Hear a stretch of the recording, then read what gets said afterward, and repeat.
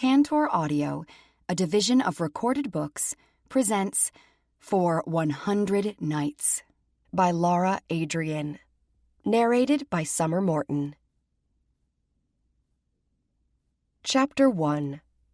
Sunrise glistens on the meandering curves of the East River, the golden light of the August morning gilding the elegant hotels, mansions, and other prime real estate that surrounds verdant Central Park, 93 stories below me. Lifting my head from my pillow, I sweep my bed-tossed tangle of blonde hair away from my eyes, awed and breathless as I watch daybreak gently play over the city. From my privileged vantage point, far above it all, I've been waking up to this view, in this bed on top of the world, for the past 2 weeks. Yet I swear each morning is more spectacular than the last. So are the nights. As tempting as it may be to slip out from the silky sheets and savor the splendor of New York City's waking skyline, my body is languid and flushed, my limbs too weak to move. All of my senses are still thrumming from an incredible pre-dawn orgasm that's only beginning to ebb.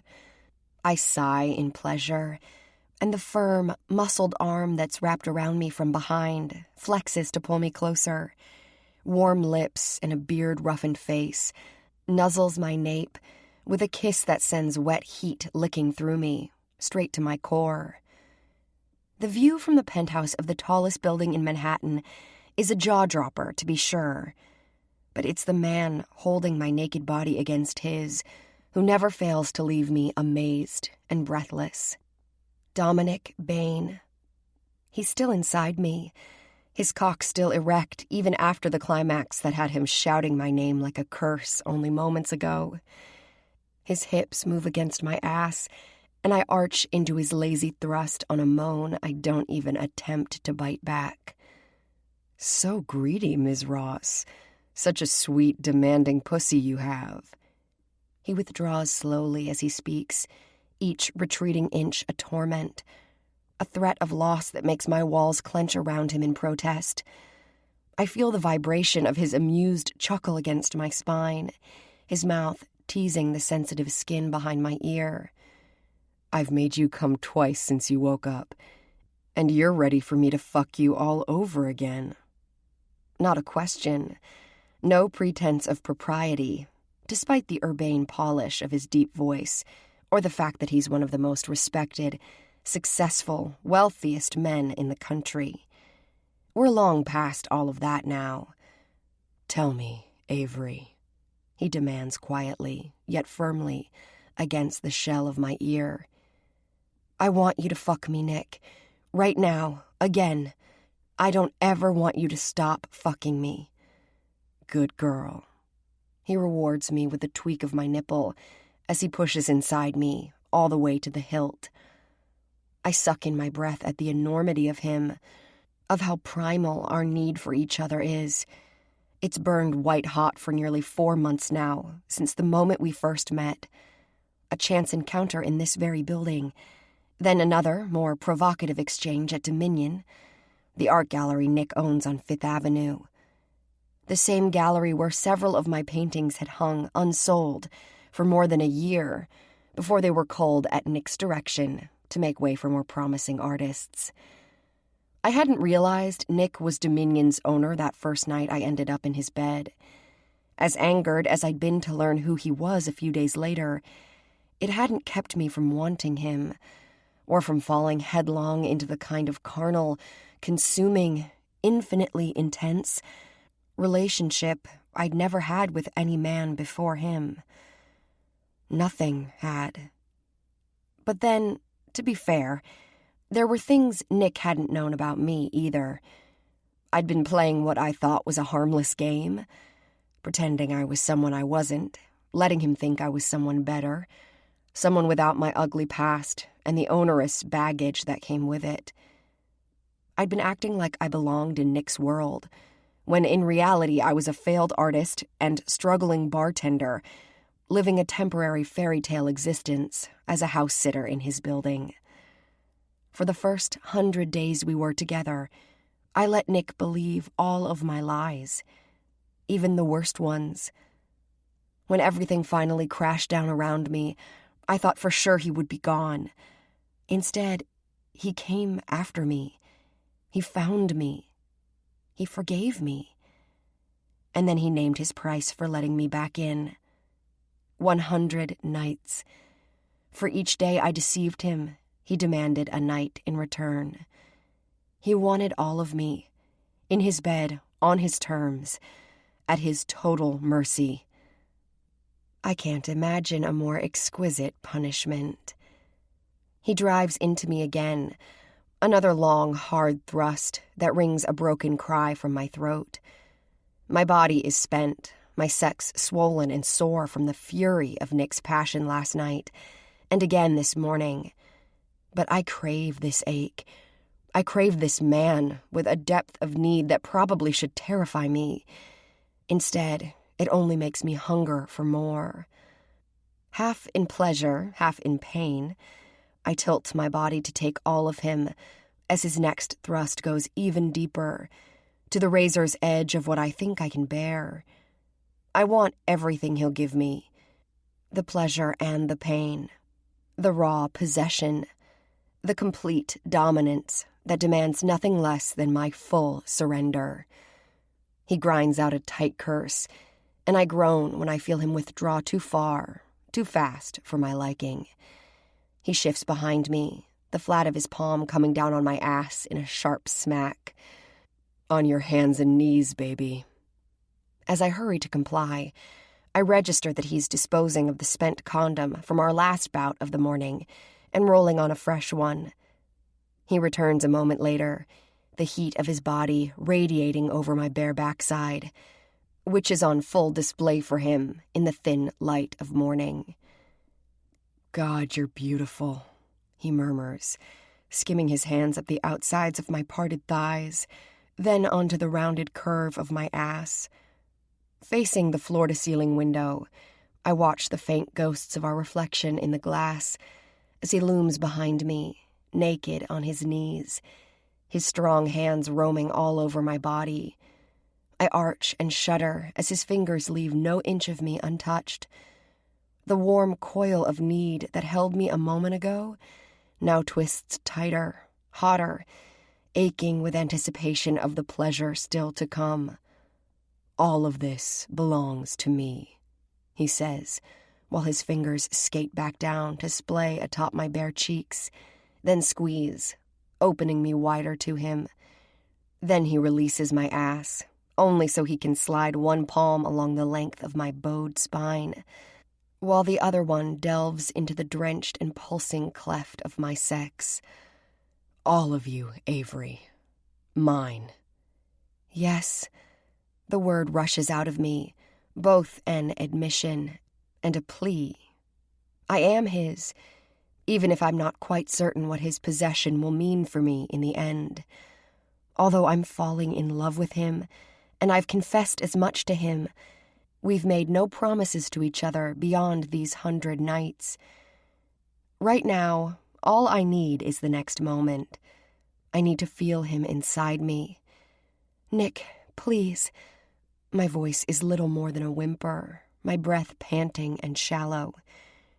He leans over me, pushing my shoulders down onto the mattress so that my backside is angled high.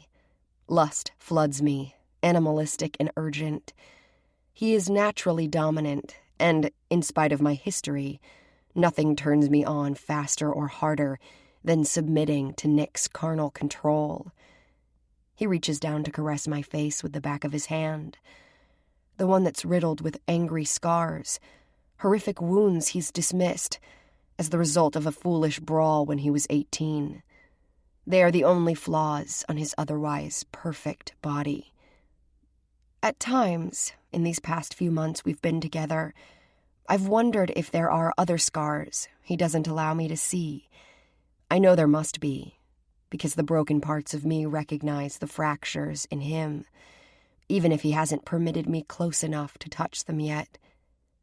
When his thumb brushes my lips, I stroke my tongue against it, then draw him into my mouth, the way I want to, need to, draw him into my body. His groan sounds ragged as I suck him deep. His pelvis bucks against my ass, his erection wedged between the slickness of my cleft. "Oh, fuck," he snarls, rubbing the pad of his thumb against the cushion of my tongue as he guides his cock to my entrance. "Hang on, baby." The low command is a warning. I feel his ferocity building even before he pushes inside me on a sharp roar. There is no gentleness in him as he pulls his hand away from my mouth and gathers my loose hair in his grasp. He winds the blonde tresses tautly around his fist until I feel the sting all over my scalp. I am instantly lost to the violence of his passion and my own. He powers into me like a tempest, furious and unrelenting. His words rasp low and dark above me, praise and profanity. My name uttered like a prayer as he takes me over, body, heart, and soul. Braced on my hands, with my head pulled back and my shoulders pinned to the mattress, I stare through pleasured tears at the carnality of our lovemaking, reflected with fading clarity in the window glass, and the warming colors of the summer morning now bursting to life on the other side.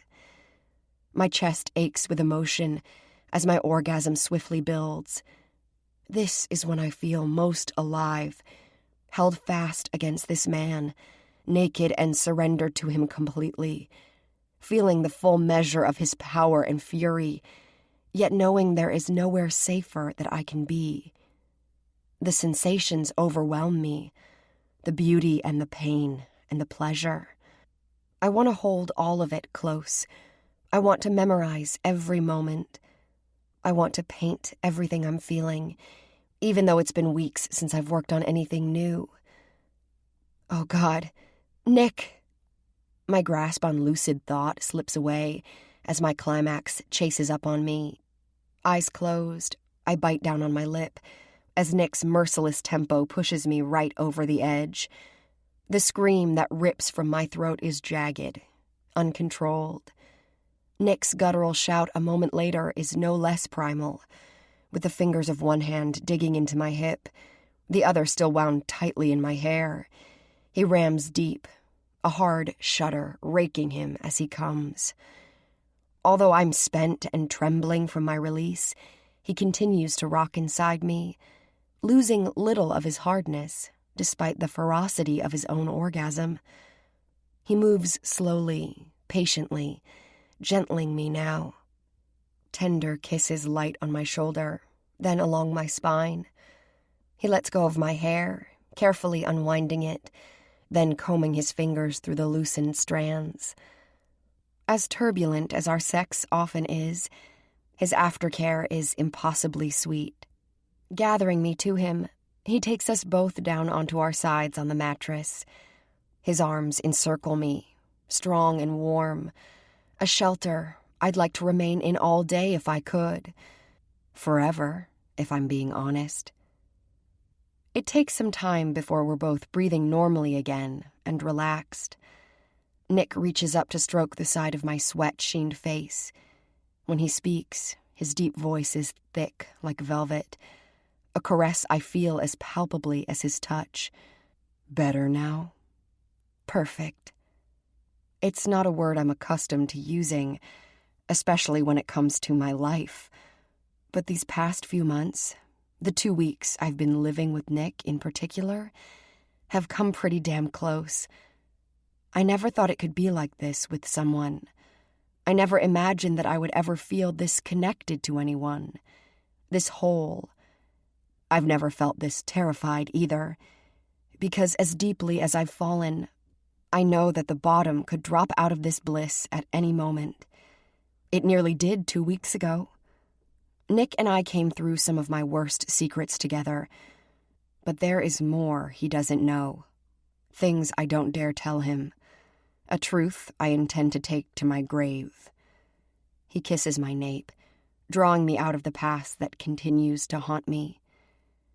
Now that I've satisfied one of your appetites, how about breakfast? My mouth waters at the thought, Sounds great. As gifted as he is in bed and at business, Nick's culinary talents are nothing short of spectacular. Giving my shoulder a light nip, he carefully withdraws from my sex. "Join me in the shower. I'll get the water started." I moan as he rolls away from me, leaving cool air where his delicious heat had been. Pivoting around, I watch him move to the edge of the bed and dispose of the condom. The sight of his muscled back and broad shoulders makes my mouth water, too. How did I end up with this amazing man? It's a question I've asked myself numerous times since fate put me in his orbit. Dominic Bain, a man who can have anything and anyone he desires, yet the only person he seems to want is me. When he glances back to look at me, I am struck now, as always, by how handsome he is. An arresting mix of sharp angles and hard lines. His face is softened only by the lush line of his mouth, a mouth that knows every inch of my body and how to pleasure it. Under the ebony slashes of his brows and bed-tousled crown of dark hair, Nick's cerulean gaze makes my pulse kick with banked, but still smoldering, arousal. One of those inky brows arches wryly. "If I didn't have a meeting I can't miss this morning, that look might get you fucked again right now, Ms. Ross, whether you're ready or not." I laugh, but my core throbs, knowing he means it. He stands up, facing me with a hard-on I can't help but admire. "Shower and breakfast," he growls, "if I don't decide to skip the cooking and spread you out on the table before I leave." "Promises, promises," I tease, sliding to the edge of the bed where he waits. Taking his cock in my hands, I flick my tongue against the tip. Before he can grab hold of me, I hop to my feet and dance out of his reach. "Shower and breakfast, Mr. Bain. I'll put the coffee on and join you." His acknowledgement is little more than a snarl. "Make it quick." I pad out of the spacious bedroom naked, feeling at home in the immense, luxurious penthouse that overlooks all of Manhattan from various angles.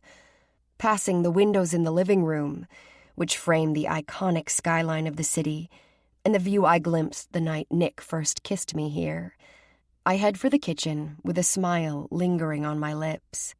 As I go to the coffee maker, I notice my cell phone peeking out of my small evening bag on the black granite counter where I left both last night after Nick and I returned from dinner and a play. The text message light is blinking. Shit. I had silenced the phone in the theater and forgot to turn it back on. I swipe the lock screen and tap the message icon. All the blood drains from my face when I see the phone number on the unread text. I've seen this Pennsylvania number before. It's been seared into my mind from the last time I saw it appear on my phone. My finger trembles as I open the message and absorb the fresh threat I've just received. "You avoiding me? Told you 2 weeks ago we need to talk. I'm not going away, Avery. Not this time. Be in touch. That's a promise." My breath is racing, my heart banging so hard it might burst out of my chest.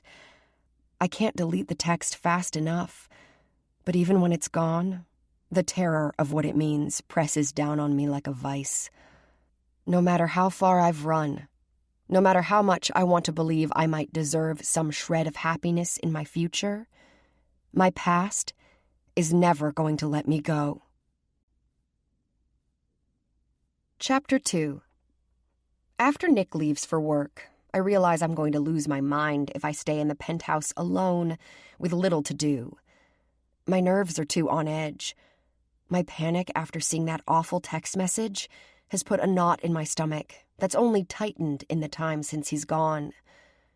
Despite the fact that I was clean and semi-dressed for breakfast, I strip out of my short silk kimono and take another shower, this one scalding. Beneath the punishing spray of water, I try to compartmentalize the hideous past that still clings to me and the fragile, hopeful present. I've only begun to know. To think I had almost convinced myself that the ugliness I left behind in Pennsylvania would never find me all these years later. Until 2 weeks ago, I thought I was safe. I thought that part of my life, and the secrets I ran away from, could never hurt me again. How wrong I'd been. There's only one person who can understand what I'm feeling right now, but I refuse to burden my mother with this new problem of mine. God knows she's already sacrificed more than enough where I'm concerned. For my own sake, I need to immerse myself in the here and now, not withdraw into the fear and shame that's clawing at me in the wake of that text. I need the cacophony of the city around me. I need some semblance of the familiar in order to find my grounding again. When I walk up an hour later to the locked glass entrance of Vendange, the restaurant where I worked as a bartender until 3.5 months ago, my friend, Tasha Lopez, hurries toward the double doors to meet me. Her loose brown spiral curls frame her soft features and long-lashed brown eyes as she tilts her head to study me for a moment through the glass. Using one of the manager's keys that hang from the neon green plastic coil around her wrist, Tasha opens the lock and lets me inside. Vendange doesn't open until lunch, but 6 servers are already at work prepping for business. Like Tasha, the waitstaff are all wearing fitted black button-down shirts and black tuxedo vests and black slacks. A polished, understated look that perfectly complements the trendy, upscale bar and restaurant. Before she and I have a chance to greet each other, one of the employees calls out to her from the restaurant storage room. "Hey, Tasha, looks like we're down to the last 3 takeout boxes." "Check out back. I placed an order for another case earlier this week. I think I saw it when I closed up last night." Without missing a beat, she turns to me and gives me a big hug. "You look gorgeous as usual." Her gaze skims my loose white silk tank, slim-fitting tan pencil skirt, and flat, saddle-brown designer sandals. Just part of the generous wardrobe Nick has gifted me with since we've been together. I opted to wear my blonde hair unbound, a habit I've begun since hooking up with him. He never allows it to stay tamed for long anyway. Today it floats around my face and shoulders in a mass of air-dried, beachy waves, instead of the orderly, blown-out ponytail that was my regular style when I worked at the restaurant. Tasha seems to approve of my new look, too. She fists her hands on her hips and grins at me. "Penthouse life definitely agrees with you, even if it means I haven't seen you in more than a week." It's a none too subtle chide, but she's right. I have been spending a lot of time alone with Nick, especially since I moved into his place. Tasha has her family and a large social circle of her own, but she always makes me feel special and a part of her life. After having worked together at Vendange 5 or more nights a week, on average, for the past year, she's not only my best friend, but the closest thing to family I've had since I moved to this city. "Speaking of gorgeous," she says, "where's your smoking hot sex god boyfriend today?" Meetings all day at his office. A couple of weeks ago, I recall scoffing at the idea that Nick and I were a couple in the boyfriend-girlfriend sense of the word. Even though I'm not entirely sure what to call us now, it's Tasha's wry smile that tugs my own mouth into a smirk. As for the smoking hot sex god part, accurate though it may be, is that really any way to talk about your new boss? Good point. She purses her lips, looking far from contrite. It's totally inappropriate for me to objectify Vendange's new owner like that. From now on, I'll refer to him as Mr. Smokin' Hot Sex God. Her laugh is big and warm, one of the most comforting sounds I know. Hooking her arm through mine, she leads me farther into the restaurant. Male and female waitstaff buzz around us, setting the tables, polishing fixtures, and wiping down surfaces. I gesture to the classic uniforms on the servers and bartenders. I like the new dress code, by the way. No more cleavage-bearing shirts with black skinny jeans and heels for the women? Tasha rolls her eyes. That was the first thing I changed after I took over as manager. I also added 3 new servers and trained 2 of them myself as bartending backup. I don't want anyone working mandatory doubles the way Joel made us do, especially those of us with kids at home. To make sure everyone gets the shifts they want, I reshuffled the schedule a bit and made a rotating call list of waitstaff who are looking for extra hours. So far, it's working out great. I can see that. I can't help but be impressed. I remember how frenetic and stressful Vendange was before, when I worked here with Tasha under the previous manager's watch. Now the pace is efficient instead of hectic. The faces of the employees are focused, yet relaxed, not anxious that they'll earn the wrath of an overbearing jerk of a boss. Tasha appears infinitely happier, too, which makes me even more grateful for Nick's unexpected generosity where she's concerned. There is a part of me that will always consider him my hero for the way he stepped in to protect my friend from Joel's unwanted advances. In true Dominic Bain fashion, he managed to purchase the restaurant out from under Joel and have the bastard tossed out on his ass, all in the space of a few hours. Nick claimed it was all in the interest of a good business investment, but I know he also did it to help Tasha. He did it for me, even though we'd been in the middle of a big argument and on the verge of breaking up when Tasha arrived at Nick's building in tears after walking off the job following Joel's harassment of her. She folds her arms and exhales a slow sigh. I still can't believe I'm managing one of the most popular restaurants in the city. Why can't you believe it? You're good at this. You deserve this. Thanks. Her gaze lights on me with tender gratitude. But there is a question in her eyes, too. What about you, Ave? What about me? She hesitates for a moment, studying me as we stand near the long bar where she and I so often work together. Everything okay with you? Yeah, everything's great. My reply is automatic, honed by years of practice in pretending I'm fine, despite the turmoil inside me. Maybe Tasha has experience doing the same, because she tilts her head, her eyes searching mine. It's all I can do to resist the urge to shudder myself from her scrutiny. Not that it would work with her anyway. In the relatively short time we've been friends, she always seems to see right through me. How's your mom doing? Even though I confided in Tasha a couple of weeks ago, after Nick and I came back from the prison in Pennsylvania, it still jars me to hear someone ask about my mother. Her incarceration for murdering her abusive husband had been a secret I'd kept for a decade, one of many I wanted to leave behind me when I moved to New York. I'm certain I'd still be keeping her a secret, but then she took a bad fall, and I had no choice but to rush to the prison to be with her. Nick followed me there, even though it was the last place I wanted him to be. I didn't want anyone to see that part of my life, least of all him. But he stayed with me for as long as I needed, and then, when I was ready, he brought me back home. She's okay, all things considered, I tell Tasha. Her broken ribs and pierced lung are on the mend, but her leg is healing slower than they hoped. They tell me she'll be in the infirmary for a while yet, possibly a month. Tasha nods. She's lucky.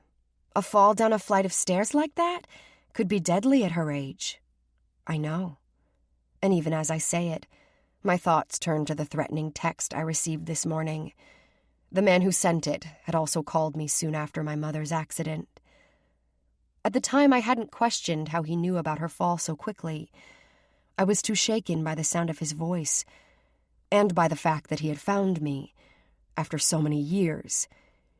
Now I have to wonder if he'd had something to do with harming my mom. Could her fall have been something other than accidental? The very possibility makes the chill in my blood turn even colder. I can't suppress my shudder, and I only hope Tasha doesn't spot my discomfort before one of the new bar staff comes over to speak with her. As they go over the day's specials on a tablet, I breathe a sigh of relief for the moment's distraction. I need it, if only to get a grip on my suddenly racing heartbeat and the clamminess that's gathering at the back of my neck. On second thought, I'd prefer a less obvious wine pairing with the roasted duck, Tasha says. The Chardonnay is good, but can we try something more interesting? We could do a red, the other woman suggests. Cabernet or Pinot Noir would both work equally well. Tasha shakes her head. Again, too expected. What about a Carmenere? Both women look at me. I shrug. We tasted a nice Chilean one last spring, if I recall. Do we still stock it? We do, Tasha says, a grin spreading over her face. And you're right. It's perfect. Go with that one, she instructs the other employee before sending her off to change the menu. God, I miss working with you, Avery. You ever want to come back? Just say the word. I slant her a look. And work at the restaurant my boyfriend now owns? I don't think so. But I do need to find work soon. I'm going to go crazy if I don't have something productive to do during the day when Nick is working. Besides, I can't stand the idea of depending on him for room and board while I'm not contributing anything. Tasha smirks. I doubt he'd say you're not earning your keep. Besides, what about your art? Haven't you been painting? Not for a while. How long? I don't know, a couple of weeks, maybe? I try to sound nonchalant, but she catches on. You mean not since you moved in with him? Yeah, I guess so. At her contemplative, vaguely disapproving look, I rush to explain. When Nick and I are together, there's no time for anything else. In case you haven't gathered, the man is intense. I've gathered, she says, a droll look in her eyes. What about when you two aren't tearing each other's clothes off? You said yourself you need something to do while he's busy being king of the corporate world. I want to paint, I admit, but I can't exactly set up in the penthouse and do it. Why the hell not? Did Nick say you couldn't? No, of course not, but there's no space. Her brows rise. Don't tell me you can't find one little corner for yourself in an apartment that spans 2 floors and more than 8,000 square feet. No, that's not the problem either. It's Nick. Really, the problem is me. I blow out a sigh. I'm not ready for him to see my new work. I want it to be good first. Because he told you that it wasn't. He was right, I admit, surprised at how the sting of Nick's critique of my art has lessened over time. He said I was holding back and that it showed on my canvas. He says he believes I have talent, that I have it inside me to be great. He said a lot more than that, truths I'm only beginning to understand since we've been together. Nick says my art was self-conscious, afraid. Like me. But that doesn't mean I'm ready to let him in. I can't. Not all the way. Not when there are things I can't allow him to see. Tasha puts her hand on my wrist, her eyes soft with sympathy, as if I've just spoken all my fears aloud. You need to paint, Avery. I've seen how much it means to you. It's part of you. I know. I nod, grateful for her understanding. I'll find a way. What about renting a little studio somewhere? I don't have the money for that. You made $5,000 from house sitting for Claire Prentice 4 months ago. Yes, and after paying back rent on my old apartment in Brooklyn, then renting a car to go see my mom 2 weeks ago, plus dozens of other little expenses, I've got less than half of it left. Maybe I can help.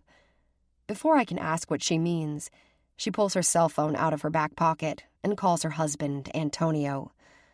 Hey, babe, does Aunt Rosa have any friends who might have a small, unfurnished space to rent here in the city? I'm talking dirt cheap, but not dangerous cheap. She pauses and rolls her eyes. Yeah, because we don't already have a perfectly good bedroom for that. I'm talking about a place for Avery to use as a studio for a while. What? I shake my head in protest, but there's no stopping her. Okay, great. No, just have her call Avery if she finds something.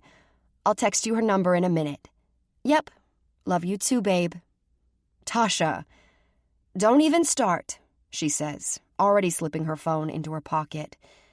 You've done so much for me. This is the least I can do for you. As she speaks, someone calls out from the back office, alerting her to a delivery that needs a signature. Listen, I gotta go take care of a few more things before we open. All right, I relent as she pulls me into a brief hug. Come back and see me later this week, if you can manage to drag yourself away from your other favorite creative pursuit, she says with a wink. We can chat about him over a glass of Carmenere. Chapter 3. The warm summer weather is so nice when I leave Vendange. I decide to walk instead of hailing a taxi or riding the subway back to the Upper East Side. Hundreds of other people apparently have the same idea. Rather than fall in line with the corporate types and other Manhattanites who rush past me on Madison Avenue, I take my time, strolling along the broad sidewalk with the crowds of meandering tourists and window shoppers. Up and down this bustling stretch of asphalt, concrete, and towering steel, exclusive boutiques stand side by side with national brands of all kinds, as well as upscale designer stores and financial institutions. I'm not in the market for anything specific, but as I approach a luxe lingerie shop, I can't help myself from pausing at the brass-framed windows to admire all of the lacy, satiny things secreted inside. It's hard to imagine how hot Nick's gaze would smolder if he saw me in one of those sexy undergarments, or how quickly his strong hands would work to peel it off me in his need to get inside me. My nipples tighten at the thought. A flush of heat races through me. Warmth I feel most intensely between my bare thighs, which now tremble a bit beneath my light linen skirt. Curiosity, and the desire to drive Nick even a fraction as crazy as he makes me, finally gets the better of me. With a smile curving my lips, I open the glass doors and step inside. Soft, classical music and delicate perfume drift on the comfortably cool air of the boutique.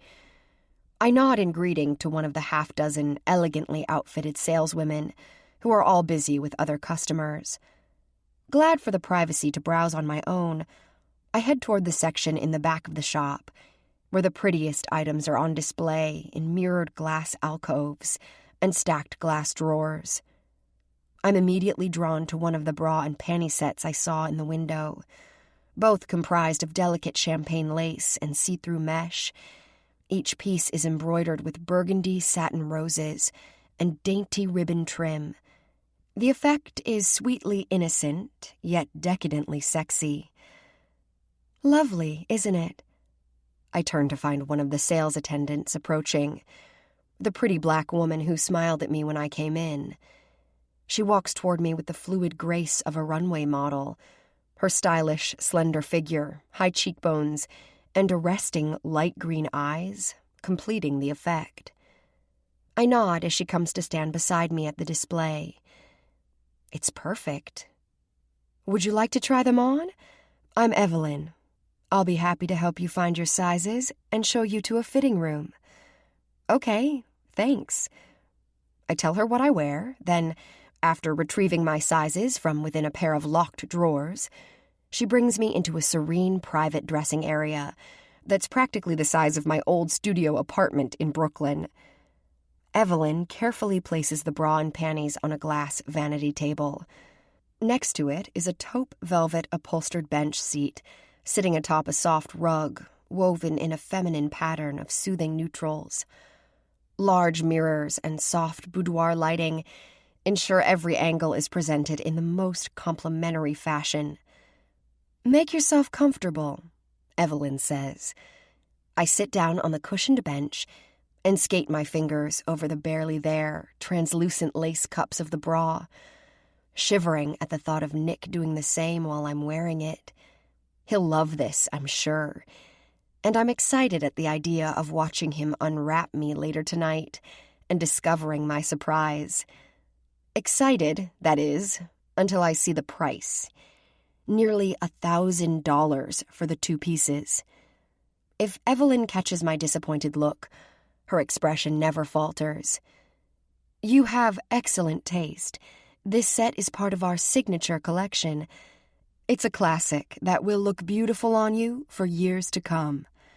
When I only nod in response, she smiles kindly and gestures toward the front of the boutique. If you don't feel this one suits you, we have something similar in our everyday collection that you might like too. Just let me know if you'd like to take a look.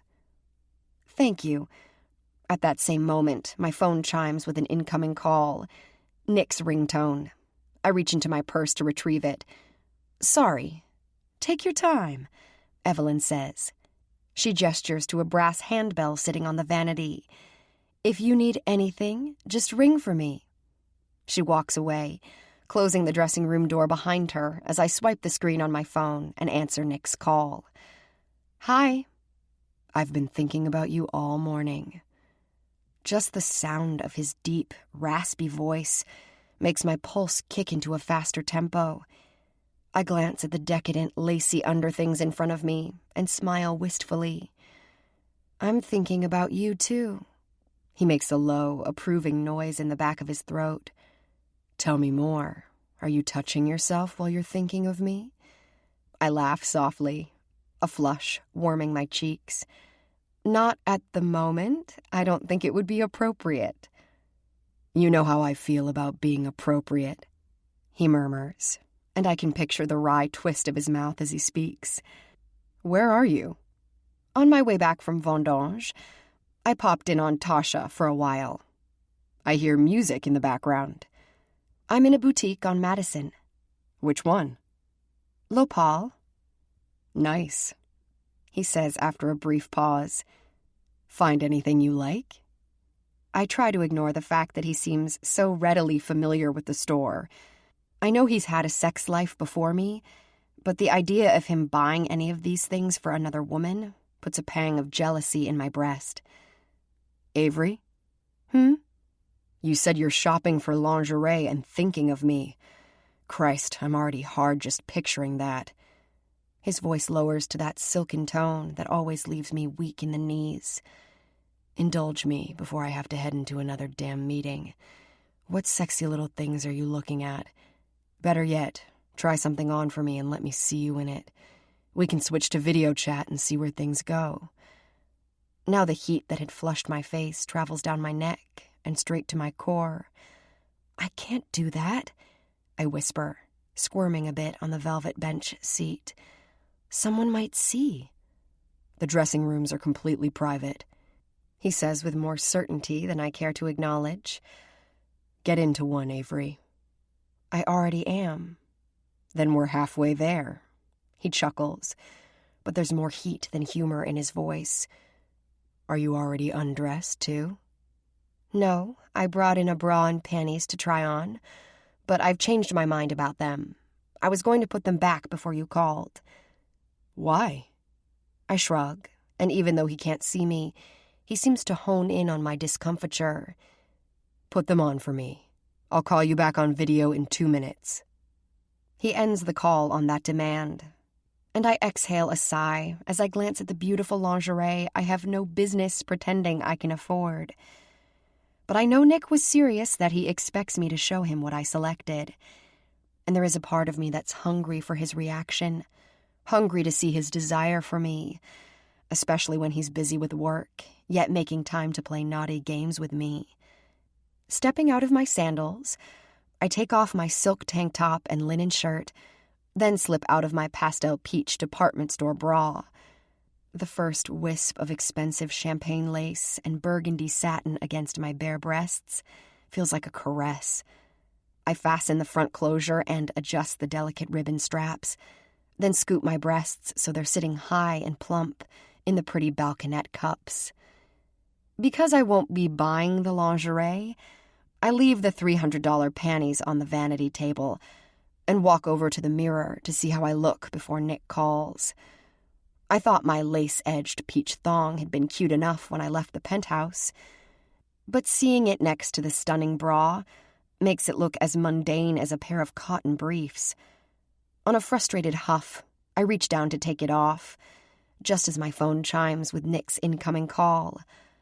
As promised, he's calling from a video app. His handsome face fills the screen, making my breath catch, even though I've had the privilege of seeing those dark-lashed cerulean eyes and brutally sensual features practically every day and night for the past 4 months. That wasn't 2 minutes. He smirks. I didn't have the patience to wait that long. He's not at his desk, but seated on the pale gray leather sofa in the conversation area of his large office. Behind him, a broad wall of gleaming silver granite soars easily 15 feet from the floor to the ceiling. The wall serves as a backdrop for a single work of art, a Jackson Pollock original painted in black enamel. The tangle of chaotic lines and bold splashes are a stark contrast to the steady, in-control titan of business seated in front of the masterwork. Settled back against the clean lines of the sofa, Nick grips his phone in one hand as he loosens his tie with the other. His mouth quirks at one corner as he holds my gaze from inside his corporate headquarters across town. Let me see you, baby. I slowly extend my arm, giving him a view of the gorgeous bra. His low exhalation and thickly uttered curse tells me he approves. More, he commands over the lowered volume of the speaker. Let me see all of you. I'm not wearing the panties. Show me. I shake my head. I'd have to try them on over my own underwear unless I intend to buy them. Nick doesn't seem to care about my explanation. His eyes are blazing hot on me. He leans forward as if he wants to crawl through the phone. Let me see your pussy, baby. Pressing my lips together, I angle the camera so he can see all of me. Holy fuck. There is a fevered edge to his voice, a raw current of need that ignites the same in me. You're so damn beautiful. You get me hot just thinking about you. I'm hard as fucking steel over here. My body responds to his carnal praise as if he's here in the room with me, looking at me, caressing me, wanting me. Touch yourself. I want to see you stroke that pretty little clit. Nick, I whisper, worried that we'll get interrupted, yet astonished that it doesn't stop me from obeying him. With my free hand, I slide my fingers down over the trimmed patch of curls between my legs, then into the wet cleft of my body. I'm drenched already, my sex aching for him. I can't hold back my moan. His breath leaves him on a deep groan. Jesus Christ, what you do to me. I angle the phone so I can see him too. His jaw is clenched, his brows lowered over the intensity of his stare. I see him shift on the sofa, the camera's focus jostling with his movements.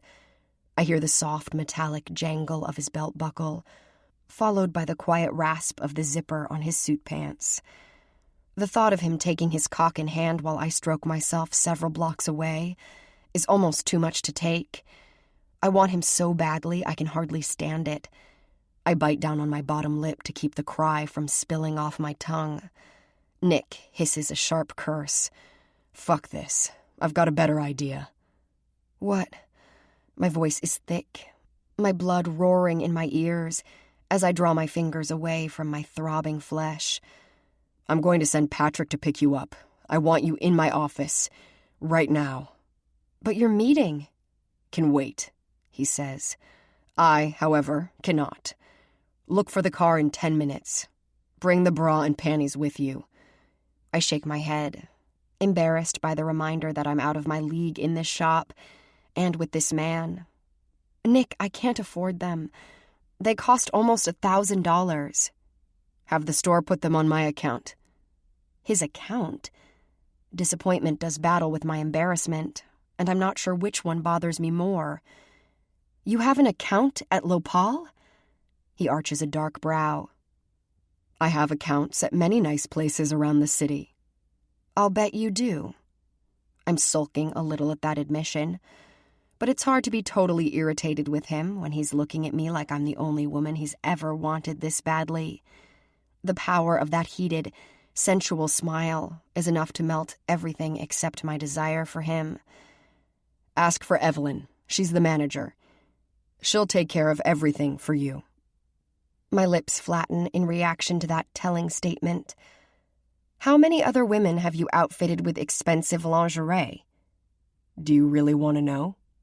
His eyes hold mine unflinchingly. I remain mute because, damn him, I don't want to know the answer to that question. Not that it would change my mind anyway.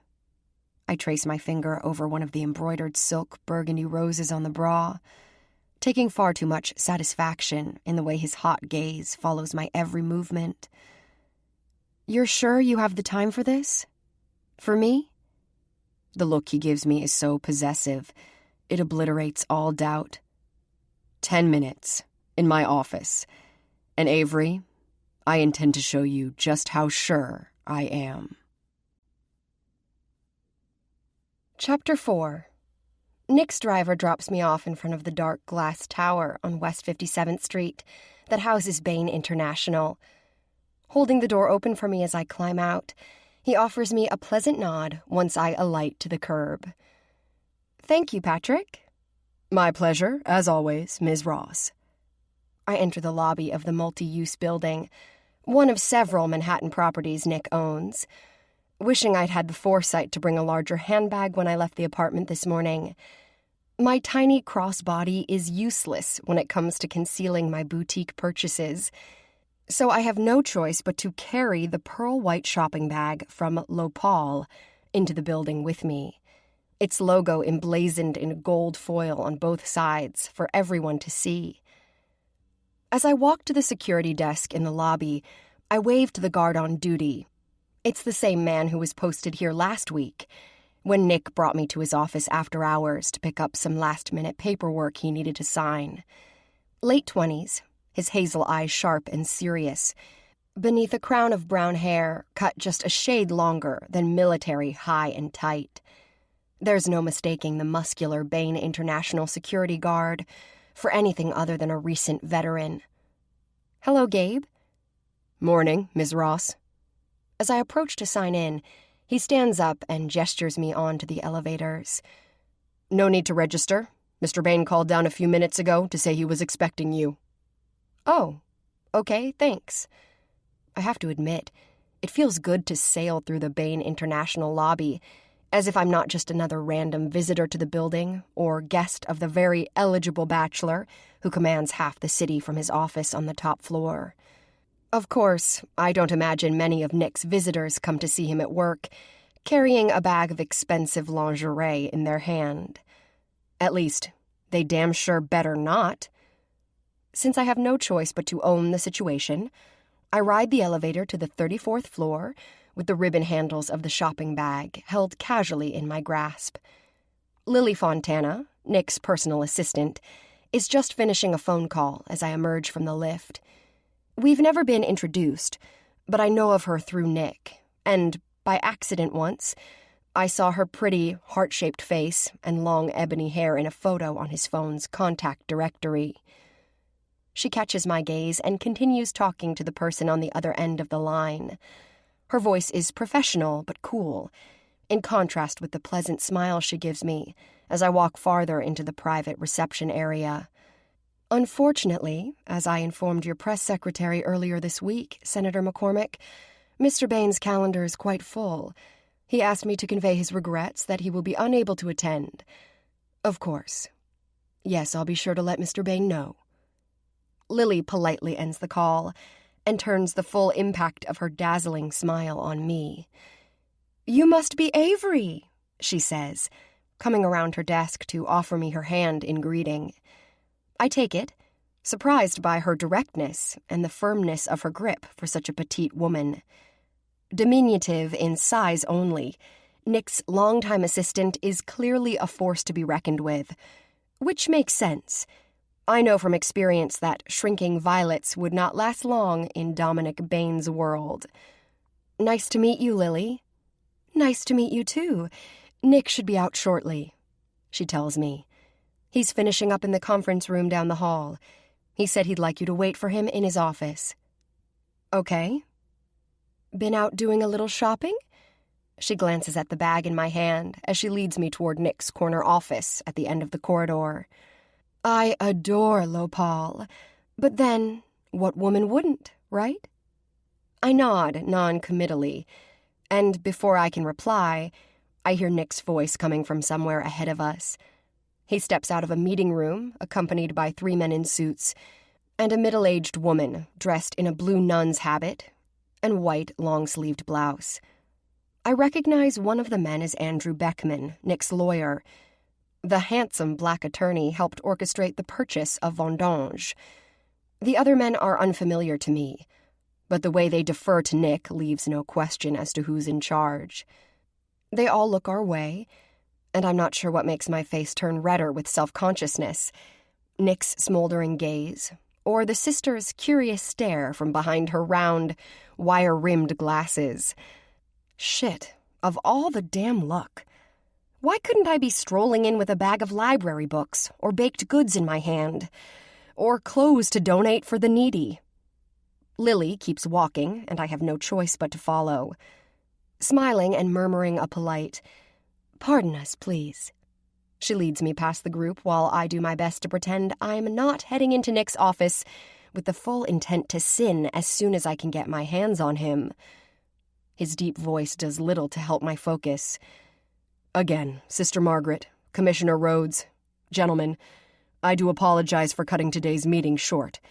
Something urgent arose a few minutes ago, and I must take care of it personally." I barely stifle the grin that tugs at my lips over his very deliberate choice of words. Although I don't dare look behind me, I'm certain I feel the heat of Nick's gaze on my ass as I walk with Lily the rest of the way down the corridor. She lets me into the expansive office and indicates the seating area in front of the Pollock painting. "Can I get you anything to drink while you wait, Avery?" I return her smile and shake my head. "No, thank you." Giving me a slight nod of acknowledgement, she leaves the room, closing the door quietly behind her. The far wall of Nick's office is one immense window, affording the kind of spectacular views I've come to expect of the places he spends any significant amounts of time. Yet as large and impressive as the space is, it's almost clinical in its lack of personal effects or expressions of individual style. When he brought me here briefly a few nights ago, I hadn't really paused to absorb the details, or rather, their lack.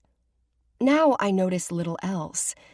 There are no photographs or trinkets on his desk, no mementos or objets d'art on any of the consoles or cabinets. Except for the multi-million-dollar canvas that consumes nearly all of one wall in the room, there is nothing that provides so much as a glimpse into Dominic Xavier Bain, the international business magnate, or the man. And while his office is comfortably appointed and impeccably situated in one of the finest areas of the city, I feel an unshakable sense of sadness as I stand in the middle of so much emptiness. I feel alone and lost, solitary, imprisoned despite the openness of the city all around me. Does he feel it too? Will he ever allow me close enough to him to find out? This isn't the first time I've wondered about his seemingly impenetrable remoteness and isolation. Not the first time I've questioned if allowing myself to fall for a man with the kind of demons and dark secrets I suspect Nick is harboring can be anything but foolish, even dangerous, when I have so many of my own. If my heart would have it any other way, I'd have never let Nick in. If I were smart, I'd still try to find the strength to walk away. Now, before my past catches up with me, before it has the chance to hurt Nick the way it's hurt everyone else I've loved. If I didn't think he would come after me again, maybe I would go. But there's an even more cowardly part of me that's terrified he won't. Not if he knew the truth. I've set my bag and purse down on the sofa to drift in front of the massive windows. When I hear the door snick open behind me a few moments later, every nerve ending in my body responds, as if trained to know Nick's presence. I hold still, my breath caught in my lungs, waiting for the moment I feel him come close. His arms wrap around me from behind. I sink into his embrace. My demons chased back into the shadows now that he's here. I exhale on a deep, tremulous sigh I feel I've been holding since I stepped out of the dressing room at Lopal. His warmth and strength engulf me, comforting me as much as he arouses me. The rigid pressure of his growing erection, resting snugly against my ass, sends fire licking through my veins. God, how I want him. The need he stirred in me over the phone roars back tenfold now that I'm standing in his arms. He nestles his face into the crook of my neck and nips my tender flesh. Do you have any idea how awkward it is, sitting across from a nun when you've got a rampant hard-on hidden under the table? I laugh as I pivot in his loose grasp to face him. You're the one who started it, insisting on a private peep show in your office. I trust Evelyn handled everything for you, like I said she would. Yes, Evelyn was great. She was very nice, extremely discreet. She hardly blinked when I told her you instructed her to put my things on your personal account. I'm glad to hear it. He grins, loosening his pewter-colored tie. It's always good to have first-hand reports from satisfied customers. I gape at him. Are you saying you own Lopal? Technically, I own the building. Beck owns the store. Beck as in Andrew Beckman, Nick's attorney. He bought the boutique for his sister to manage a few years ago, after Evelyn went through a rough patch in her personal life and needed to start over. I close my eyes as understanding sinks in. Now that he's made the connection for me, I realize the strikingly similar features that Beck and his sister share, from their tall, lean bodies and dramatic facial features to their creamy brown skin tones and stunning light-colored eyes.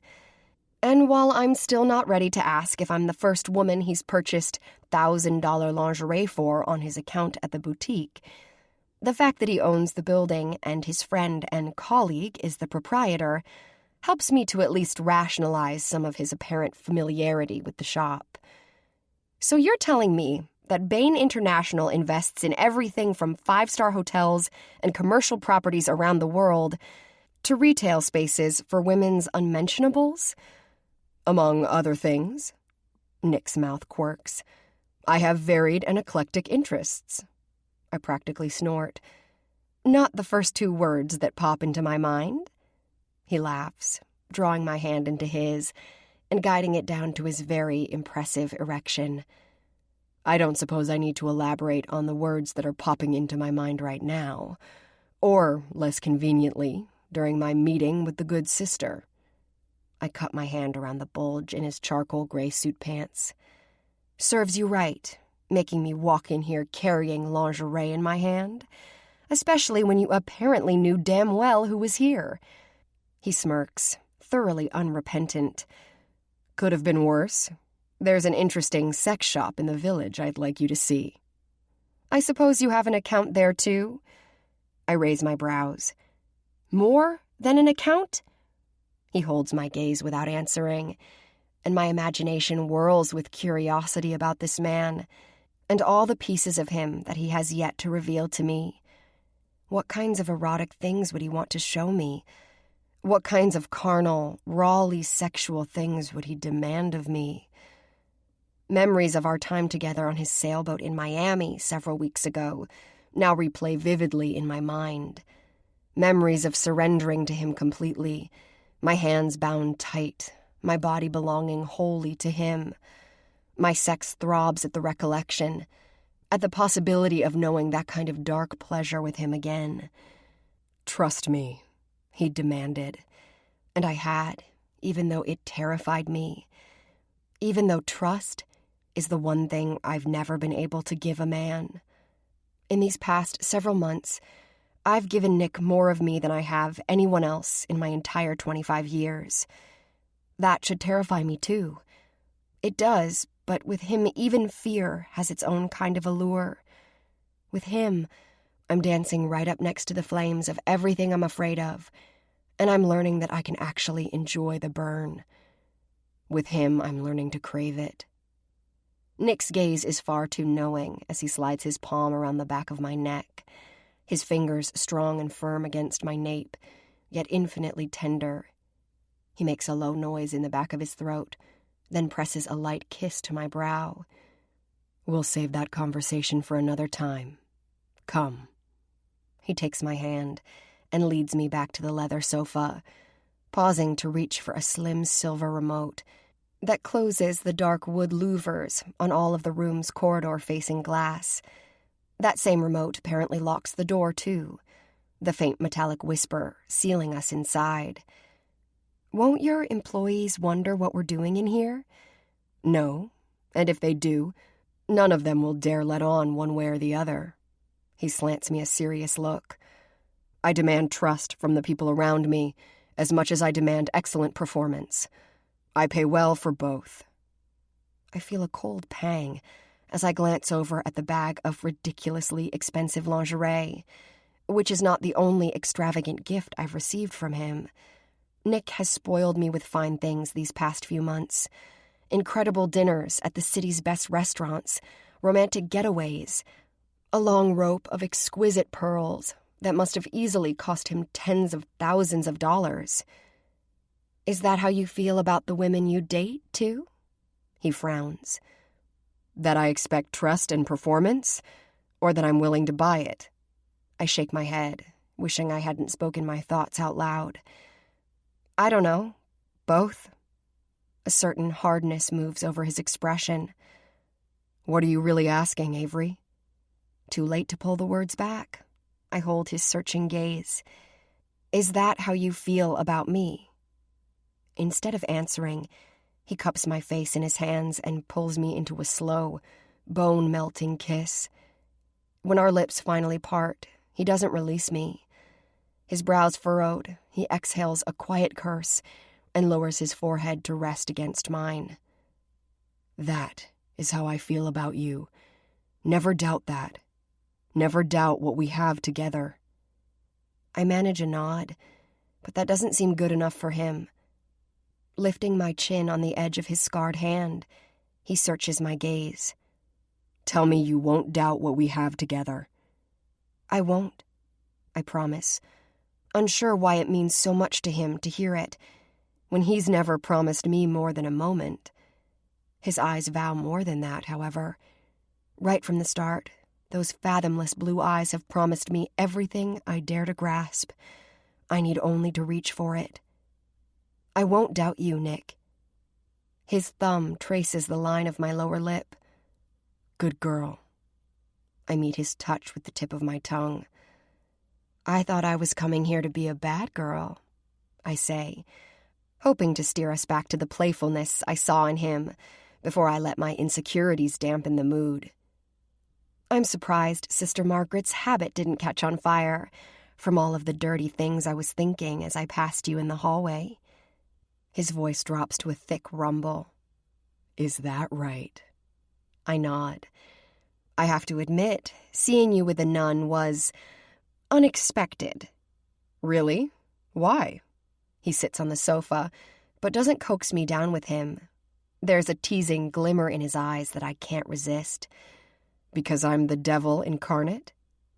I give him an arch look, all too aware that my stance in front of him has now perfectly positioned my sex level with his face.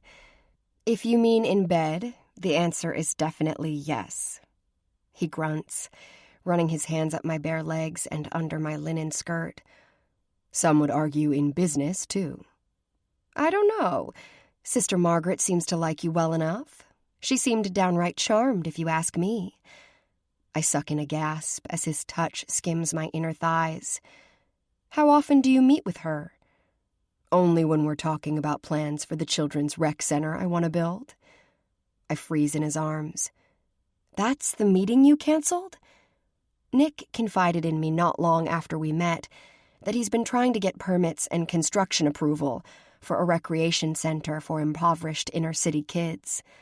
It's a pet project that obviously means a great deal to him. Yet here he is, blowing off a meeting about it to mess around with me. I seize his wandering hands from beneath my skirt and hold them still. Why didn't you tell me that's what you were doing today? Jesus, Nick, I don't want to interrupt your work on that project. As important as the rec center construction is to him, it is me who's become his singular focus at this moment. I can't deny the thrill it gives me, even though I'll probably go to hell for tempting him away from doing good, charitable work with Sister Margaret. You should have told me. I never would have agreed to come here like this if I'd known. What makes you think I would have let you refuse? Wry words, but the dark glimmer in his deep blue eyes is intense with meaning. Need I remind you of our agreement, Ms. Ross? You know the terms. As if to emphasize his point, he brings his hands out from under mine to resume their upward slide under my skirt. His fingers move onto the curve of my ass and contract, kneading the bare mounds of my flesh. The thin fabric of my thong wedges into the crevice between my cheeks, making me hyper-aware of every flex of his fingers, every caress that brings his touch achingly closer to my core. Anywhere I want, anything I ask of you, he murmurs, repeating the promise I gave him in that rain-soaked parking lot the day he came looking for me. No boundaries, no barriers between what I desire and what you're willing to surrender to me. I nod and release a shaky sigh, torn between wanting him to soothe the wet, throbbing ache of my sex, yet savoring the anticipation of the pleasure I know he will give me. I can't look away from his face. The combination of his low voice and sensual touch rivets me. That's all it takes for him to make the rest of the world fall away from me. The fact that he can look at me and make me believe that somehow I do the same for him is the most powerful aphrodisiac I'll ever know. His eyes rivet on mine, holding my gaze so possessively I can hardly breathe. All I can think about is the need for him to touch me, to kiss me, to make me come the way I nearly did back at the Lopal dressing room. But he isn't ready to give me that relief just yet. I see the truth of that in his ruthless gaze. His hands slowly drift away from me, yanking his tie loose. He tosses it carelessly aside, then unfastens the top 2 buttons on his shirt. He leans back now, draping his arms along the back of the sofa, his thighs spread. His knees cage me on both sides where I stand in front of him. With his cock straining in the confines of his pressed trousers, he looks at me with a profane mixture of hot lust and cool, aggravating control. Undress for me, Avery. I shoot a sidelong glance at the door and the shuttered windows, the only thing concealing us from an entire floor full of people. Muffled voices carry indistinctly from the corridor outside. At almost noon, the office is buzzing with activity and conversation. Don't think about them, he instructs me firmly. There is no one else right now, only us, and I want you naked. There is no leniency in his command, only certitude that I will obey, because he knows I will. Not because it's part of our agreement, but because I want desperately to please him. Despite my fear of discovery, despite my awareness of all the reasons I shouldn't find a man's complete domination of me as seductive as I do with Nick, I nod my head in acquiescence and begin to do what he demands. I remove my sandals, then slowly peel off my white silk tank and let it flutter to the cocktail table behind me. My breasts feel heavy, too constricted within the lacy cups of my bra. My nipples have been hard as pebbles ever since Nick entered the room with me. Now I feel them pucker even more under the hungered blaze of his eyes as I reach around to unzip my skirt. The linen slides down my bare legs, pooling at my ankles. I step out of it, a move that brings me 1 pace closer to the edge of the sofa and Nick's erotic, negligent sprawl. I shiver, not from any chill, but from the pure animal heat that pours off him as I stand before him. I can see what it's costing him not to reach for me, to deny himself the urge to snatch me up right now and throw me down beneath him.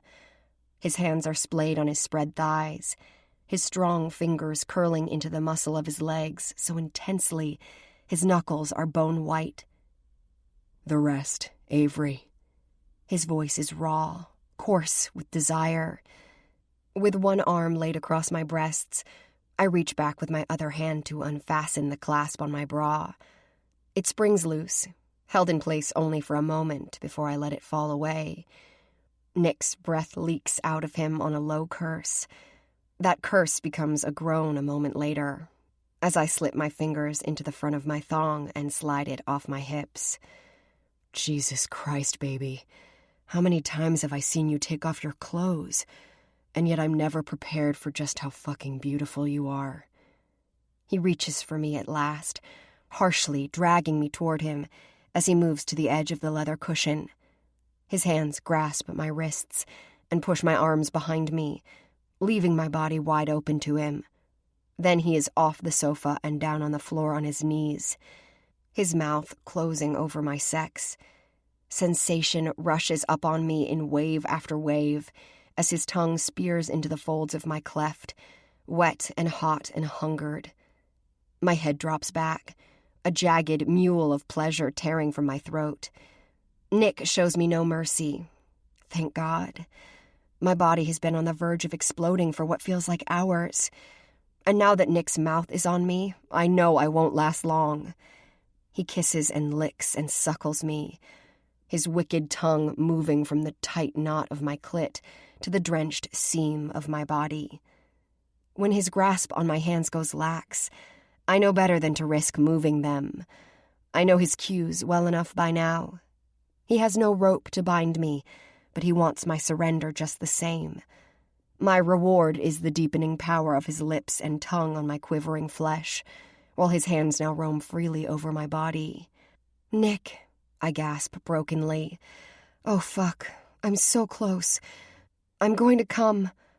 He moans against my pussy, his tongue pushing inside now, adding fuel to the fire of my building release.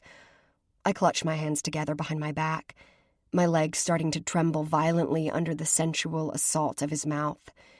He pulls my clit between his lips, sucking the bundle of nerves so intensely I see stars behind my closed eyelids. When his finger enters me and drives deep, my orgasm erupts. It takes me over the edge, splintering my senses. I cry out with the force of it, not caring if every person on the floor can hear me. This is what he does to me. Makes me shameless, makes me bold. With him, I've become someone I would never have recognized just 4 short months ago. His name boils past my lips as hard tremors rock me.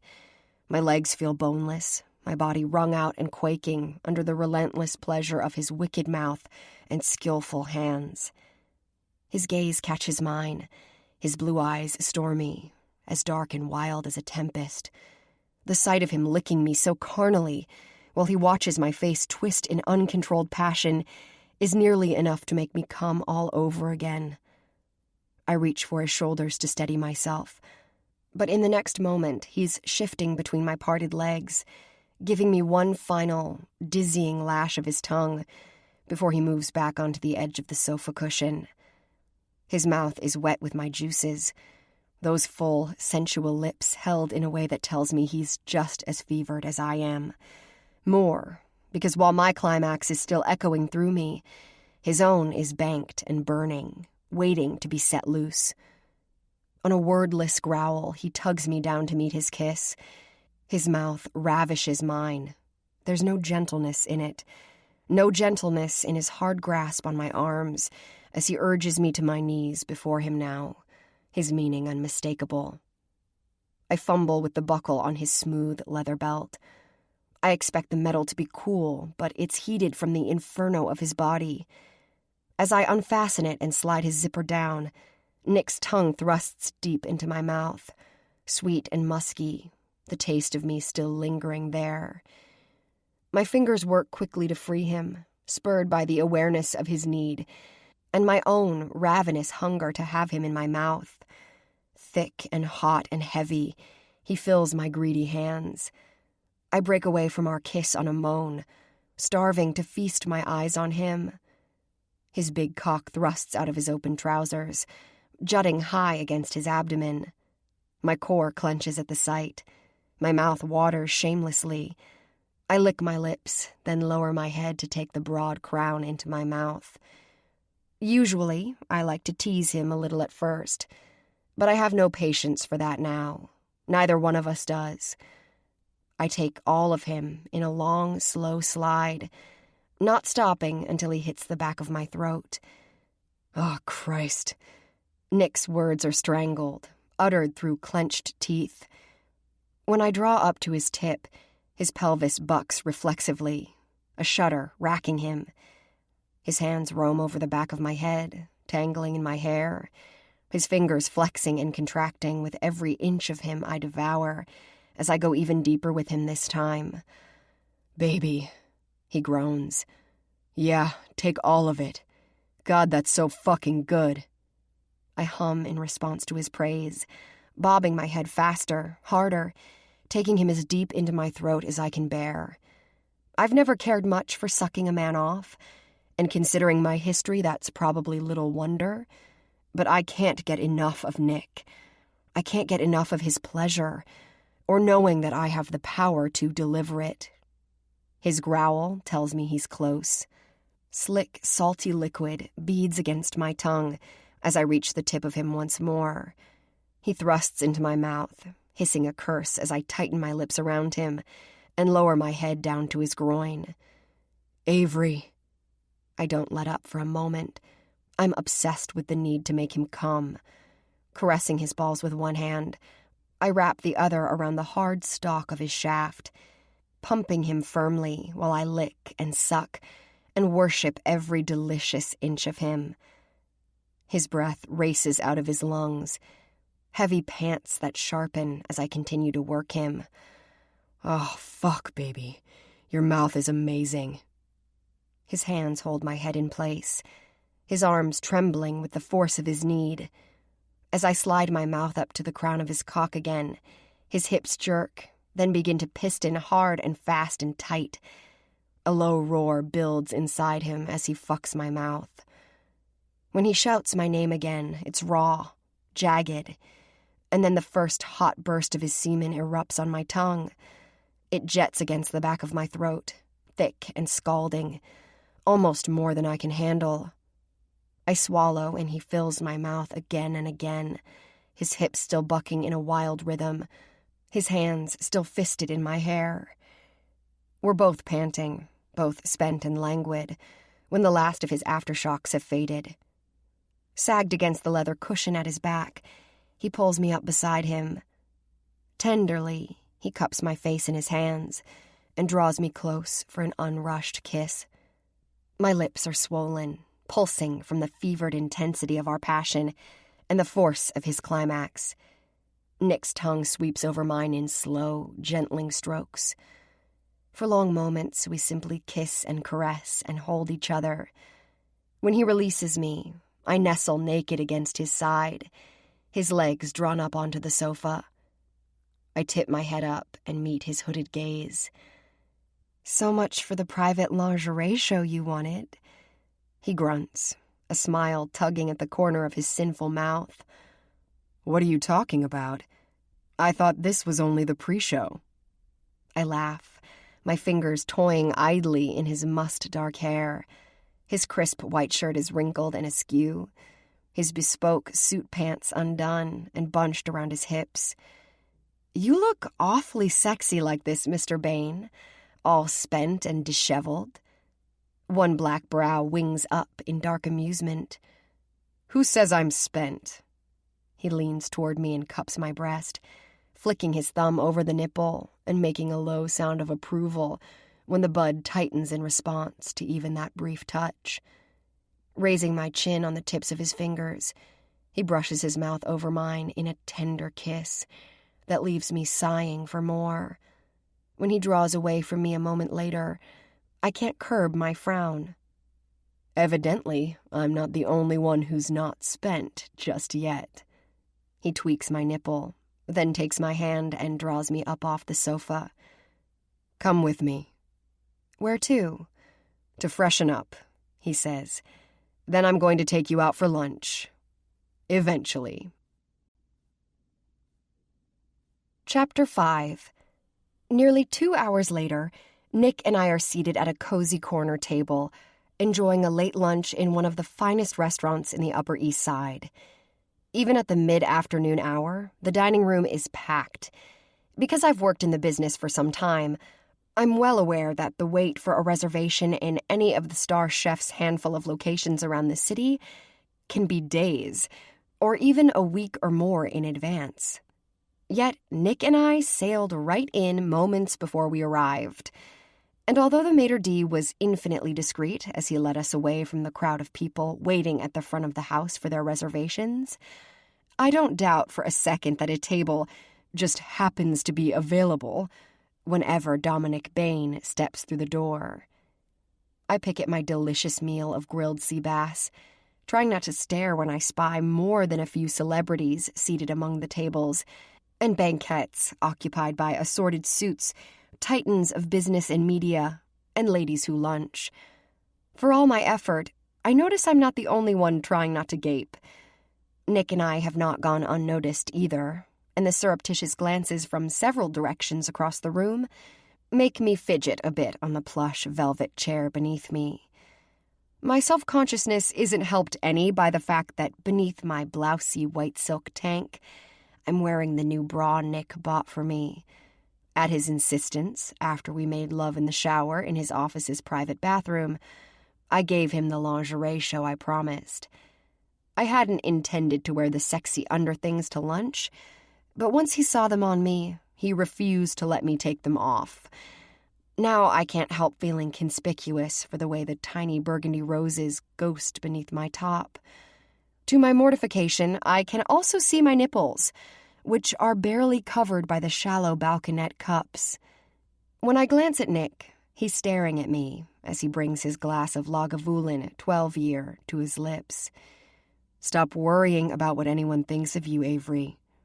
That's easy for you to say, I tell him, my voice as quiet as his. Not that anyone can hear us above the hubbub of lively conversation filling the dining room.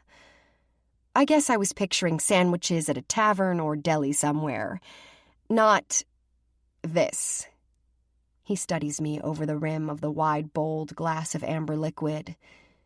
You don't feel comfortable here? I scoff softly. Not really, no. My gaze drops, unable to look at him as I whisper my chagrin. If you knew we were coming here, why did you make me dress like this? Because it pleases me. He sets his drink down soundlessly on the cloth-covered table and reaches for my restless hand. His palm settles over my fingers, warm and firm. Because I want every man in this place to look at you with the same lust that I feel for you. I want you to understand the kind of power you have. Power? My head comes up in confusion. I try to pull my hand away from him, but he holds me in place. Oddly, his touch grounds me, centers me, even while I feel panic and outrage building in my chest. Nick knows my history. I've confided in him about my stepfather's repeated abuse, about my rape the night my mother killed the son of a bitch. The very last thing I want is to draw the attention of men I don't know, or that of people who might look at me in this rarefied place and see that I don't belong here, that I'm not like them, that I'm less than them, that I'm damaged, dirty. Nick, don't. No hiding, Avery. Not with me, remember? His gaze is intense in the muted light of the restaurant. His grasp on me doesn't lessen, but his strength is coaxing, not coercive. You promised to trust me. He strokes the top of my hand, slow brushes of his thumb over my skin. You agreed that for these 100 nights you are mine. Whatever I ask, whatever pleases me, not merely because I demand it of you, but because you trust me enough to let me lead you into places you've never gone. I swallow, darting a glance anxiously around us. We're beginning to draw attention from the tables nearest to ours. I feel heat flood my cheeks. Yet, as self-conscious as I am, my panic is receding. I feel the coldness of it melting away as Nick holds my hand, caressing my skin while his smoldering, yet coolly in control gaze draws me in until he is all I see, all I feel, all I know. "Do you trust me, Avery?" "Yes." The word rushes over my tongue without hesitation. "Yes, Nick, I trust you." His lips curve almost imperceptibly, satisfaction gleaming in his eyes. "You see? Power."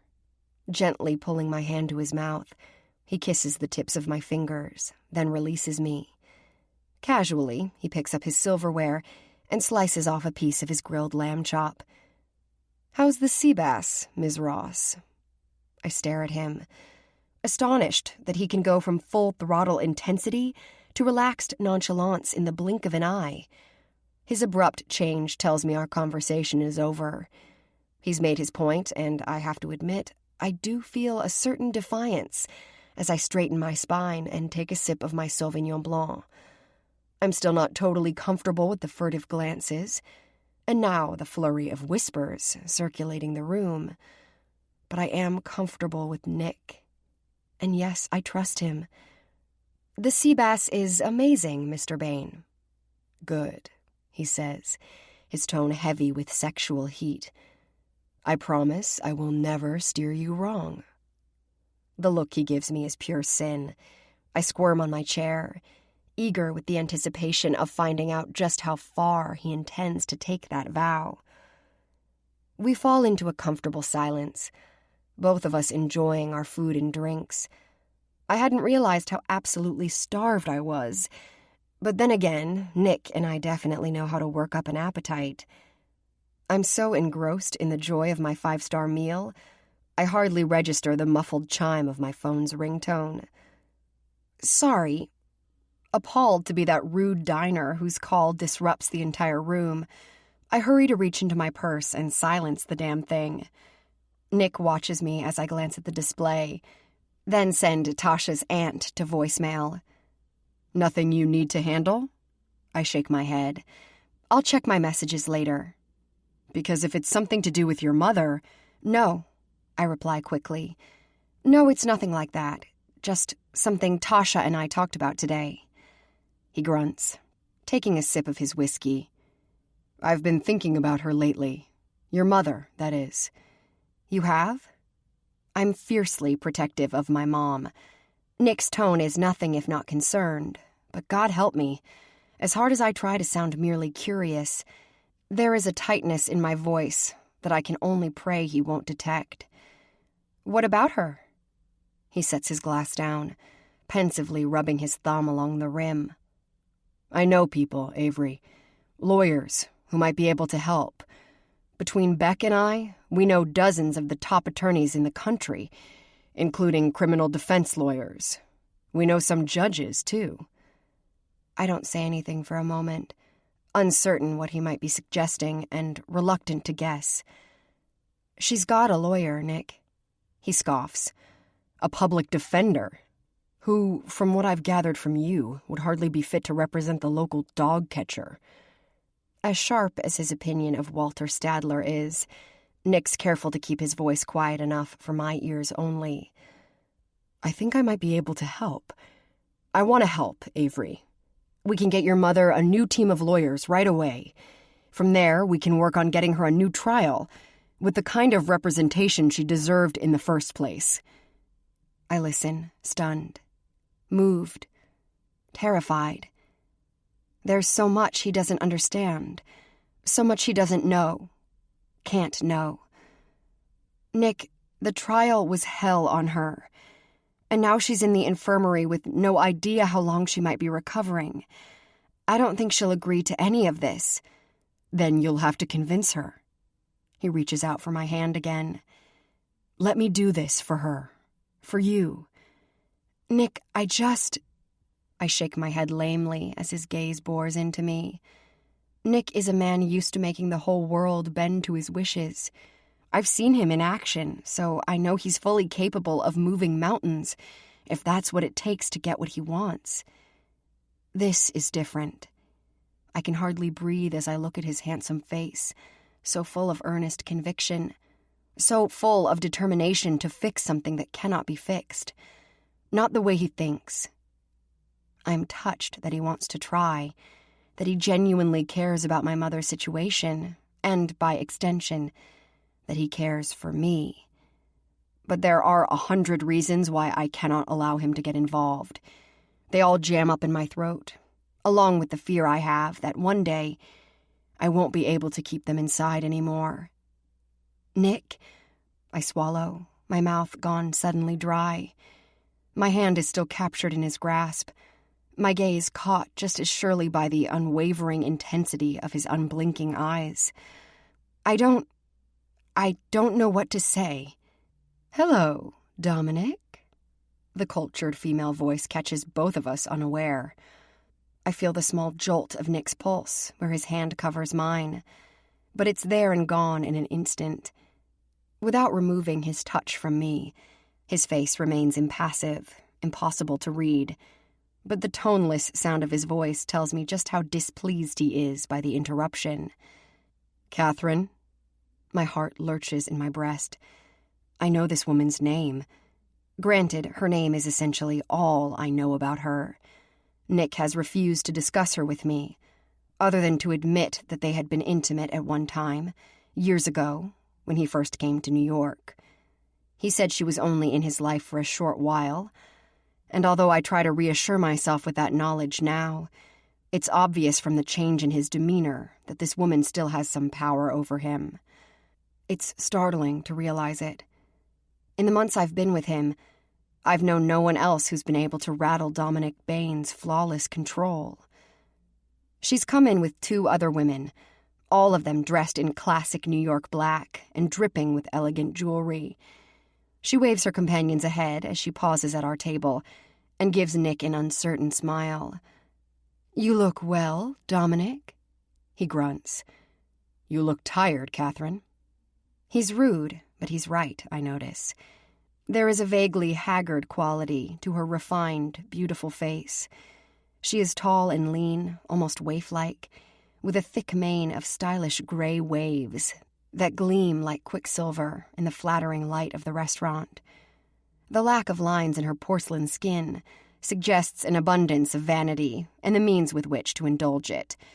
But no surgeon can remove the hauntedness that lives in her dark eyes. She glances at me briefly, and I feel an inexplicable stab of sympathy for her.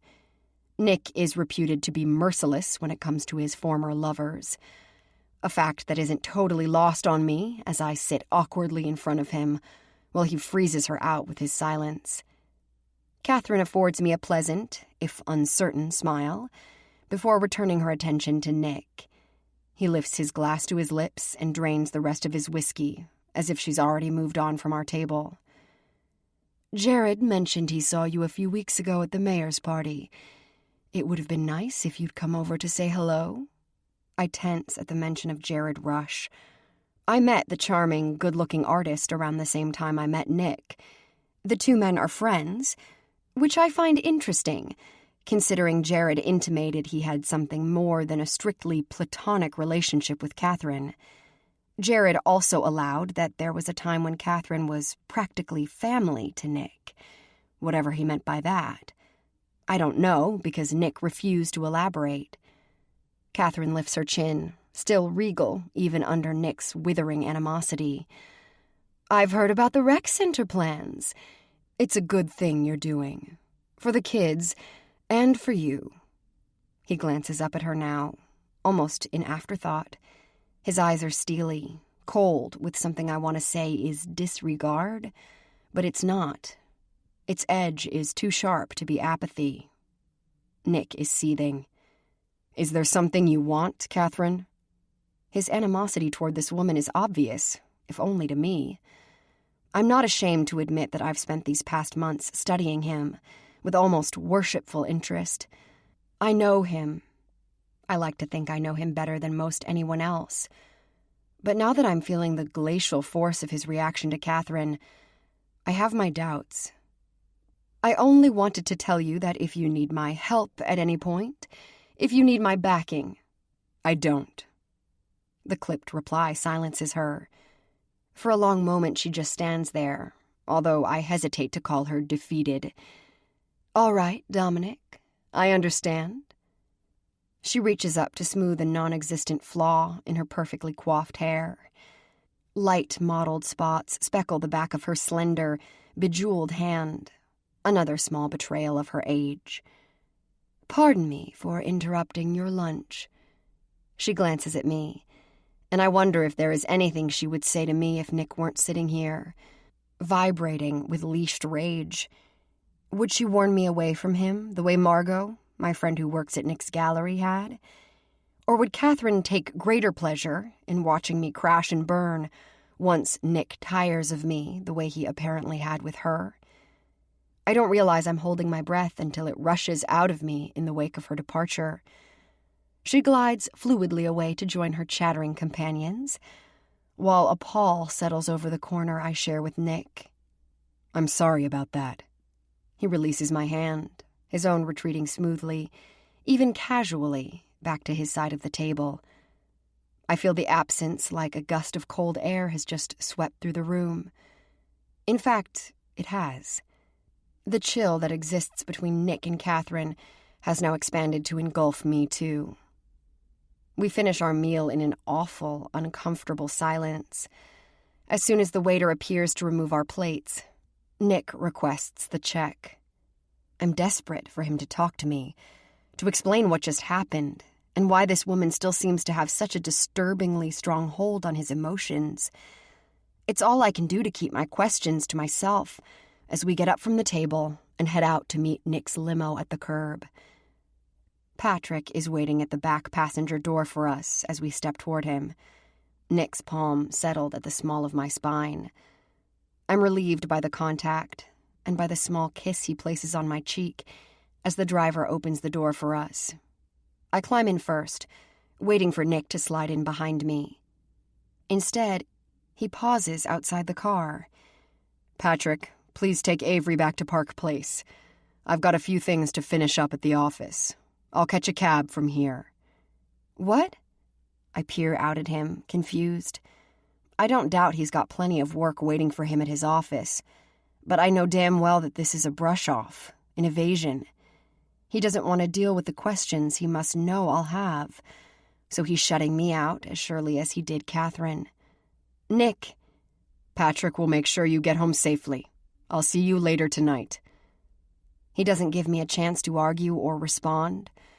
Closing the door, he nods to his driver, then steps away to hail a taxi, while the limo eases into traffic and speeds me off without him.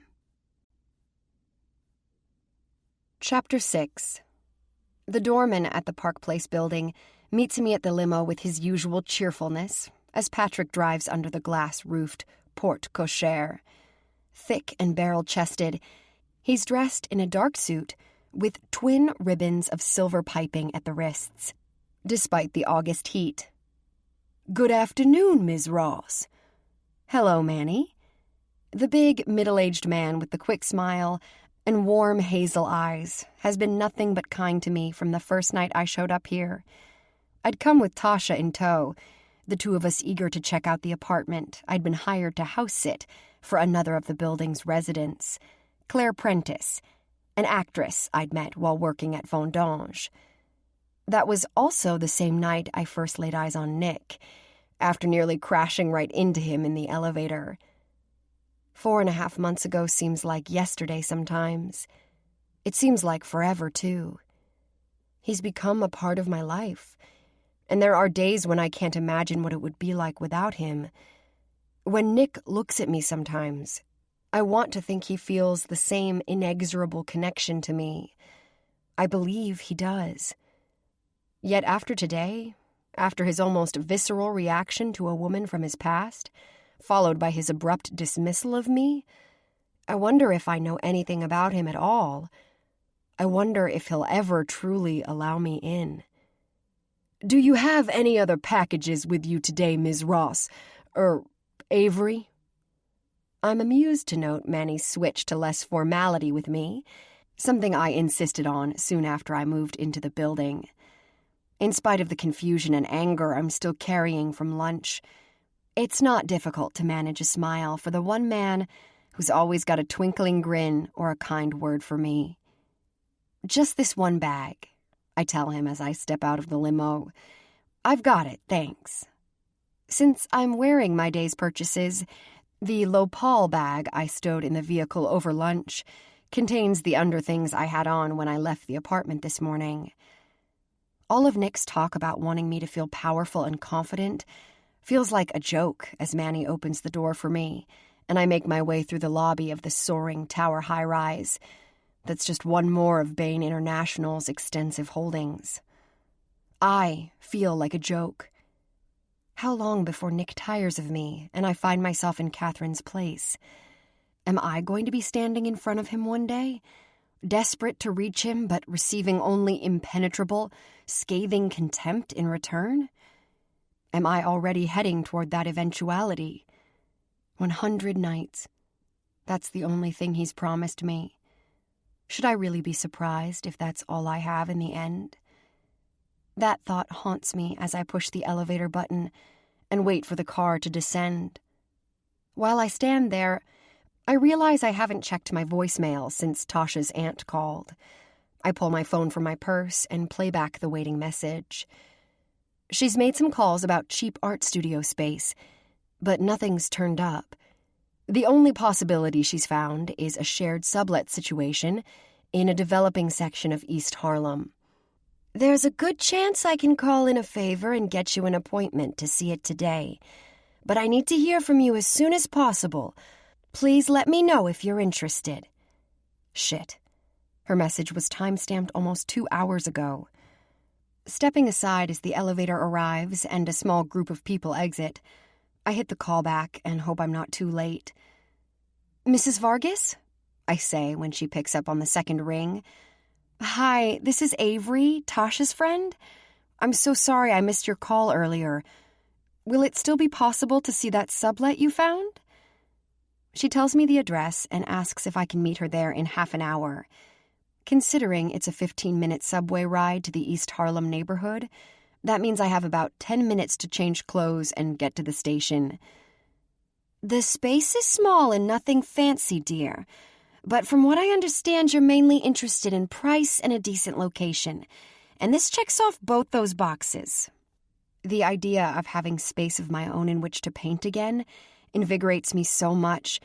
I wouldn't care if the sublet is a rat-infested closet. I need to paint simply for my own sanity. But I can't deny that I'm still hopeful of one day seeing my art for sale in a gallery again. I'm practically vibrating with excitement as I step into the vacant elevator and push the button for the penthouse. It sounds great, Mrs. Vargas. As eager as I am to look at the space, I'm also relieved to have something productive to do, rather than sit around licking my wounds and waiting for Nick to return. Tasha was right when she said my art is a part of me. It's a part I've been neglecting for too long. If I learned anything today, it's that I can't afford to lose myself because I'm tangled up in someone else. Not even if that someone is Dominic Bain. Hell, especially him. Thank you again, Mrs. Vargas. I'll see you in 30 minutes. As it turns out, the sublet isn't rat-infested. It is, however, only slightly bigger than a closet. It's also a co-op studio being utilized by 2 other artists, a painter and a mixed-media sculptor. Only one of them, the sculptor, is there when we arrive at the one-room studio above a shoe repair shop on Lexington Avenue. She's a curvy girl with a beautiful face and a choppy pixie haircut, dyed in the dark rainbow colors of an oil slick. Countless tattoos and piercings decorate her pale ivory skin. I'm Lita Frazier, she says, giving me a perfunctory handshake as Mrs. Vargas and I step into the tight, cluttered space. Avery Ross, thanks for letting me come by and take a look. She shrugs and walks away from us. drifting over to mute the music that's blaring from a decrepit, paint-speckled boombox on the other side of the room. The CD playing is Mozart, which is a surprise, but something tells me Lita enjoys catching people off guard. 2 easels, one empty, the other with a half-completed painting on it, are set up on one side of the room. Most of the other side is overtaken by a collection of what I'm tempted to call junk. Plastic milk crates overflow with metal objects of all shapes and sizes, random chunks of wood, pieces of broken glass, bins of twisted wire, and assorted other materials. On the long work table sits an abstract sculpture made from many of those items. Its form is both disturbing for its many jagged edges and sharp protrusions, yet sublimely elegant in the way all of its pieces somehow combine to create a thing of beauty. I try to keep everything pretty chill around here, Lita informs me, catching me looking at her work. This is my studio, but I lease out space on a short-term basis to other artists to help cover my rent, which is ridiculous even for this section of town. Normally, I only let people I know do this, but since my mom and Rosa are friends, I told her I'm willing to make an exception with you, I guess. I glance at Mrs. Vargas in question. When you said you were calling in a favor to get me an appointment today, she lifts her shoulder. My niece adores you, and she said you needed help finding some place to work. That's what favors are for. I charge $280 a month cash, plus a month's deposit for a copy of my key, Lita says. If that sounds good, we'll settle things up.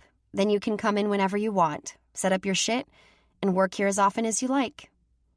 It does sound good. It sounds pretty great to me. I'll take it. I can't tell if the quirk of her pierced eyebrow means she's happy or disappointed. I hand over most of the cash I tucked into my crossbody bag before I left the penthouse, and she hands me a tarnished key for the door. As I slip it into my pocket, and Mrs. Vargas steps away to respond to an incoming text, Lita points a tattooed finger under my face, then delivers some terse instructions for how she expects me to conduct myself when I'm using her studio. No squatting in here, no screwing in here either, and absolutely no fucking stealing. Clear? I nod. Yeah, of course.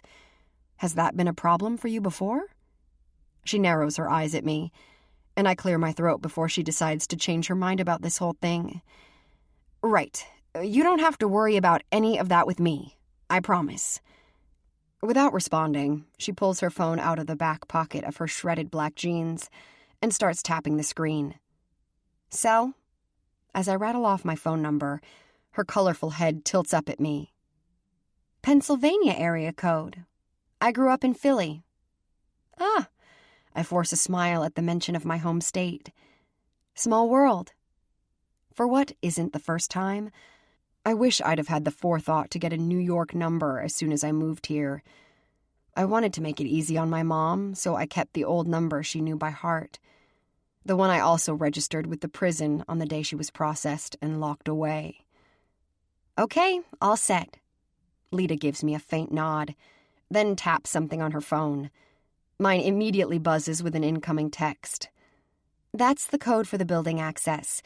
Half the time, my asshole neighbors leave it open, but just in case you ever come here and it's locked, punch 9327 to get in. All right, thanks. Mrs. Vargas and I head out a few minutes later, pausing to say our goodbyes down at the street. Can I give you a ride somewhere, Avery? I've got a client meeting across town in a few minutes, but I'll be happy to drop you at the subway station. I glance up at the clear afternoon sky and shake my head. No thanks. It's right up the street, and it's such a nice day. I prefer to walk. Besides, it'll give me a chance to see what's around. After she waves and heads off for the parking garage a couple of blocks away, I set out on a leisurely stroll for the subway station. This Spanish Harlem neighborhood seems a world away from the upscale blocks of the Upper East Side, but the change of scenery is refreshing. These sidewalks are lined with modest mom-and-pop retail shops, and local eateries that tempt with everything from tacos to teriyaki. Up ahead on the next block, a small grocery with fresh fruit and produce on display outside catches my eye. I walk that way and pause under the red awnings to peruse the containers of ripe strawberries and aromatic oranges. It all looks so good, I can't resist picking up a few things to take home with me. I'm not in the store more than 10 minutes when my phone rings. Juggling my handbasket of groceries in one arm, I glance down at the display. Private number. I rarely ever answer them. Everything in me urges me to ignore this one, too. But it could be Lita. It could be someone from the prison infirmary calling about my mom. It could be anyone. Yet down to my marrow, I know it isn't just anyone, even as I swipe the lock screen and bring the phone to my ear. Hello? For a long moment, he doesn't say anything. In the silence, I feel a spark of hope that maybe my paranoia is just that. The feeling doesn't last. Hello, Avery. My breath seizes in my lungs as the voice I dread, the one person I fear more than any other in my life right now, releases a thin chuckle. Long time no hear. I glance nervously around the store, feeling cold panic begin to bubble up inside me. Stop calling me, you hear me? Stop texting me. My voice is tight, clipped. I pray he'll take it as fury and not the terror I taste on my tongue as I hiss into the receiver. I don't have anything to say to you. Oh, now see? That's where you're wrong. You and me, we got plenty to talk about. I hear him take a drag off a cigarette, then exhale slowly. We can start by talking about August 21st. A clamminess settles at my nape. 9 years ago on that date, my mother shot and killed her husband, Martin Coyle. He's the reason she's been living at Muncie State Prison all this time. I am the reason, too.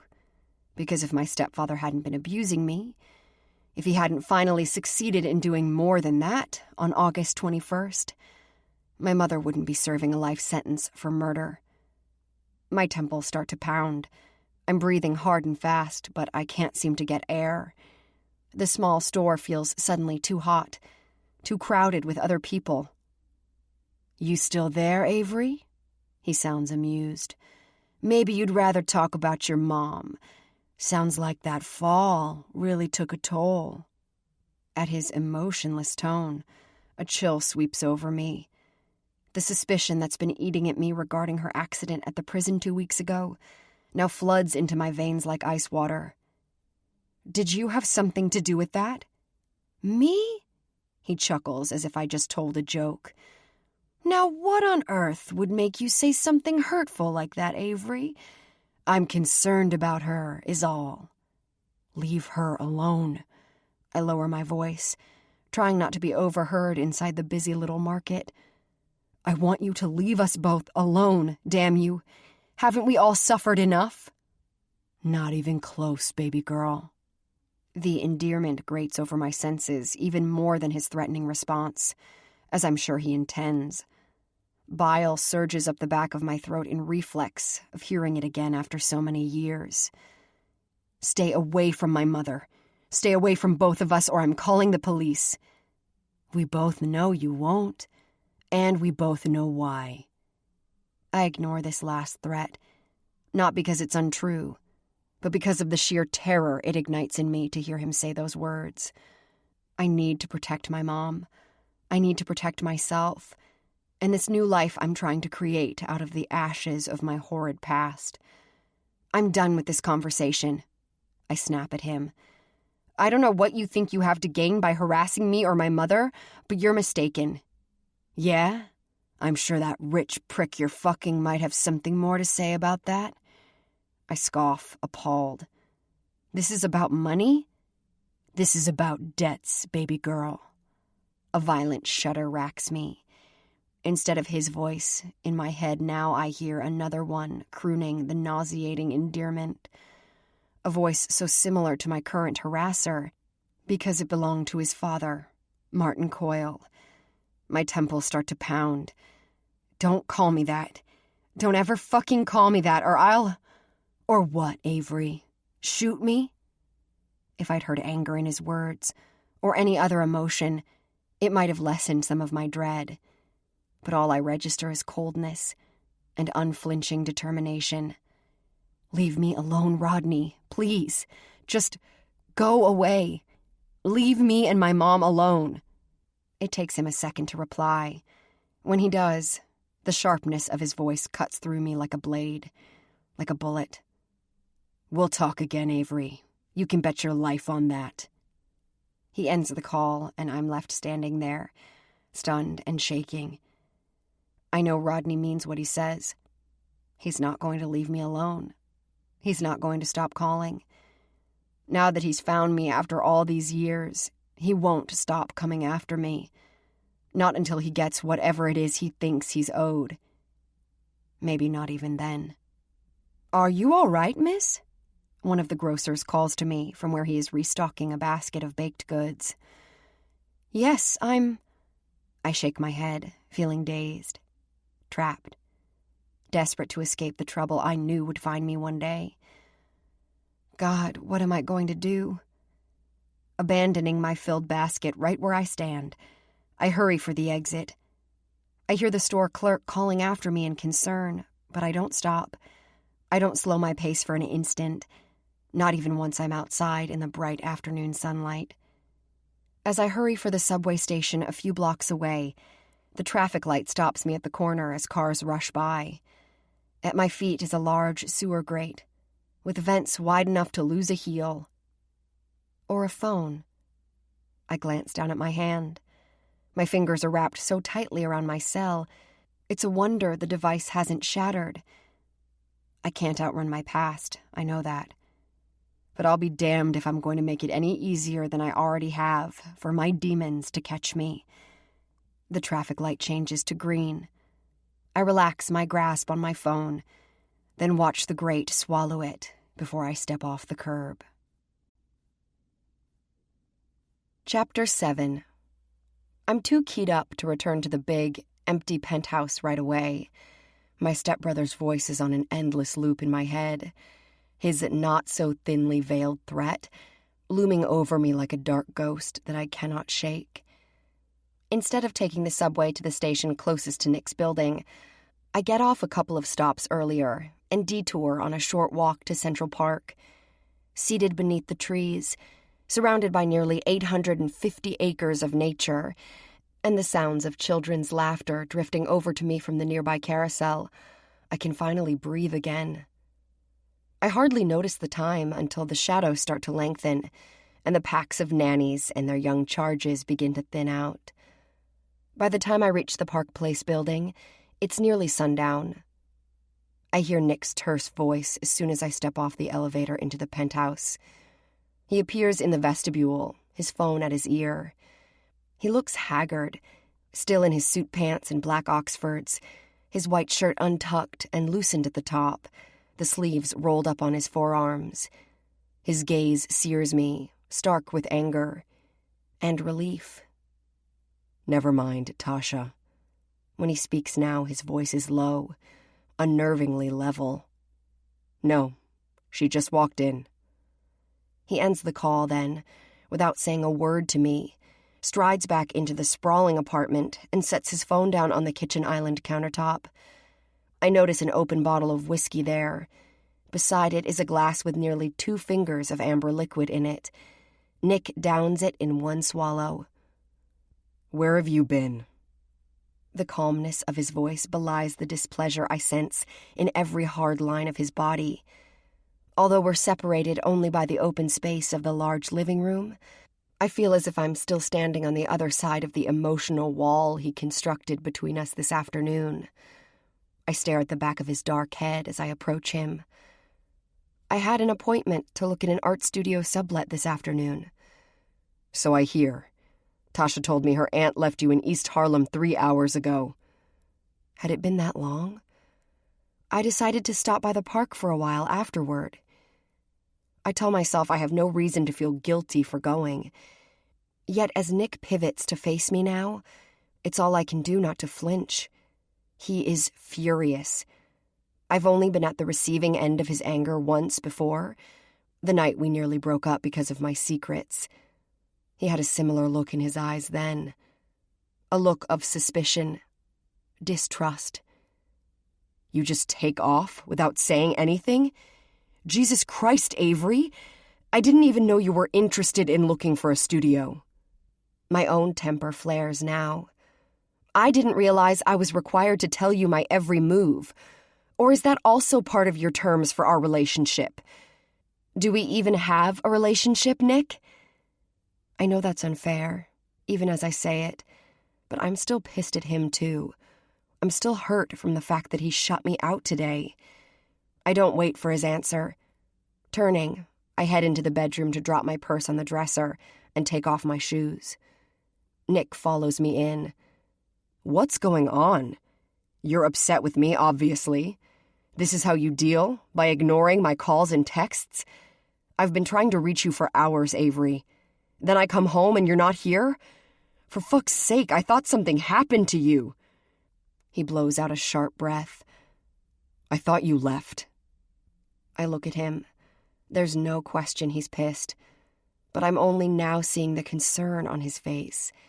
His lips are flat, his jaw rigid, and behind the flashing anger in his eyes is real fear. Fear for me. Because he came home and found me gone. Because he thought I had left him? I'm sorry. I shake my head, feeling shitty for making him worry. And I must be all kinds of awful, because that small admission that he might need me as much as I need him makes my heart begin to pound heavily in my breast. I didn't know you were looking for me. I lost my phone today. The lie feels sour on my tongue. I guess I must have dropped it on the subway or something. You've been walking around the city without any way to reach me all this time? He scowls, his face darkening. That's one more reason I ought to bend you over my knee. My breath catches, and I feel my cheeks flame at that remark. I'm not a child, Nick. No, you're not. He steps toward me. And that's not what I meant. God help me.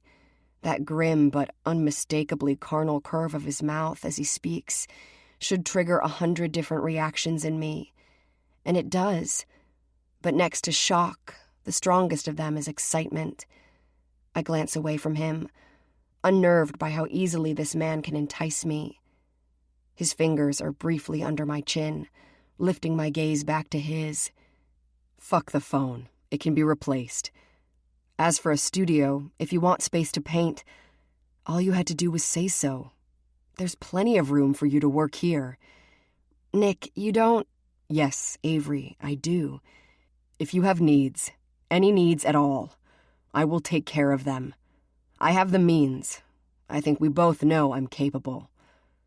I lick my lips, feeling the heat of that promise wrap around my senses. Somehow I manage to break free from the spell he's casting over me and shake my head. I already put money down on the sublet.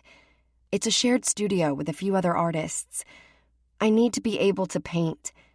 Not here, but someplace of my own. I force myself to hold his penetrating stare. I need some boundaries between you and me and reality. Reality? His face remains impassive, but there is a flicker of surprise in his eyes, displeasure in the way his hand slowly drops away from me. This is because of what happened at lunch today? Seeing someone you used to fuck didn't bother me as much as what happened afterward. It's the truth, even though I burn with suspicion over what Catherine once meant to him. You shut me out today. You made me feel unimportant to you. As shaken as I still am over my conversation with Rodney Coyle, it's this current confrontation that has me trembling. I don't want to lose Nick. I don't want to lose what we have, elusive as it may be. Today I felt our connection slip, and it terrified me. I'm still afraid to keep my heart open to him when I have nothing solid to hold on to. When I start to withdraw from him, Nick traces the backs of his knuckles against my cheek, halting my retreat. His other hand slides around to my back, bringing me closer than I was before. I told you once that I don't do relationships. Christ, I wouldn't know how if I tried. I'm too selfish, Avery. I fuck things up. I hurt people. I guess today is a good example of that. He sounds remorseful, his words careful as he strokes the side of my face. You are important to me. This is reality. As he speaks, he takes my hand, pressing it to his chest. His heart pounds hard and heavy against my palm. We're standing so close now, I can also feel the heat and power of his body. His gaze is locked on mine, giving me no room to run, nowhere to hide. You feel pretty damn real to me. The temptation to give in to him right then and there overwhelming. But I need more.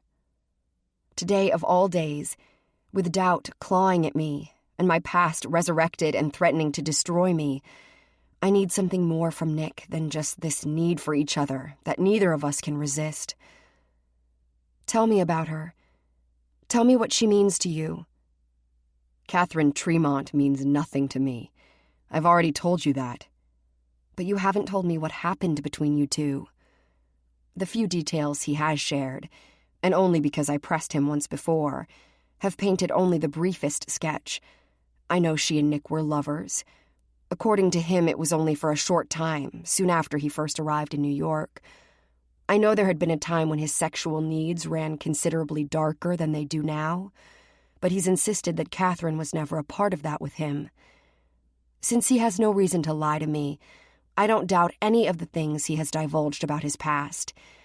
It's the things he hasn't shared that frighten me the most. After all, I am a master at that game too.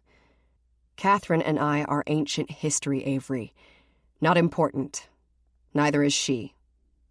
Then why do you still hate her? I don't hate her. Did you love her? I have to know. Even if he won't ever be able or willing to apply the word to me, maybe especially because of that. Were you ever in love with her? No. My relief leaks out of me on a pent-up breath. I cared for her, though. What's more, I trusted her. His jaw seems tense, though whether in reluctance to speak about her or in memory of what happened between them, I can't be sure.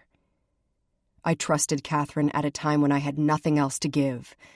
She betrayed me. I don't allow anyone the chance to do it twice. There is a vulnerable quality to this admission, but I don't dare take it as weakness, not when his eyes are cold and dark with meaning. As much as he is sharing a piece of himself with me, it is also a warning. It's one I respect, because when it comes to trust and the penalty for breaking it, Nick and I are very much alike. It's a struggle to hold his penetrating stare, especially when the weight of my own lies and evasions are pressing down upon me, even more now. He blinks, and some of the edge is gone from his gaze. I shouldn't have left you at the curb the way I did. Seeing Catherine made me unfit company. We'd had such a good day together up until then. I didn't want to ruin it by bringing my shitty attitude home with you. Instead, I worked off my aggression on some contract negotiations back at the office. He caresses the side of my head, trailing his hand over my unbound hair. When his fingers spear into the loose strands to cut my nape, the feeling is so warm and possessive, I can't hold back my small, pleasured moan. If you had come home with me, I doubt your shitty attitude would have lasted for long. A faint smirk tugs at the corner of his sinful mouth. Is that right? I nod, falling deeper under the spell of his touch. Next time, talk to me. You could have worked off some of that aggression on me. A low groan rumbles in his throat. The tension I feel in him shifts instantly into something deeper, something needful and hungry. He descends on my mouth. Fevered, starving, he kisses me as if we haven't been in each other's arms for days. Not just a few hours. When he finally breaks contact, I'm gasping and so turned on I can hardly see straight. His mouth trails over to the sensitive spot beneath my earlobe before moving down the side of my neck and into the curve of my shoulder. I startle when he gives me a sharp nip. That's for not telling me where you were this afternoon. When he draws back to look at me, his handsome face is taut with demand and desire. Don't make me worry about your safety ever again, and never withhold your needs from me. Understood? I slide my hands under his untucked shirt. Yes, sir. Raw, sexual energy pours off him as I stare up at him and murmur those words. We've only played at these games a few times, enough for me to know the power my submission holds for him.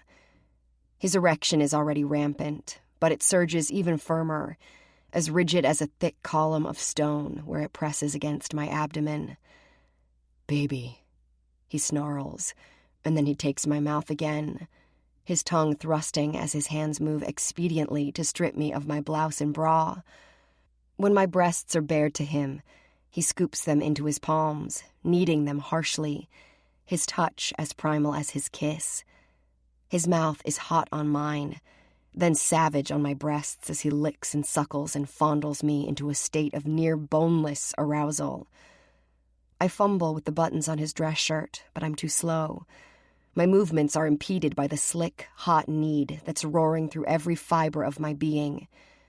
On a wordless sound of impatience, he rips the custom-made shirt off, sending buttons scattering. My hands roam his smooth skin and firm musculature of his chest and abdomen. But it's his cock I need in my hands even more.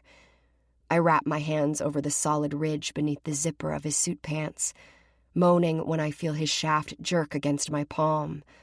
A deep tremor answers in my core, setting my blood on fire.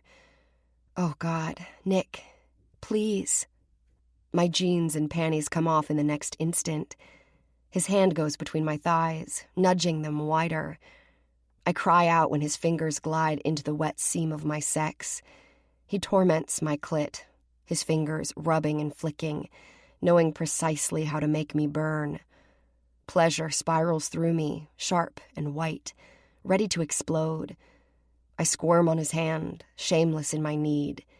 When he enters me with 2 fingers, then another, I clutch his shoulders, needing something to hold on to as my orgasm twists with the first inklings of release.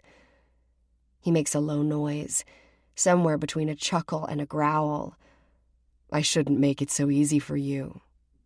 I'm panting, on the verge of coming when he suddenly takes his touch away. He steps back a pace and looks at me with burning, hooded eyes. After the way you made me worry today, I should make you beg. His voice is edged with a dangerous, carnal authority. My clit throbs as though on command. I will, I gasp, wholly unashamed. With him, I'm willing to do anything, and he knows it. If that's what you want, I'll beg. His fingers find my clit again, but this time he's only playing with me, teasing, showing me just how completely he controls my pleasure. His touch sears me, but it's his eyes that consume me even more. Whether it's the hunger I see in his gaze that's drawn me to him from the start, or the darkness that lives behind it, I can't be sure. What do you want, baby? You. I gasp as he takes me right to the edge again, then eases off. I want you in my hands, in my mouth, inside me, Nick, please.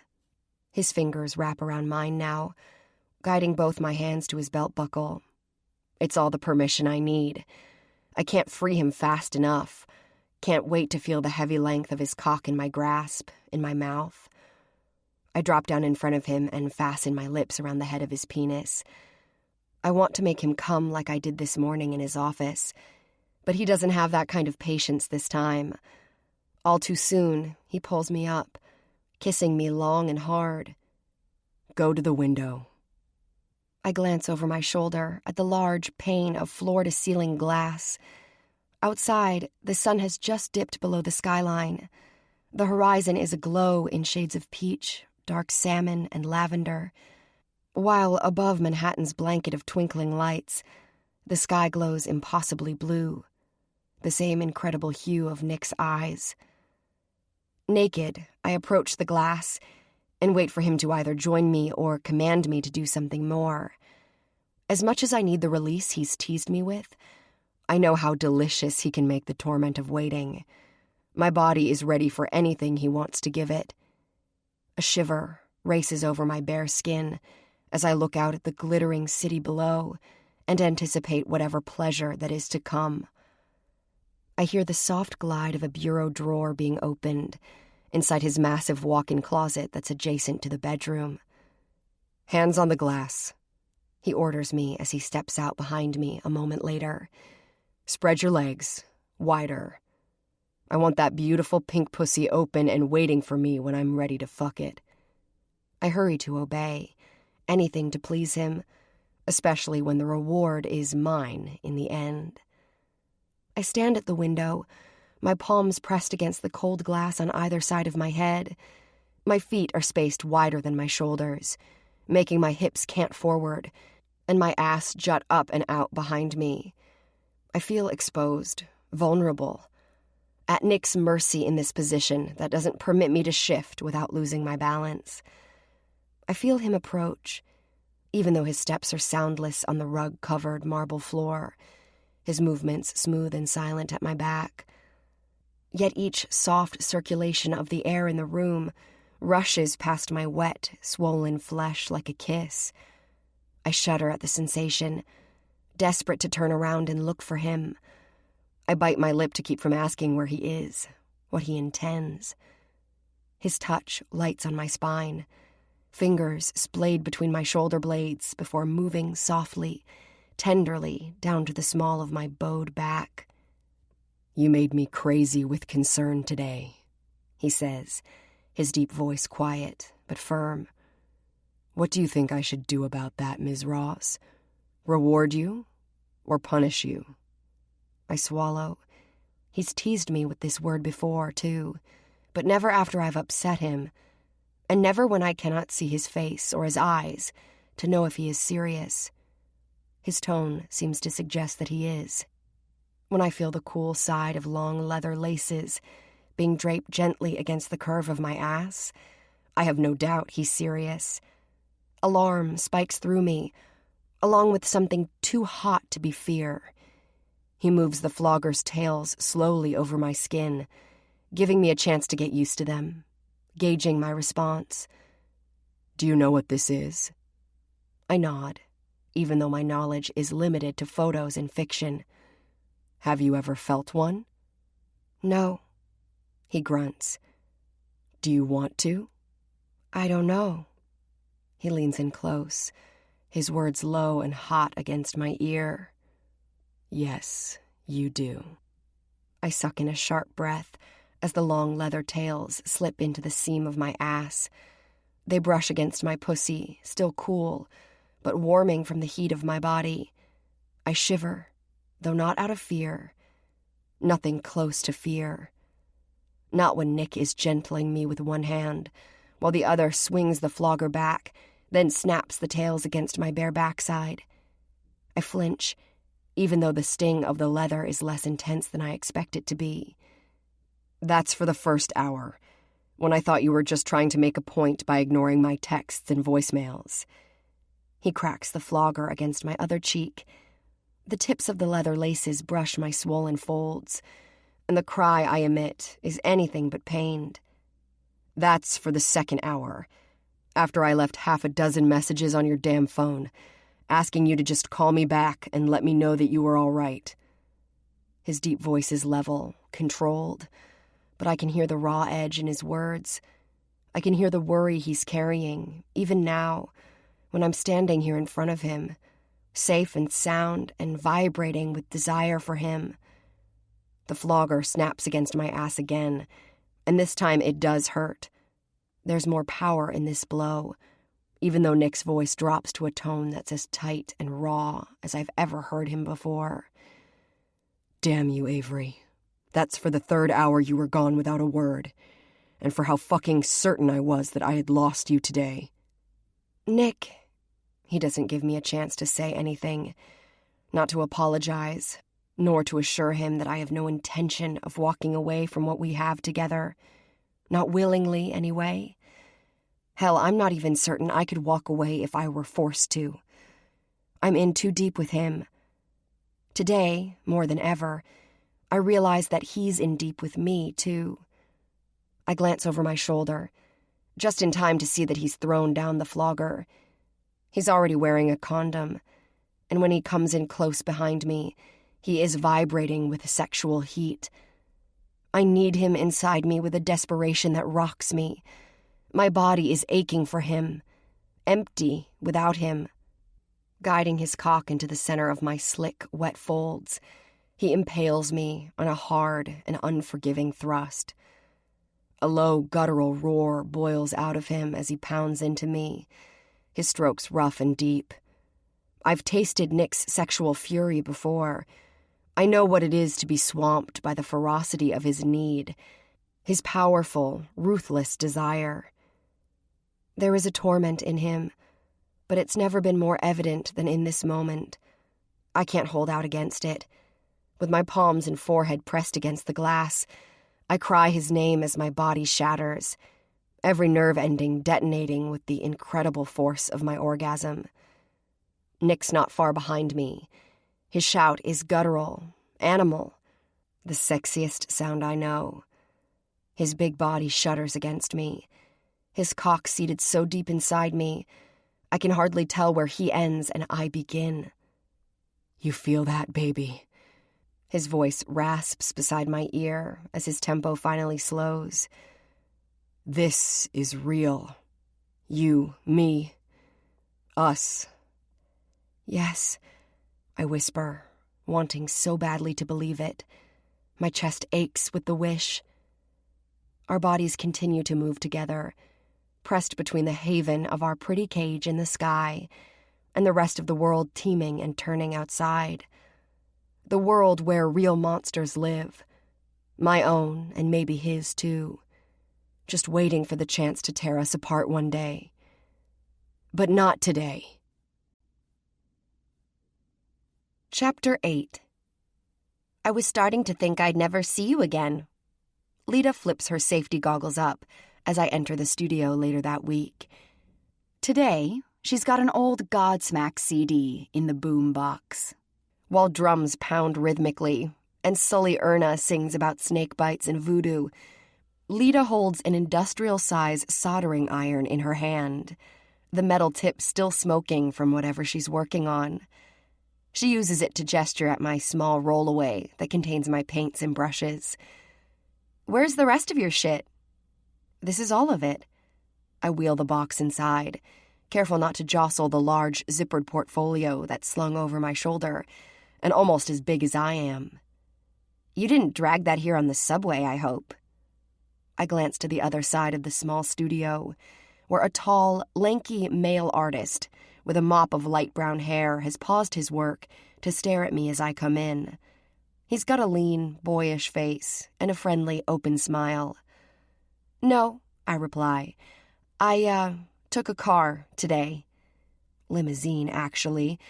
But I see no reason to mention that I have a billionaire boyfriend who insisted his driver take me to the studio. "I'm Matt, by the way. You must be Avery." When I nod, he tilts his head in the direction of the live model he's painting, and quite expertly at that. "This sexy beast is Travis." I smile, trying not to gape at the nude, blonde male who's mostly got his back to me, his muscular body twisted just enough to bring out the definition and the beauty of his masculine form. He greets me without breaking his pose. "Hey, Avery." "Hello, Travis. Hi, Matt." Lita points to the empty easel behind Matt's workspace. "That's your spot. Feel free to use the tables and the cloths and anything else you find over there." "Okay, thanks." Matt pivots to look at me. "I used to split costs on chemicals with the other artist who worked here before you. If you want to go in halves with me on anything, just so you know, I'd be cool with that." I nod, grateful for his warm welcome. All right, that sounds good. He and Lita both go back to their work while I unpack my things and try to get comfortable with the new work setting. Once my paints and brushes are arranged the way I like them, I retrieve my portfolio and unzip the protective sleeve that holds my most recent work in progress. The canvas is only partially painted, just the initial strokes on a piece I was experimenting with before I ended up moving in with Nick. I haven't worked on it since. Now, as I take it out and set it on the easel, I can't resist tracing my fingers over the lines. The memory of what inspired it tugs my mouth into a small, private smile. You into religious symbolism? I glance up and find Lita staring at me from across the room. Angels and demons, that kind of stuff? What? Oh, no, this is something else. I look at the abstract image that's not quite realized on the canvas yet. Just the suggestion of sky and water and a large white wing with falling feathers, their tips singed and blackened with soot. It's Icarus. Cool, Lita says, turning back to her own work. This piece isn't anything like the other paintings I've done. My early work was comprised of cityscapes, architectural painting, even some portraiture. None of it particularly good. Nick was right when he said my work was inhibited, throttled before it had a chance to become something real on the canvas. But this piece is different. It is my first step away from realism and toward the abstract, inspired by my getaway to the Florida Keys a couple of months ago on Nick's sailboat, the Icarus. Even though my vision for this piece is far from finished, I like what I see. I like the freedom it conveys. I like the passion this painting stirs in me when I look at it and think about everything Nick and I shared on that boat. I mix some paint and prepare to get reacquainted with my canvas, but don't know where to start. I'm afraid I'll mess it up, just like I'm afraid of messing things up with Nick. When I sigh and set my brush down for the 4th or 5th time without touching the canvas, Matt slowly pivots on his stool to face me. How long has it been? Since I painted? I shrug. A few weeks. But before then, it was even longer. He nods soberly, looking both innocent and wise. My boyfriend died a 1.5 years ago. It was 8 months before I picked up a paintbrush again. Took another 3 before I remembered how to move paint around on a canvas. God, I murmur, sympathy tight in my throat. I'm so sorry, Matt. His expression softens. Then he gives me a faint shrug. The point is, you show up at the canvas, and then you start again. He motions for me to get up and follow him to the back corner of the studio.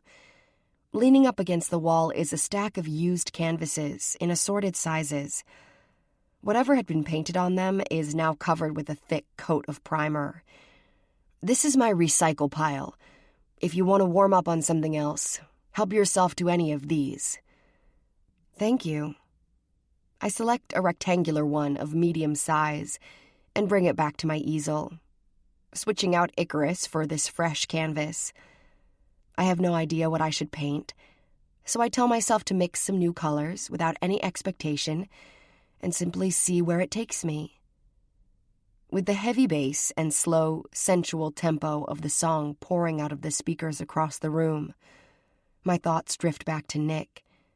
No surprise, considering how shamelessly he had me screaming in pleasure this morning.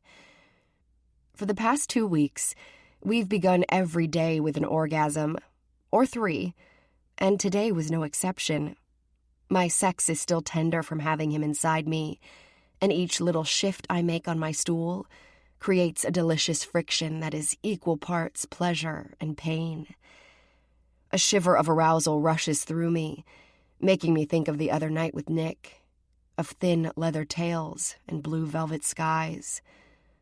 Swept up in the memories, I add more paint to my palette, turning the small swirl of azure into a darkening pool of fathomless blue, and an indigo so deep it's almost black.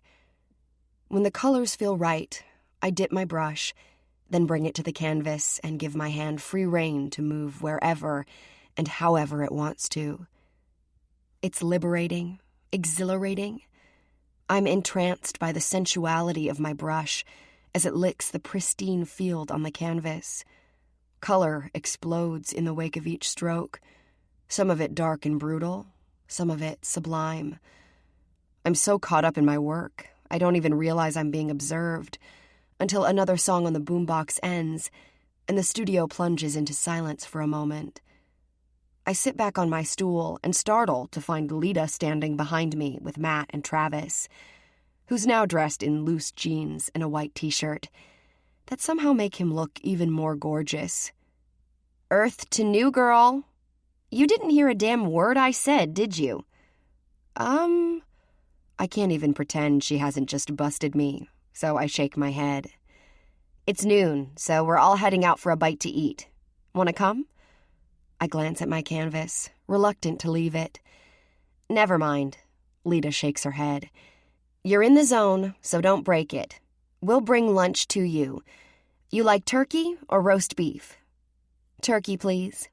I hop down and pull out a $20 bill. "Nah, forget it.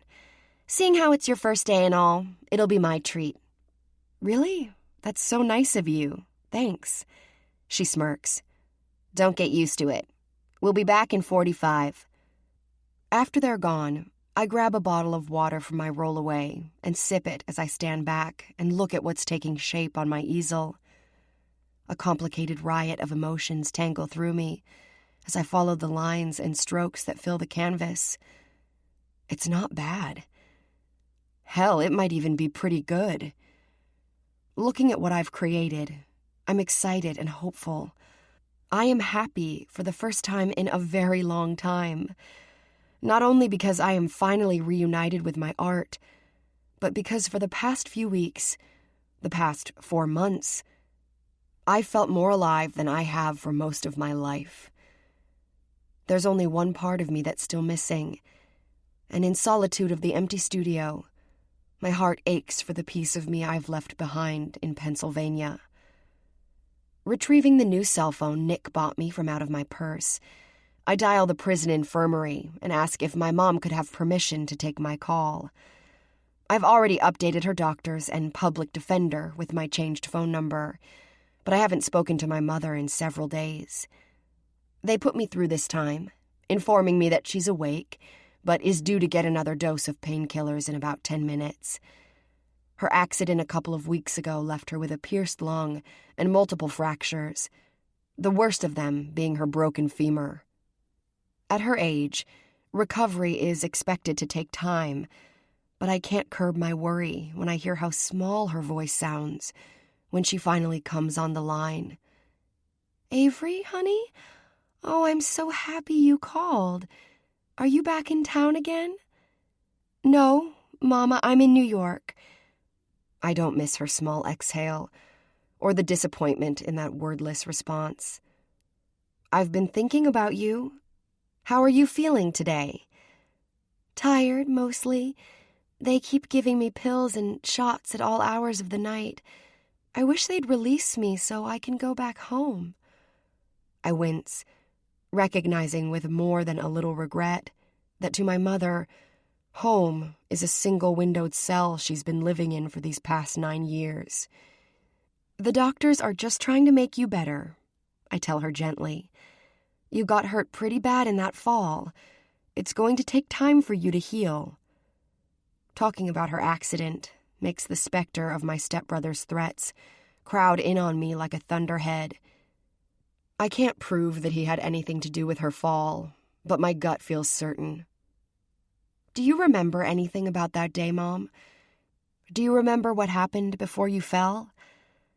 "Nothing I haven't already told you, honey.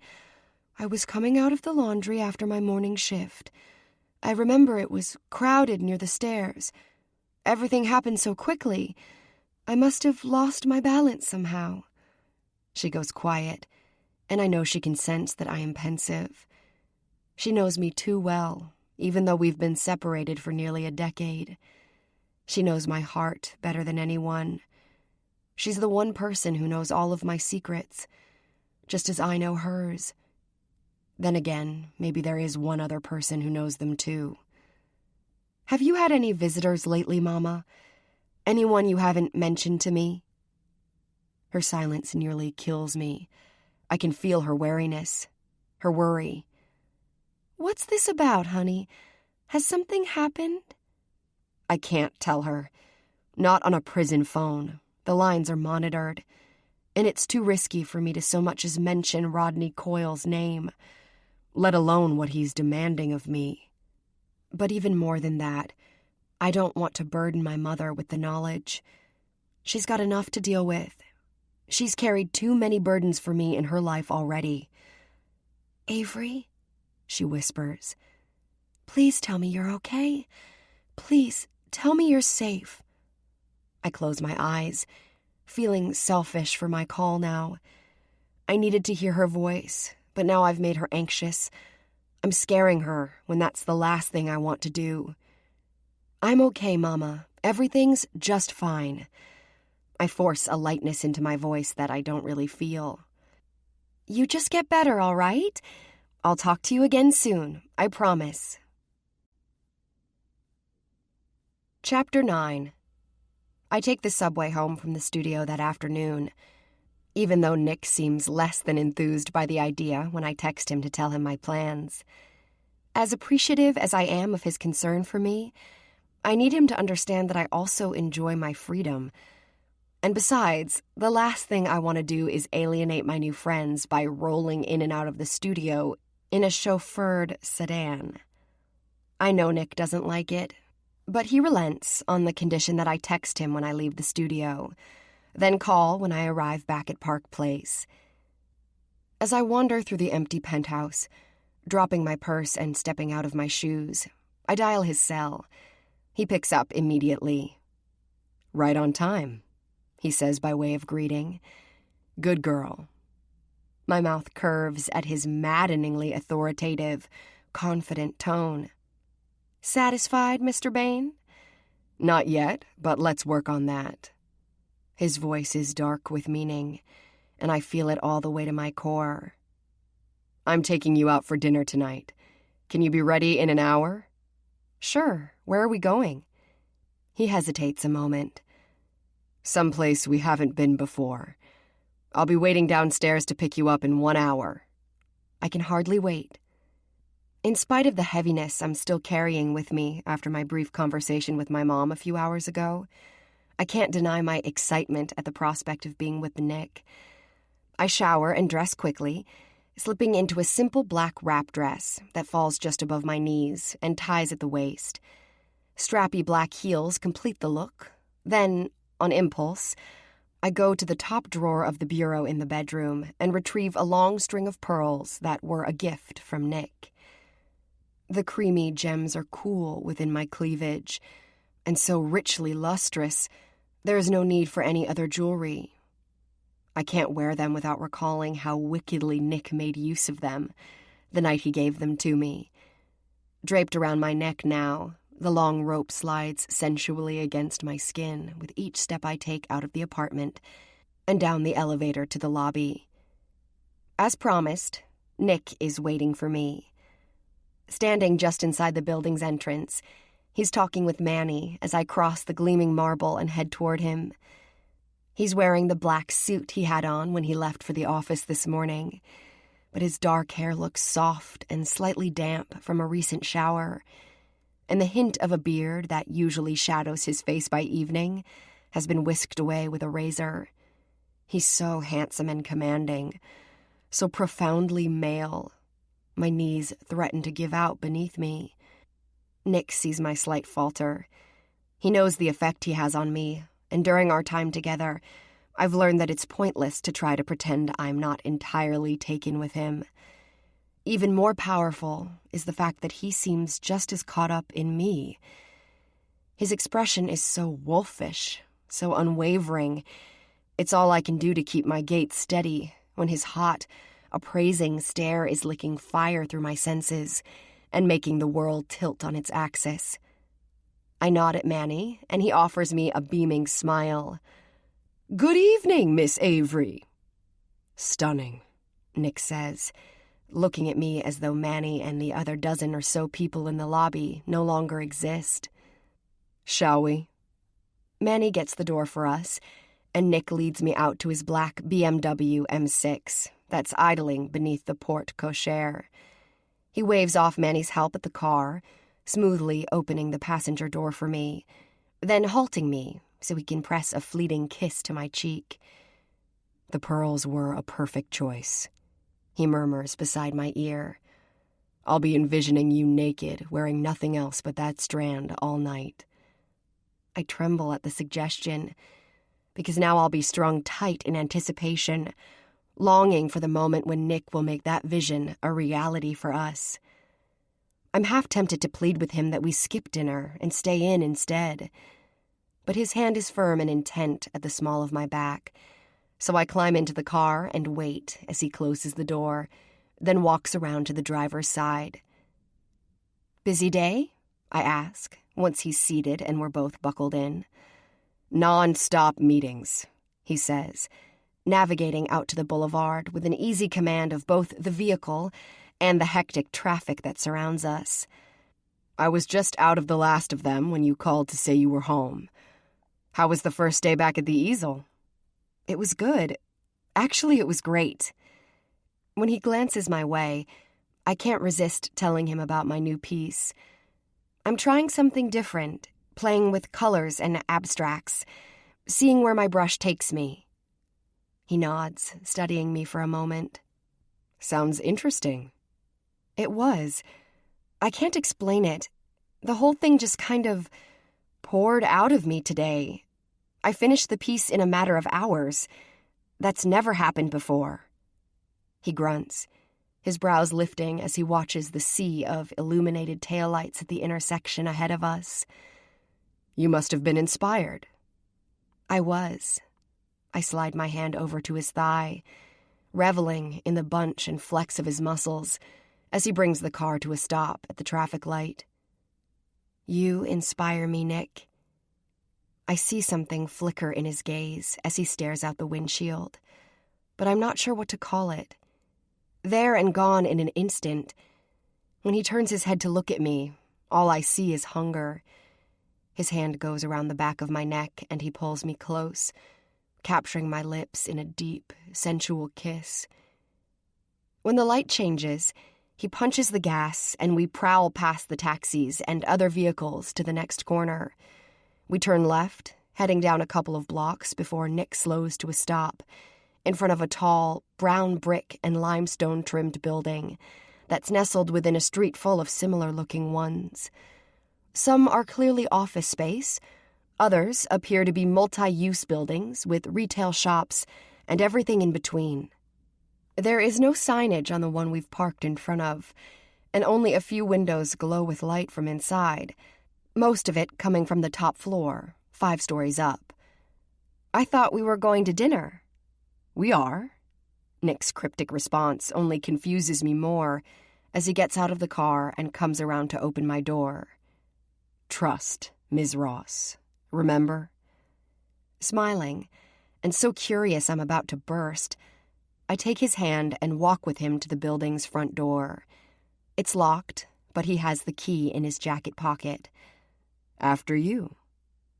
I step inside the dimly lit vestibule, surprised to see pretty Art Deco tile on the floors and polished dark wood millwork on the walls.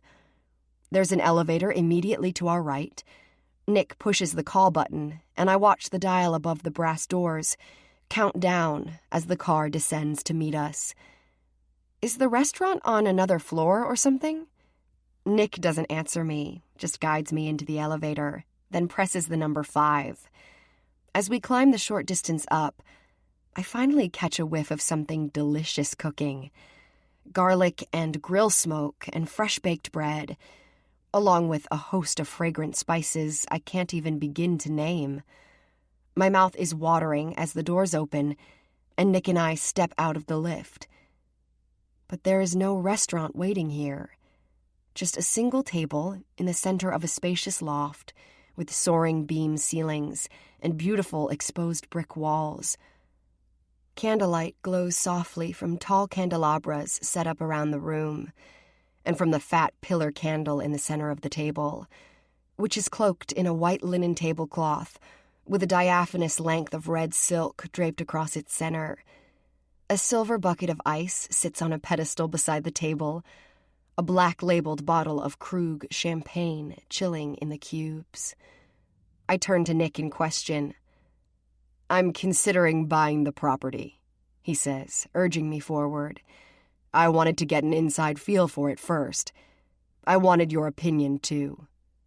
My brows rise. "Do you evaluate all of your prospective properties with champagne and romantic candlelight dinner for two?" "No, just this one." A small grin quirks the edge of his lips as he takes off his suit jacket and nods toward the waiting table.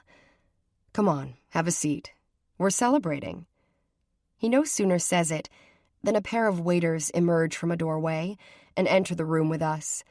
They're dressed in tuxedos and white gloves, their service both efficient and impeccable as they see to our comfort at the table, then proceed to serve us the champagne and a basket of warm French bread.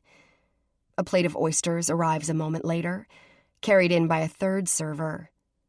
I'm gaping, and there's nothing I can do about it.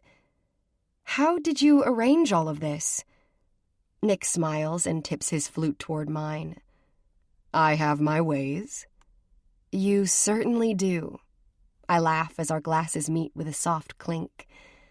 "What are we celebrating tonight?" "The rec center approvals came in today." "Nick, that's wonderful!" He nods, his pride plainly evident.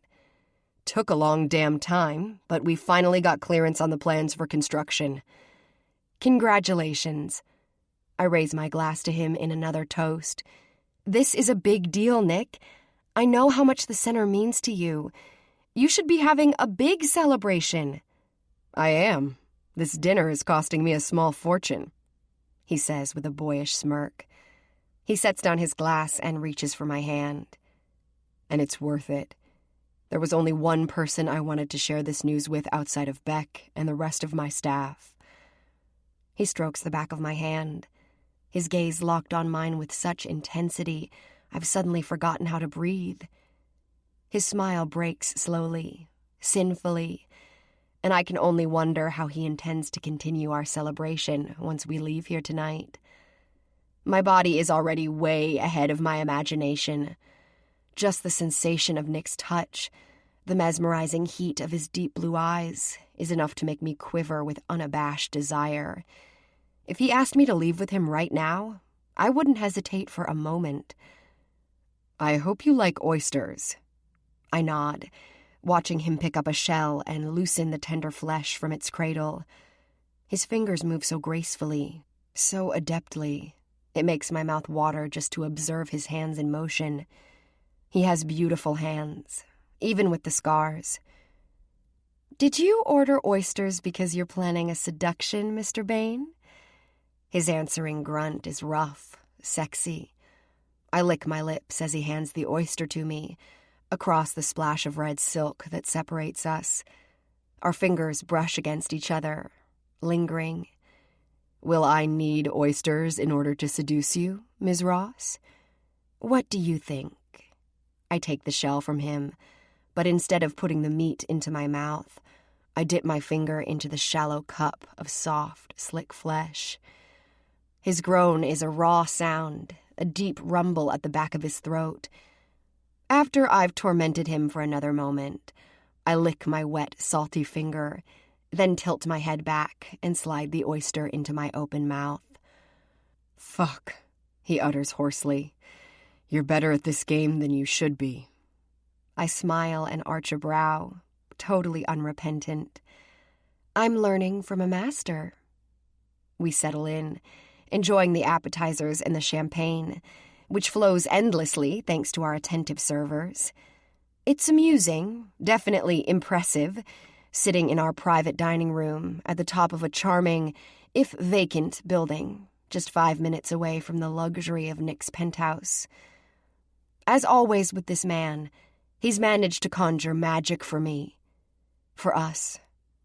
We enjoy the rest of the oysters, and moments after we've eaten the last one, our waiter returns to clear the plates. He nods politely to me, then addresses Nick. "Dinner will be served in a few minutes, sir." With a Nick's murmured thanks, we are once again left alone. "I hope you don't mind that I ordered for both of us tonight. Filet mignon à la Castile." "Castile?" I echo, my mouth going a bit slack. "You don't mean as in Gavin Castile?" Nick nods, then takes a leisurely drink of his champagne. I'm gaping. Gavin Castile, one of the most recognized celebrity chefs in the country. That Gavin Castile? "That's the one and only," I'm sure the arrogant Aussie would hasten to add. We had lunch at his restaurant earlier this week. Yes, we did. The only thing more incredible than having arguably the hottest chef of the moment catering a private dinner for us is Nick's self-satisfied grin as he watches me absorb the news. When he said this meal cost him a small fortune, I have no doubt about that now. He shrugs, oh so nonchalantly. "I told you I wanted to make up for the way our lunch ended. Consider this my version of a do-over." "You're crazy." I bark out a laugh I couldn't hold back if I tried. Popping out of my chair, I lean across the table and yank him up for an impulsive kiss. "You're totally insane. You know that?" He chuckles, even though his eyes are dark with arousal, as I release him and slowly resume my seat across from him. "Gavin's a friend. He's also going to be part of the rec center. He's agreed to donate a chef's kitchen and personal cooking time with the kids every month, once the center opens. We're hoping it'll give the ones recovering from injuries or other trauma a creative outlet, while also teaching them skills they'll need as adults." Cooking as therapy, huh? I recall Nick mentioning to me once how he learned to cook because it helped him regain his dexterity and the use of his hand. That he's applying something so personal to his plans for the recreation center moves me. It amazes me, just as the man himself does. "We'll have other programs in place, too," he says. "I plan on calling in a lot of markers to make the center a success." It sounds great, Nick. I'm excited for you. I'm excited for the kids you're going to help.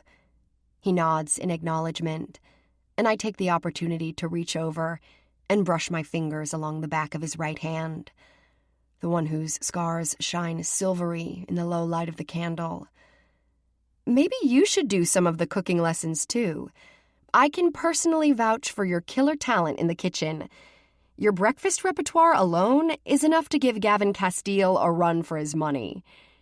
He smirks, turning his hand over to still my tracing of his scars, capturing my fingers in his warm, firm grasp. "Here I thought you loved me for my many other talents." I laugh softly, but my pulse quickens, and the center of my chest warms at hearing him acknowledge the depth of my feelings for him. "Does it bother you that I told you how I feel about you?" He studies me, his handsome face unreadable. "Why would it?" "Because you've told me yourself that you don't do relationships. Because I've also seen the scorched earth remains of his other past lovers, beginning with my friend, Margot, who manages his gallery, Dominion, and more recently, Catherine." I swallow now, uncertain I should be venturing down this path, especially when we're having such a good time tonight. When I don't answer right away, Nick does. "And because I haven't said those words to you?" I want to deny that it stings, that it confuses me how he can desire me so fiercely, take me so possessively, yet keep me at arm's length when it comes to his heart. We've only been together a few months, a blink of time, but it's been long enough for me to know. When he speaks now, his deep voice is gentle, as reflective as I've ever heard it. "I've never been relationship material, Avery. I had no delusions that I could be when I first laid eyes on you. I wasn't looking for this. I sure as fuck wasn't intending for things to go this far between us. I wasn't expecting you. I nod, because he's saying the same things I felt. Things I feel even now.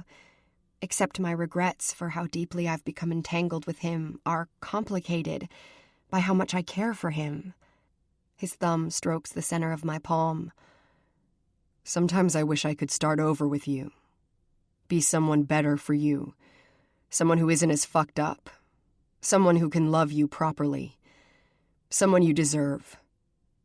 Everyone's fucked up, Nick. And anyway, what makes you the best judge of what I deserve? When his hand starts to edge away from mine, I hold fast. I wasn't expecting you either. I wasn't looking to feel something like this. But then you look at me like you are right now. You take my hand or you pull me down beneath you. And I think maybe I've been waiting for you. Looking for you. For this. For us. All my life. He doesn't say anything for a few seconds. And there is a part of me that worries I've said too much. Revealed more than I should have. More than he wants to deal with. He could shred me with a single word right now. With a single shuddered glance. But he doesn't. Avery. My name is so soft and reverent on his tongue, it nearly makes me weep. His fingers close more intently around mine, and he draws my hand to him. He brushes his lips over my fingertips, drawing one of the sensitive pads into his mouth in a sensual, yet heartbreakingly tender kiss. My throat constricts with all the love I feel for this man, while inside me, every nerve ending strums to life, yearning for the moment when I can be alone and naked with him again. I've never been more conflicted than I am in that next instant, when our waiters walk back into the room, interrupting us with a meal that looks and smells beyond divine. Nick releases me as our plates are set in front of us, and a bottle of red wine is opened beside our table. The food is amazing, everything cooked and seasoned to perfection. We eat with abandon in the candlelight, the nighttime city glittering like a box of dark jewels outside. I feel like a princess in a fairy tale. Even better than that, because as Nick has promised me, this is real. He smiles at me as I finish off the last bite of my steak. What do you think? I take a sip of the smooth Cabernet, reveling in the slight buzz that's building inside me from the champagne and the wine and the food. The most intoxicating part of the evening is the gorgeous man seated across from me at the table, looking at me as if he cannot wait to devour me next. I think you're spoiling me beyond all reason, and I'm not just talking about tonight. Reason is overrated, he replies, his gaze dark on me. The best things, the most pleasurable things, only exist on the other side of it. Is that so? He nods slowly, his gaze riveted on me as he brings his wine glass to his mouth, studying me over the rim. I want to push you to the limits of everything that pleases you, Avery. I want to push you past those limits. I swallow, heat rushing over my skin at his sensual promise. My breasts feel heavier under his hungry stare, my nipples peaking in anticipation of his touch, his kiss. The desire that's been smoldering inside me all evening intensifies, now that I know it won't be long before I'm in Nick's arms, in his bed. I want to ask him to take me there right now, before I combust with need. But at the same moment, our private waitstaff enters the room to clear our dishes and remove the empty wine bottle and glasses from the table. Nick seems in no hurry, and I can't deny that his patience is somewhat maddening, especially when I'm practically itching with the urge to leap on him and tear his beautiful clothes off. The muffled sound of wheels rolling over rustic hardwood turns my head in the direction of the door. A tall man in black pants and a white chef's tunic enters the room with us now, bringing in a silver cart of covered bowls and pedestaled plates with him. Although I've only seen Gavin Castile on television and the internet, His trademark dimpled grin and mane of beachy blonde hair is unmistakable. The power of that grin, coupled with his pale green eyes, hits me like a tidal wave blast as he approaches Nick and me at the table. After cuffing Nick on the shoulder, Gavin looks at me. "You must be Avery." He holds out his large hand, and my fingers are engulfed in his warm, firm grasp. "Everything to your liking tonight?" Yes, I stammer. "Everything was incredible." "Glad to hear it. I don't make a lot of house calls, but my good buddy here said this one was special." He glances at Nick, giving him a crooked smile. "You weren't kidding, mate." Nick's gaze is still searing me, but my senses are tempted by all of the intriguing goodies hidden beneath the polished steel domes on the dessert cart Gavin has brought. I smell warm chocolate, buttery cake, and fresh fruit. I can't see what awaits us, but I'm certain it's decadent. "How did you manage all of this?" "Aussie magic," Gavin replies with a wink.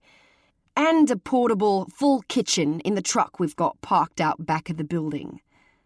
"Castile on wheels," Nick adds drolly. "Hey, that's not bad.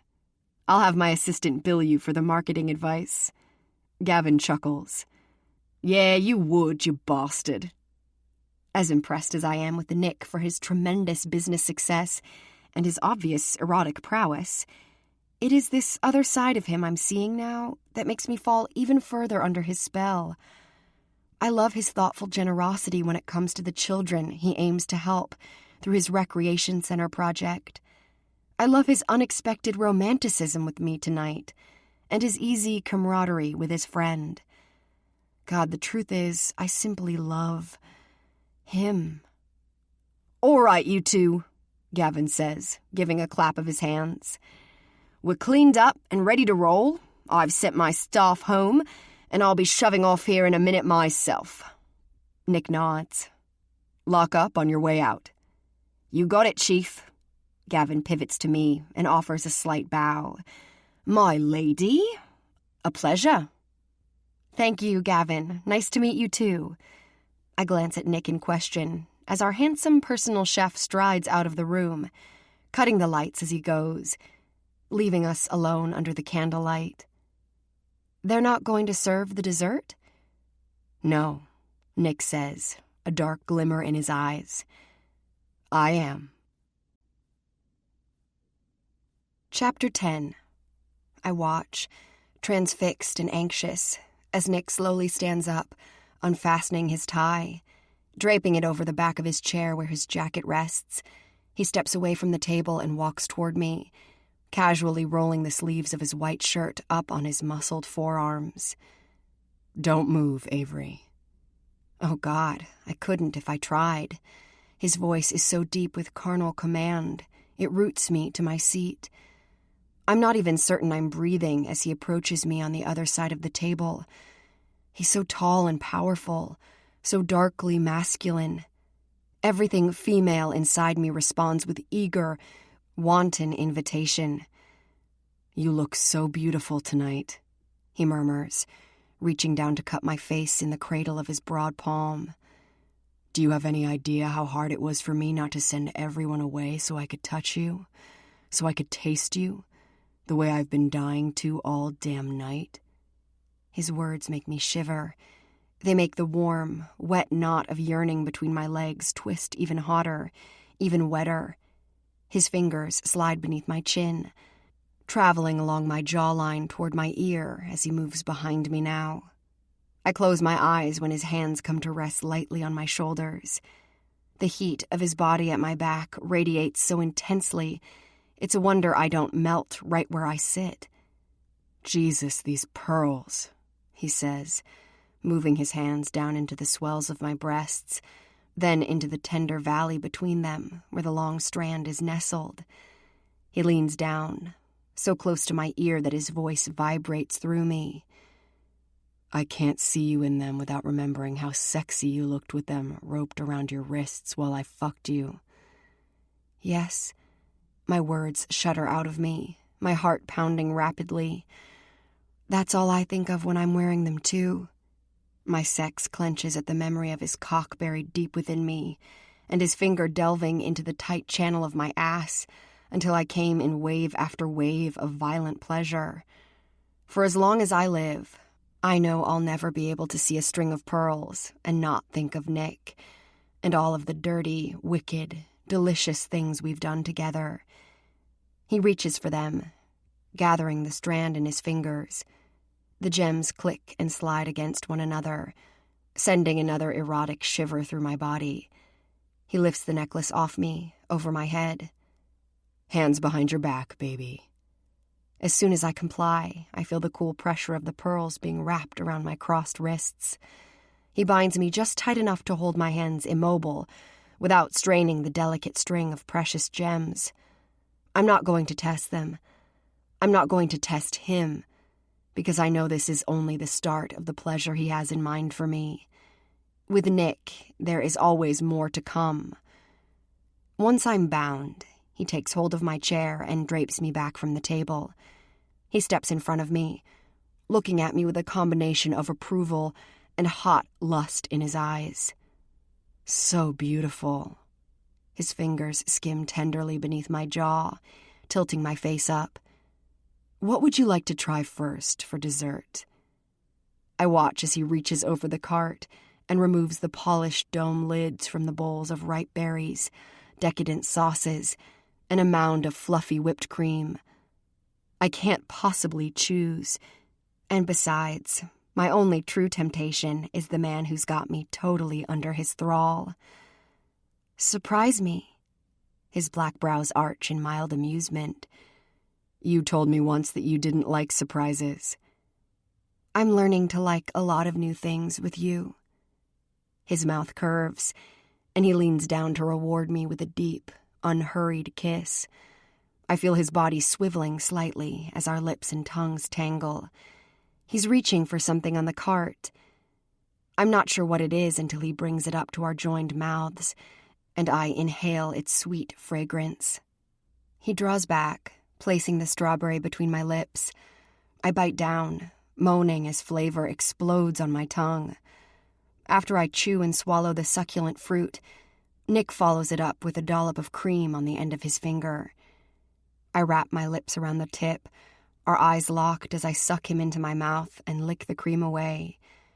Now he's the one breathing heavily and moaning, his body growing tense and rigid as I swirl my tongue over the tip of his finger, then suck it hard inside my mouth. On a low snarl, he pulls free, only to grasp my face in both hands and hold my head steady as his mouth descends on mine. He licks past my lips, his kiss hungered, scorching. I love the taste of cream on your tongue, he rasps. I loved watching you wrap this pretty mouth around my cock in the office the other day. Makes me so fucking hard to think about you sucking me dry like that. I'm already half mad with need for him, but hearing his desire-roughened voice, hearing him describe the things we've done together, makes my arousal almost unbearable. But he's not ready to show me any relief just yet.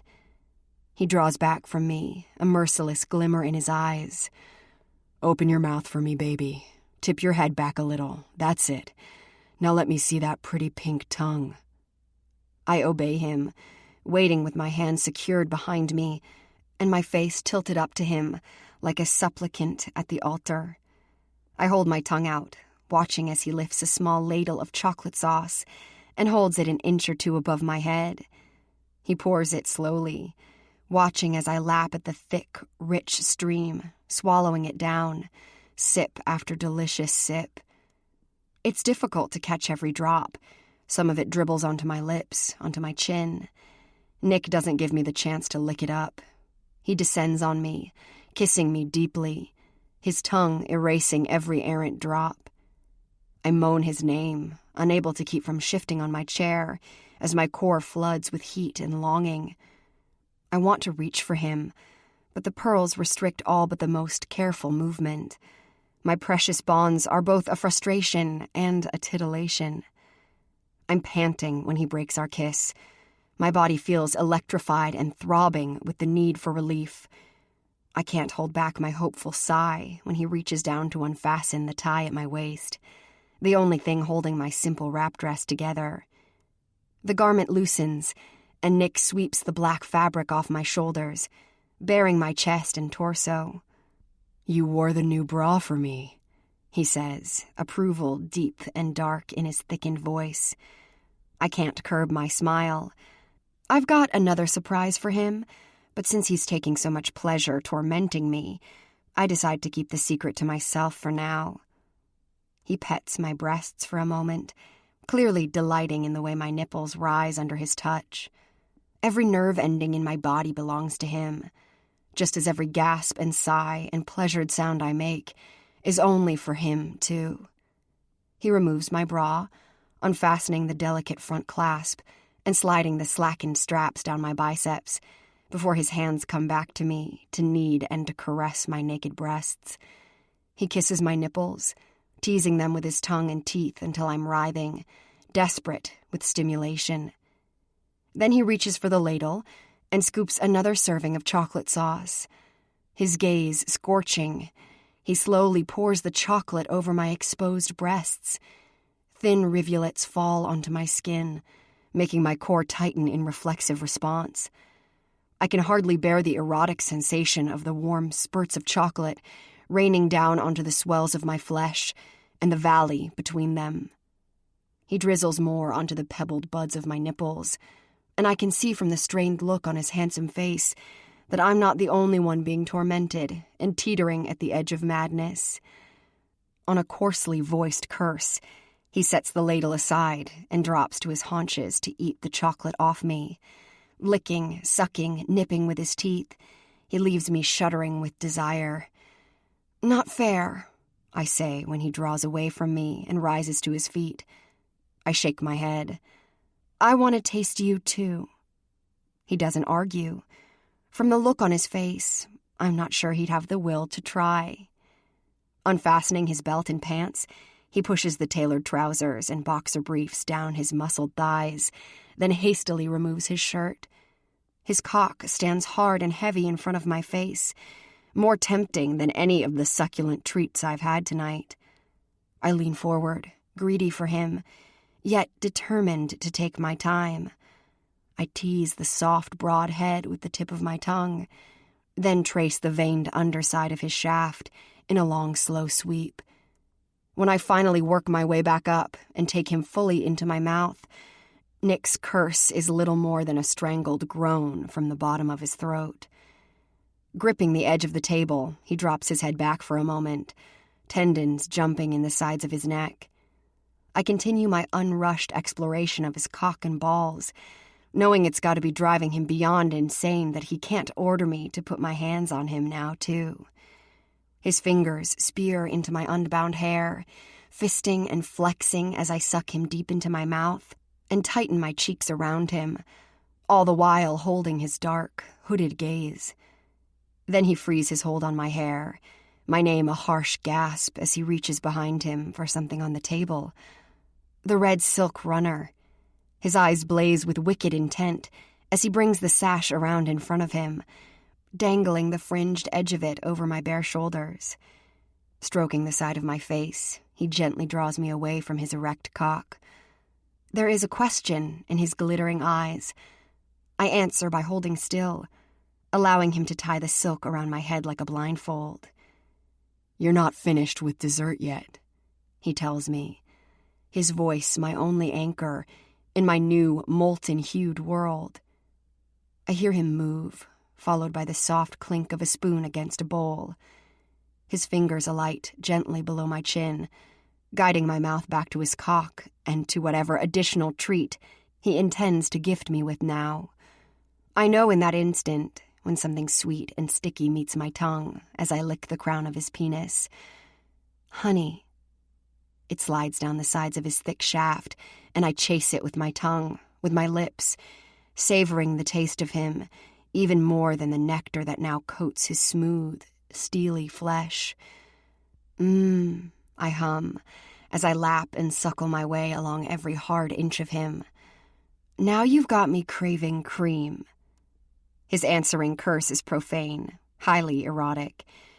I'm going to give you some, baby, right after I sample the cream I'm craving.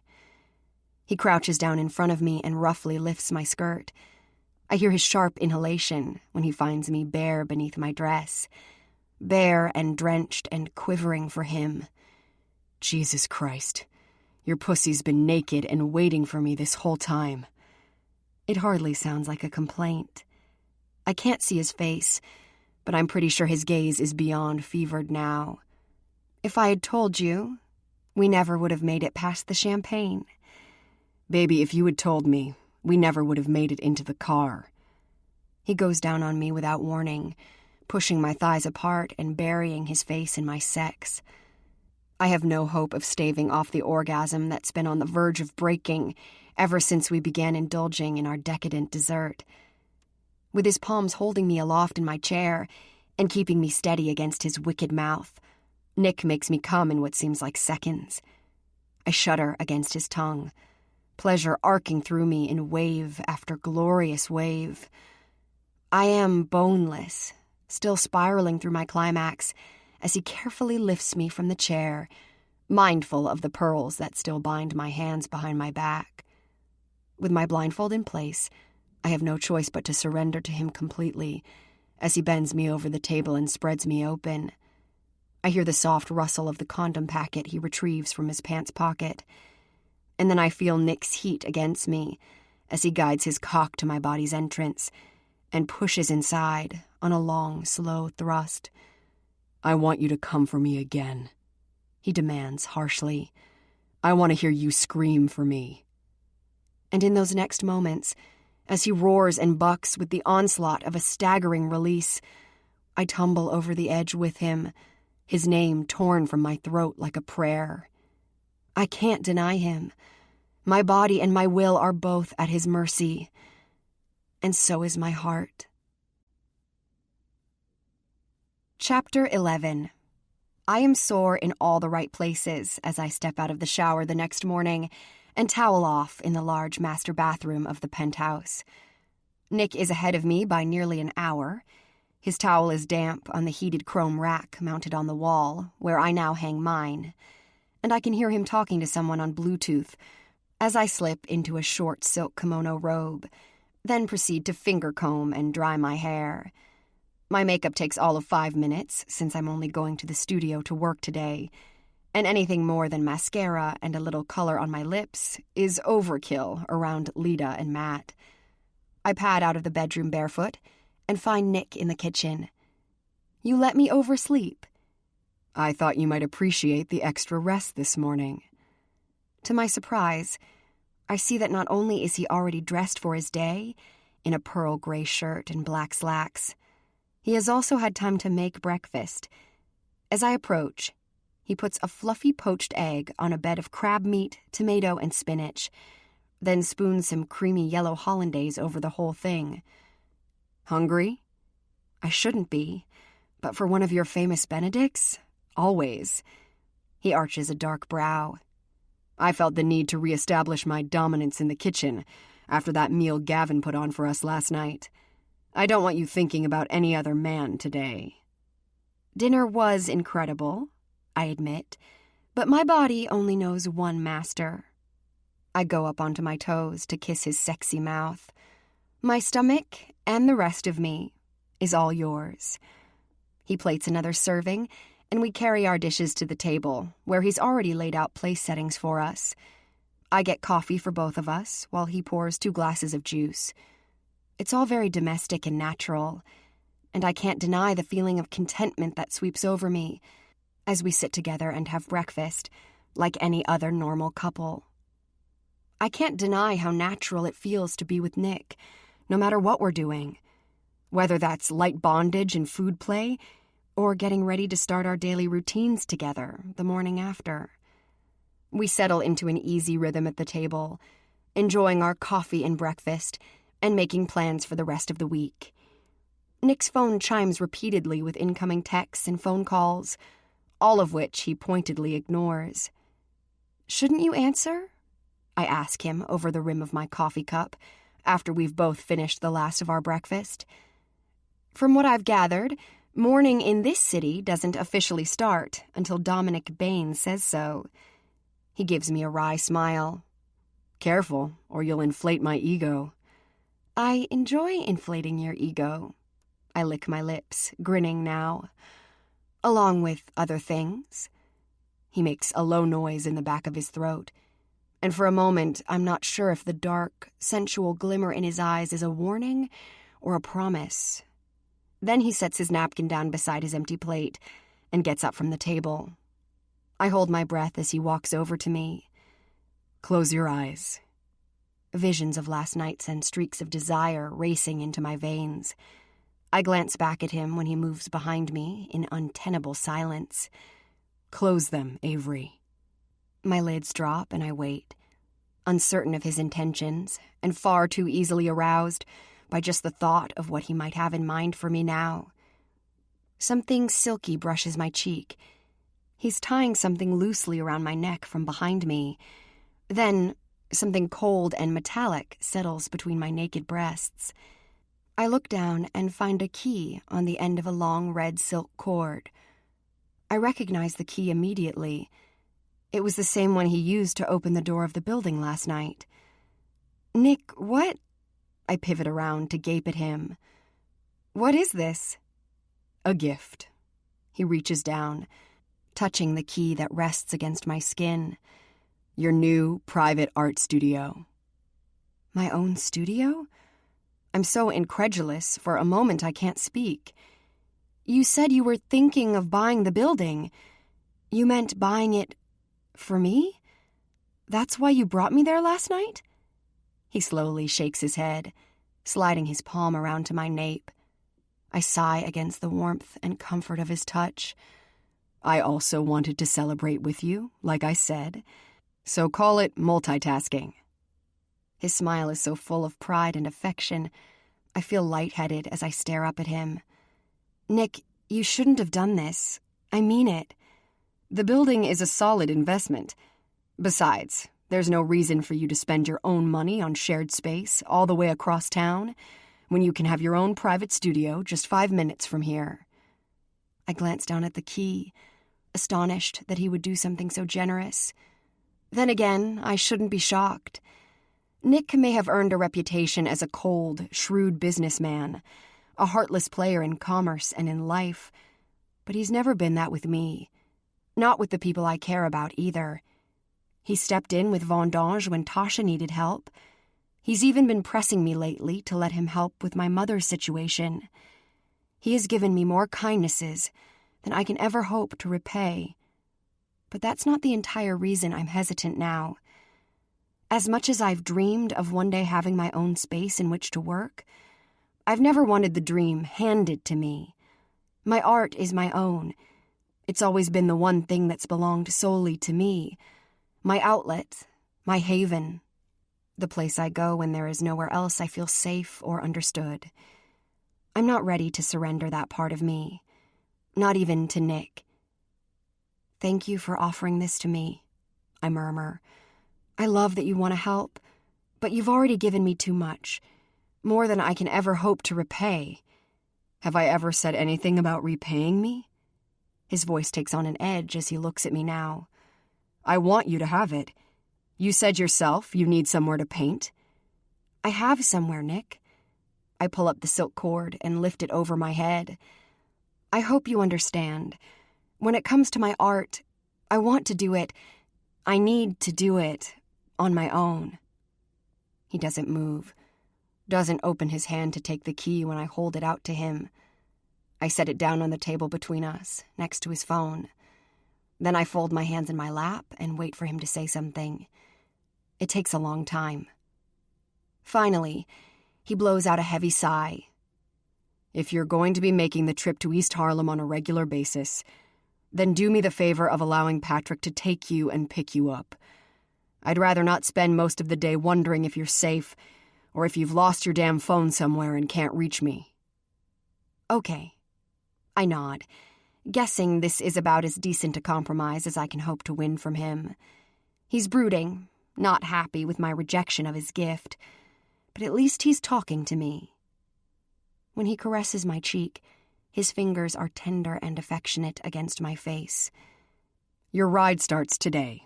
I'll go with you. Then Patrick can take me to my office. All right. He leans in to kiss me. His phone chimes again. He glances down at it, frowning. Andrew Beckman's picture is on the display. Nick gives me a rueful look, then reaches over to swipe the lock screen. Yeah, Beck? Sorry to call you at home. The attorney's baritone voice carries through the speaker. You got a second? It's about that condo project over in Brooklyn. Nick exhales, already stepping away from me. I have to take this. It's okay. I've got all of this. I stand up and start clearing the dishes, while he walks into the living room with his phone. I load the plates and silverware into the dishwasher, then wipe down the counter and table. The key on its silken cord feels heavy and cold in my palm as I place it on the bar. When I glance over at Nick, he's watching me. He moves the phone away from his mouth. I need to head in now. How soon can you be ready? Give me 5 minutes. He nods, retrieving his suit jacket from where it's folded neatly over the back of the sofa. I'll meet you downstairs. Patrick will have the car waiting out front. Is everything okay? Just the usual schedule delays and contract bullshit. Nothing big. Just things I need to take a look at personally. All right, I'll be right down. He goes back to his call, heading out the door as he speaks, and I walk into the bedroom to get dressed. A few minutes later, wearing jeans and a layered camisole and gauzy tunic, I step off the elevator and into the lobby. Nick isn't on the phone anymore. He's standing just outside the building entrance, talking with a beautiful strawberry blonde. Although the tall, elegant woman has her back to me and I don't know her well, I would recognize her anywhere. But I didn't realize that Nick knew her too. They both turn my way as Manny opens the door for me and I step out of the building. "Hi, Avery." Claire Prentice beams at me, as vivacious and stylish as I remember her. "Hello," I reply as she draws me to her for an air kiss at the side of my face. 4 months ago, we met for the first time at Vendange, after a friend who was supposed to house-sit Claire's apartment here at Park Place stood her up at the last minute. On her way out of the country for an acting job for several months, and left with no one to watch her place while she was gone, Claire convinced me to move into her apartment instead. Actually, it was her $5,000 in cash that convinced me. On top of the fact that I desperately needed to find a place to live, since the crappy apartment building where I rented a tiny one-bedroom hole-in-the-wall had been sold out from under me. If not for Claire, I never would have had a reason to come to this building. Nor would I have almost crashed headlong into Nick in the elevator that first night, when we both were hit with the intense attraction that drew us inexorably together, beginning with our chance encounter that night, followed by our explosive second meeting at his gallery, Dominion, which ended with the two of us in a hot, sweaty tangle in his bed. It boggles my mind sometimes to think that I owe all of my current happiness to Claire's shitty friend. I take in her glowing tan and chic designer sheath dress. She looks like she just walked out of a fashion ad, while in my boho casual outfit and sparsely made-up face, I feel like the barista who should be serving her a skinny latte. It boosts my confidence immensely when Nick casually wraps his arm around my back, as if to tell her, and anyone else in the immediate vicinity, that I'm with him. "I haven't seen you around lately," I say to Claire. "How's the talk show going?" She had been going to Japan to shoot the pilot when she hired me to house-sit for her. 3.5 months later, she returned home, and I filled her in on the basics of how I'd met Nick and was moving in with him. She'd seemed excited for me, but I didn't get the sense that she and I were going to be much more than occasional neighbors. She seemed fairly private with her personal life, and God knows Nick and I are too. The show got canceled, unfortunately. I was just telling Nick about it.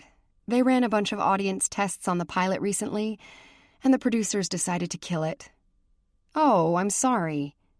Smiling, she gives me a dismissive wave of her bejeweled hand. "Ah, well, c'est la vie," or whatever the Japanese equivalent is. There's plenty of other gigs out there. We should get going. Nick's hand urges me toward the idling limo, where Patrick waits to open the door for us. Claire, nice to see you. You too. I'll see you around, Avery. I nod as Nick guides me to the car, and we climb into the back. I watch Claire Prentice step into the building, noting how Manny and every other male in the lobby can't take their eyes off the stunning woman. Hell, even I find it hard to tear my gaze away from her smooth stride and radiant sex appeal. But Nick stares forward, almost deliberately so. I can't deny the sudden, sharp stab of suspicion that needles me. With Patrick not yet inside the vehicle, I look at Nick. I didn't realize you and Claire know each other. He gives me a disinterested shrug. I own the building. I'm acquainted to some extent with everyone who lives here. But you never mentioned it.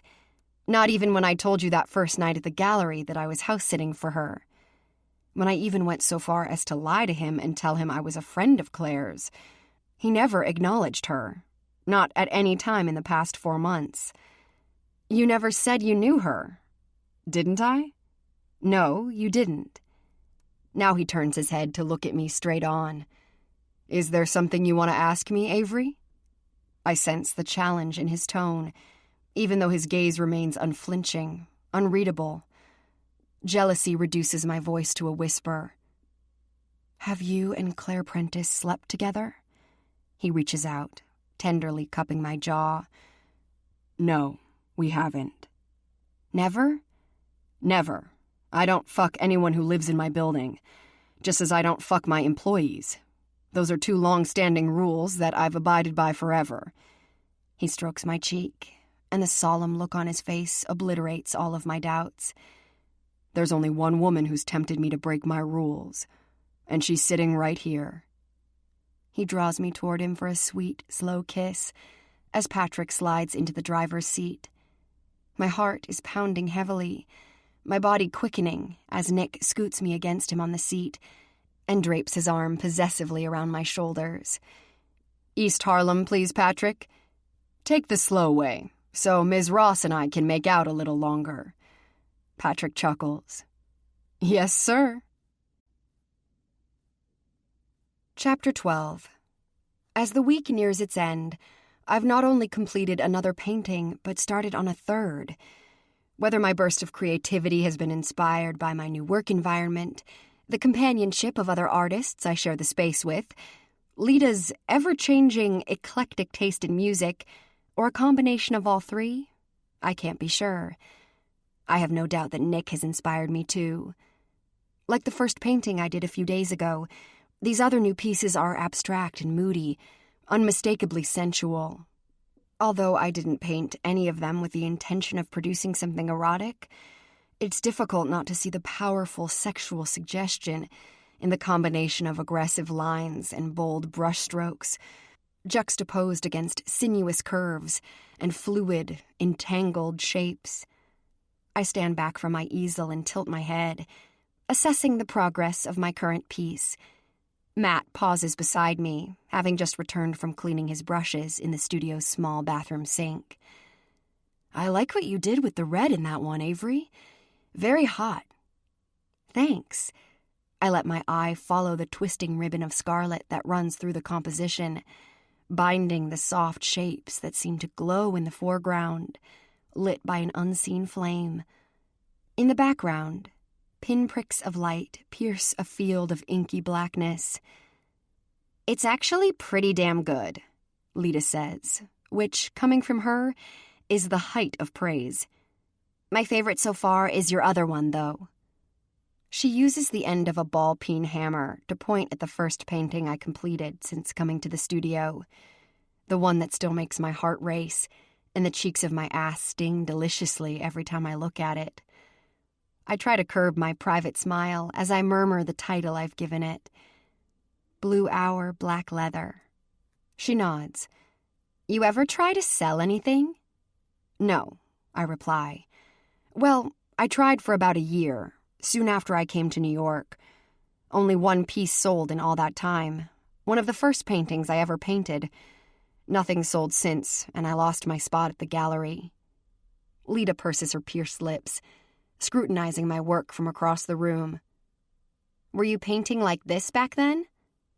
I glance back at the easel and the piece that reminds me of my candlelight dinner and wicked dessert with Nick a few nights ago. No, this is something different for me. Matt crosses his arms as he looks at my newest. I've got a friend with a gallery down in Soho. I'll bet I could get you some space there if I ask him. Oh, thanks, but I don't think so. I don't think I'm ready for that. And if I were, I would want to get the gallery spot on my own merits, not through favors or friendships. Speaking of galleries, Lita says to me, some of my shit's going to be part of a multi-artist exhibition next week in Brooklyn. You want to come? Matt nudges me. Please say yes. She's already twisted my arm to be there. It's at some shishi new gallery over in Greenpoint, in the middle of the afternoon, for God's sake. If you don't come, I'll be forced to find a corner and day drink all by my lonesome. I smile, thinking that some time out with my new friends sounds like fun. Okay, sure, I'll go. As we settle on plans to meet up at the event, my phone chimes with an incoming text. There's no dimming my smile when I see Nick's message on the display. Thinking about you all morning. I sigh, catching my lip between my teeth in longing. He's been in Boston on business since yesterday afternoon, and not due back to the city until later this evening. Been thinking about you too. I turn away from Lita and Matt, who've already moved on to another conversation without me anyway. Missing you like crazy. Good. I like you hungry. My eyes narrow as I tap to reply. Not nice to tease. His response comes back immediately. That's not what you said the other night. I'm grinning now, and wishing I wasn't in a room with two other people when he's making me think about all of the wicked things we did before he left town. Are you hungry now, baby? All right, Nick. Two can play this game. For you, always.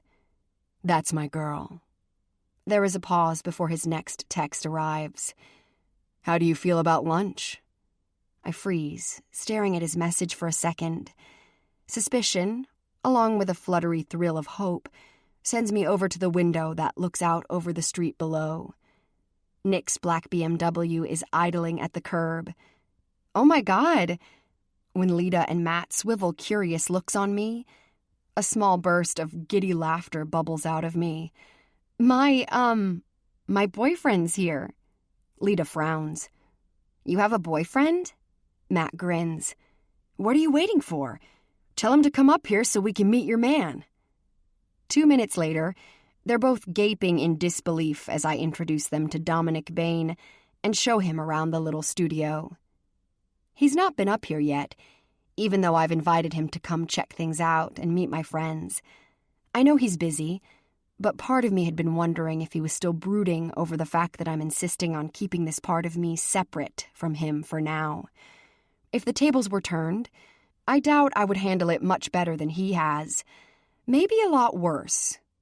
But if he's upset or resentful, it doesn't show as he talks easily with Matt and Lisa, then follows me over to my work area while I fetch my purse and phone. I see his shrewd gaze travel over my canvases. I can't deny that the urge to hide my work from him is strong.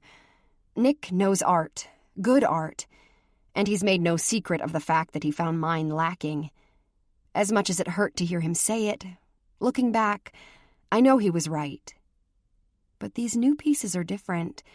They are more a part of me than anything I've done before, and I'm terrified to see him look at them with disappointment. Ready? He asks, his face adopting that unreadable mask that gives nothing away. We say our goodbyes to my friends, and Nick asks me to pick a restaurant I like in the neighborhood. I settle on an Italian hole in the wall that doesn't look very promising from the street, but serves the best lasagna I've had in all of New York City. You like it? I ask Nick as we both dig into the cheesy, saucy goodness. He nods enthusiastically, looking somewhat out of place seated at our rickety little table with its red and white checkerboard tablecloth and his crisp, white, custom-tailored shirt and charcoal gray tie. He's turned more than a few heads since we arrived. I'm sure it's not often that one of the wealthiest, most recognizable men in the country sits down to enjoy a $10 plate of pasta in Spanish Harlem in the middle of a Thursday afternoon. I try to ignore the surreptitious stares we're getting from the patrons and the restaurant staff alike. I don't doubt that a lot of the curious looks are directed at me, too, even though Nick has never tried to hide the fact that we're dating. As for me, I'm just marveling at how he manages to avoid splashing marinara all over himself, while I am eating under the constant threat of disaster. I knew you'd like it. Lita and Matt and I eat here at least twice a week, because the food's not only cheap, but awesome. If I'm not careful, pretty soon it's going to start showing on my hips. Nick grins. You're not going to hear me complaining. I love your curves. Our eyes connect, and the hungered look he gives me makes more than just my cheeks flood with heat. I clear my throat, shifting a bit on the black vinyl cushion of my chair. How was the Boston meeting? Promising. That technology company I invested in last year is ramping up to launch their first app very soon. It's got all the indicators of a real showstopper. Some really innovative work and ideas. Nick, that's great. Yeah, there's a big international tech expo coming up in London.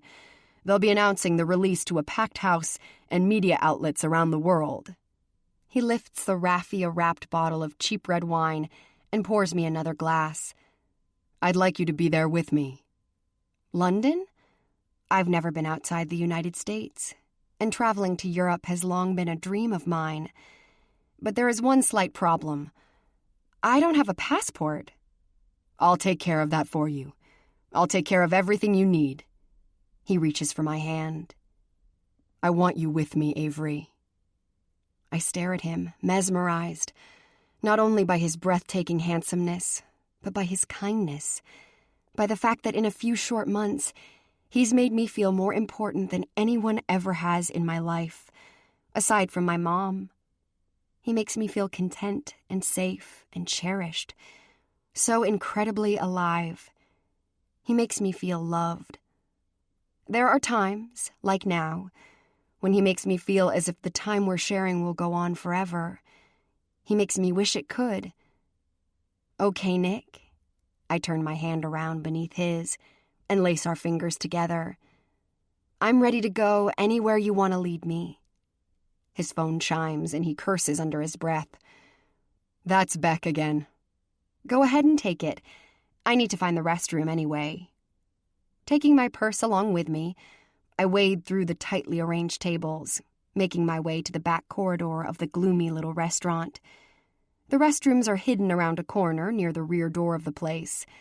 To my amazement, the ladies' room is unoccupied.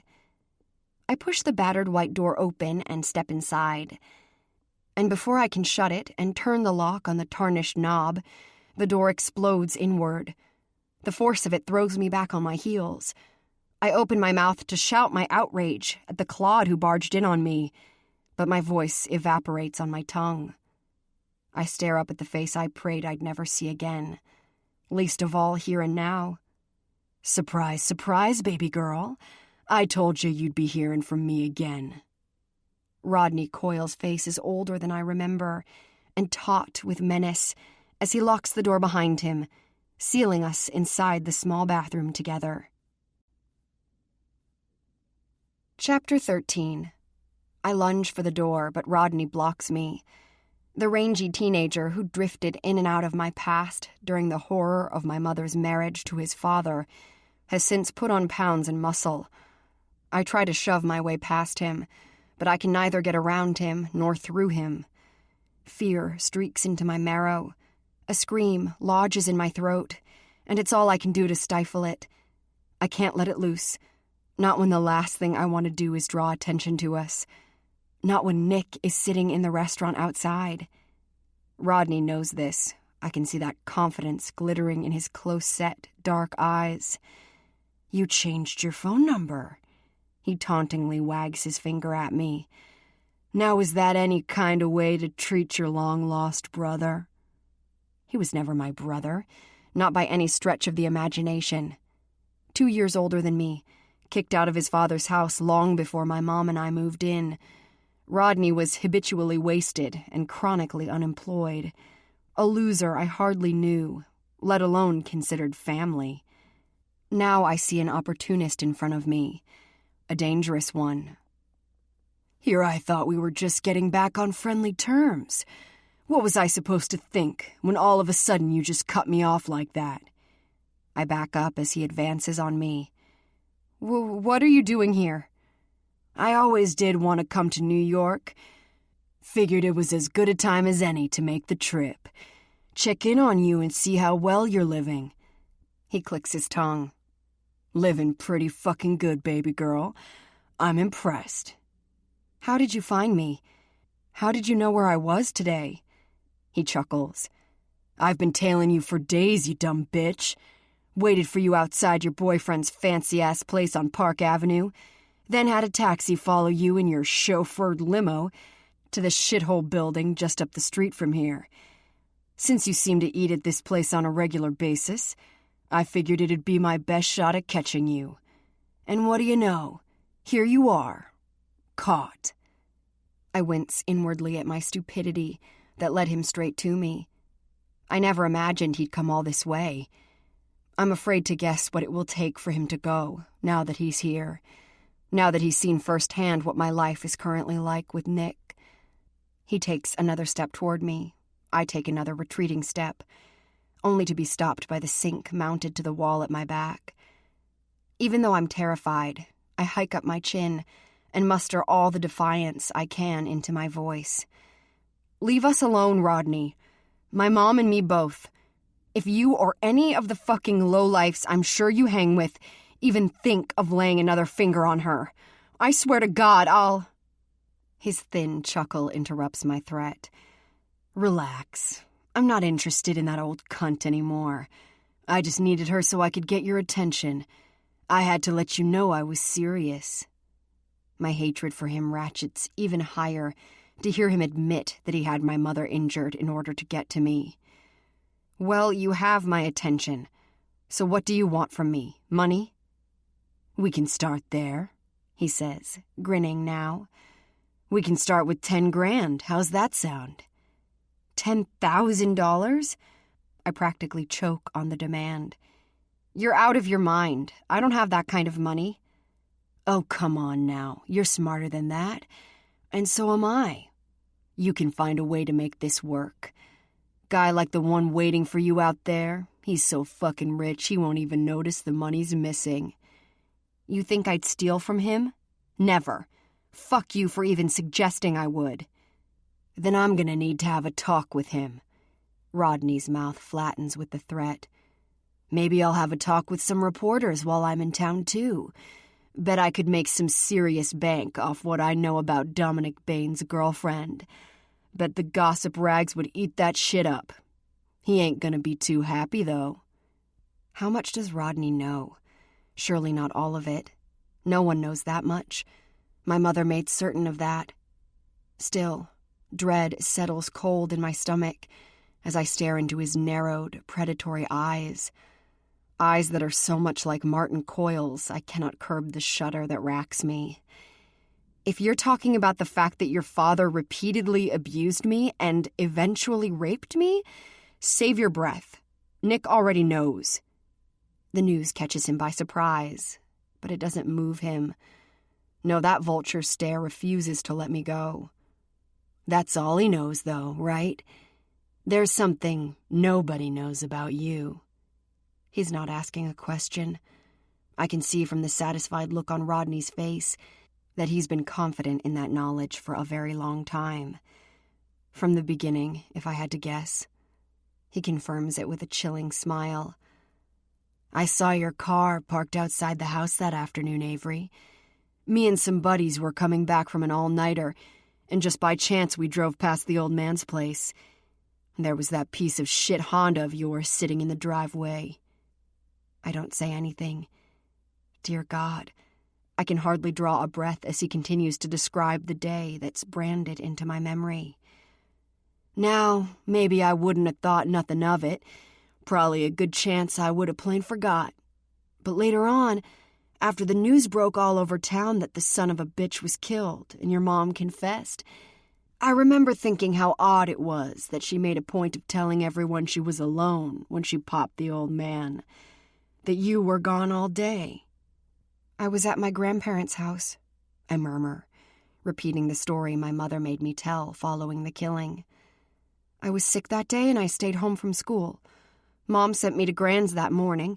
Then she and Martin started fighting.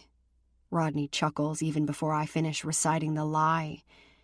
Yeah, I know that's what she told the cops. But you and me, baby girl, we know different. Ain't that right? I stare at him, realizing with a cold certainty that he is a problem I cannot outrun. Not now. If you're so sure you have something over me, why wait until now to speak up? He shrugs. My old man got what was coming to him. I sure as shit didn't shed any tears when I heard the asshole was dead. And I didn't give a fuck why your mother did it. Nothing for me to gain by stirring shit up back then. You two bitches were poor as fuck. What did you have that I could possibly want? His grin flattens into a leer. I mean, don't get me wrong. You and me, baby girl, we could have made things interesting. But the way the old man used to look at you, I figured he'd already been all over that fine little ass, and I don't take sloppy seconds. As he talks, bile rises up the back of my throat. To think he knew what his father intended for me, and never bothered to speak out or to help me. It sickens me, enrages me. My fingers curl into fists, my fingernails digging into my palms. He steps closer to me. I'd forgotten about what I saw that morning, until a couple months ago. I ran across a picture on the internet. Picture of you all fancied up, hanging off the arm of some rich dude who owns half of New York by the looks of it. Hot piece of tail like you. I guess it shouldn't surprise me that you're using it to snag a rich fuck like Dominic Bain. His crudeness grates. But even worse, I hate that he knows Nick's name. I hate that I have brought this vile part of my past into my life with Nick. I have no one to blame, not even Rodney. This is all my fault, and I need to make it better. I need to make it go away. The problem is, I can't give Rodney what he's demanding. I don't have the kind of money you want, and I won't take it from him, not for any reason. Then you got a big problem coming down the pike real soon. I came here to collect on a debt you've owed me for a long time, and if I don't get it, there's no telling what I'll be forced to do. Rodney, you have to believe me. No, baby girl, you have to believe me. I want that money. You've got the next 7 days to make it happen. He reaches out, snatching my purse off the floor and grabbing my phone from inside it. He punches in a number and his phone rings. Then he silences both devices, tossing mine at me. I expect to hear from you once you've got the money. Don't be stupid enough to test me, Avery. With a sneer, he leaves me to sag against the hard porcelain of the sink as he pivots toward the restroom door, unlocking it as if he had every right to be inside with me. He blithely strides out. Oh, God. My breath rushes from my lungs in a heaving gasp. My legs feel weak, unstable beneath me. I'm not sure how long I stand there, suspended between misery and terror. My hands are shaking so hard they are all but useless to me as I stare into the mirror and try to gather my composure. Nick will be wondering about me soon, if he isn't already. With Rodney outside the restroom now, I have no idea what he might do, and I don't dare delay in here any longer. Forcing myself to calm, I run some cold water over a paper towel and press the coolness to my ashen cheeks and brow. It helps a little. I look better, even if inside I'm nauseous with dread and worry. After a few moments, I finally emerge from the restroom and head back into the restaurant dining area. Nick is no longer on the phone, and I see that he's paid our bill. "Everything okay?" he asks as I approach our table. "You've been gone a while." "Yeah, I'm fine." I shrug, finding it hard to meet his eyes. There's always a line for the ladies' room. My non-answer seems to satisfy him, but I notice his shrewd gaze looking past me, as if his instincts alone are telling him something is off. I barely resist the urge to glance over my shoulder, especially when the hairs at the back of my neck begin to prickle. I don't know how I manage to sound calm when I am desperate to get out of the place. Ready to go? Nick nods. Sure, we can leave any time. At the same moment, to my horror, I catch Rodney in my peripheral vision. He swaggers through the restaurant, walking almost directly past our table on his way out. As he heads for the front door, I hold my breath, praying he'll keep going. Outside, he turns left on the sidewalk, finally disappearing from view. I know Nick saw him, even if there is no reason for him to think anything of the man in the beer logo t-shirt and jeans, who looks like any other patron in the place. Do you want me to take you back to the studio? No, I shake my head, forcing myself to snap out of my anxious distractedness. I'm feeling kind of out of it. Maybe I had too much wine or something. Can we please just go home instead? Of course. Nick wraps his arm around my shoulders as he guides me away from the table. As we get into his car at the curb, I'm relieved to see no trace of Rodney anywhere. But I know he's watching. I know he's waiting. After today, I realize he's been watching and waiting for a long time. Since the day I pulled the trigger and shot his father. Chapter 14. Rodney's threat hangs over me, cold and dank and inescapable. I'm not sure how I make it through the weekend and into the next week, with the dread of the situation pressing down on me like the dead weight of a corpse. Like Martin Coyle's bloodied, bullet-riddled corpse. Ironic that I have him and the abuse I suffered at his hands to thank for my current ability to pretend everything is normal, no matter what I'm dealing with on the inside. Being with Nick helps too. He is my safe harbor, even if he doesn't know how badly I need his shelter now. He's so passionate and protective, so solid and strong, I can almost convince myself that none of the ugliness is happening. That Rodney doesn't know anything about that awful day. That he's not here in New York, making me afraid to leave the building for fear that I'll run into him, with or without Nick beside me. I can almost believe, for brief stretches of time, that Martin Coyle never existed, and that my mother isn't serving a life sentence purely out of love for me. Of all my secrets, shames, and sins, it is this one that's been the hardest to bear. Where are you, baby? Nick's deep voice draws me back to him as we lie in a tangle together in bed on Tuesday morning. Propping himself on one elbow, he strokes my cheek, his touch infinitely gentle after a vigorous couple of hours of intense, mind-blowing sex. As tender as his touch is, his gaze is dark with concern. Something's been bothering you for days. What is it? I shake my head as I look up into his stormy blue eyes, hating that he can read me so well, loving him for it too. Of all the people in my life, he's the only one who understands me so intimately that he can gauge my emotions, even when my self-protective walls are at their highest. But I can't let those walls down, not now. Not even with him. God, right now especially not with him. I'm fine, I'm just thinking. As I murmur the lame explanation, I turn my head away from him, because the care in his eyes is too much for me to take. If I look too long, I'll be tempted to bare my soul, and that's a burden I won't place on him. My problems are my own. I made them. I will be the one to fix them, if I can. And if I can't fix them, then I have to be prepared to walk away from Nick before my past brushes any closer to him and his world. I've already let it come too damn close. I close my eyes, summoning an evenness to my voice that I don't feel.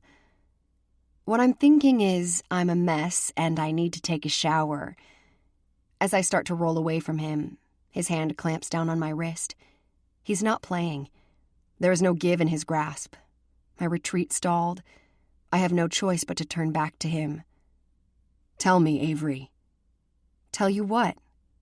His stare is hard, his grip on my arm unyielding. What's going on with you? You've been different. Distant. Something's got you upset. I swallow past the knot of fear that's resided in my throat since my confrontation with Rodney. I don't want to lie to Nick. I can't betray his trust when he's given me no reason to feel unsafe with him. But I can't tell him what I'm going through. I can't tell him what I've done. No one can know. That was the promise I gave my mother 9 years ago. If I could go back in time now and undo it, I would. I would give anything to go back and convince my mother to let me stay at her side, instead of leaving her to clean up my mess. Everything I have, my life, my freedom, this amazing man and the love I feel for him, is a gift I wouldn't have if not for my mother's sacrifice. I would undo all of it, even knowing it would mean I'd never have met Nick. I force a casual shrug. I've got a lot on my mind, that's all. So tell me about it. I should know better than to try to dodge him. He only studies me closer, his sharp gaze narrowing. When is the last time you spoke to her?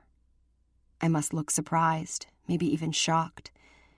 When I can't summon words, Nick lets go of my wrist, but brings his hand up to cradle the side of my face. Don't say you haven't been worried about your mother, Avery. You've been avoiding talking about her for days. And it's not like you were very forthcoming before then. His gaze searches mine. We should go see her. I want to talk to her about her legal representation and start putting that ball in motion. Panic crawls up my spine. Nick, you don't have to. I know I don't. His thumb caresses my cheek. I want to do it. For you and for her. I've already got Beck working on a few contacts. We should have a new defense team put together in a couple of weeks. What? I can't control the sharpness of my reply. I'm shocked. More than that, I'm alarmed and gripped with a new kind of dread. You didn't tell me anything about this. Actually, I did.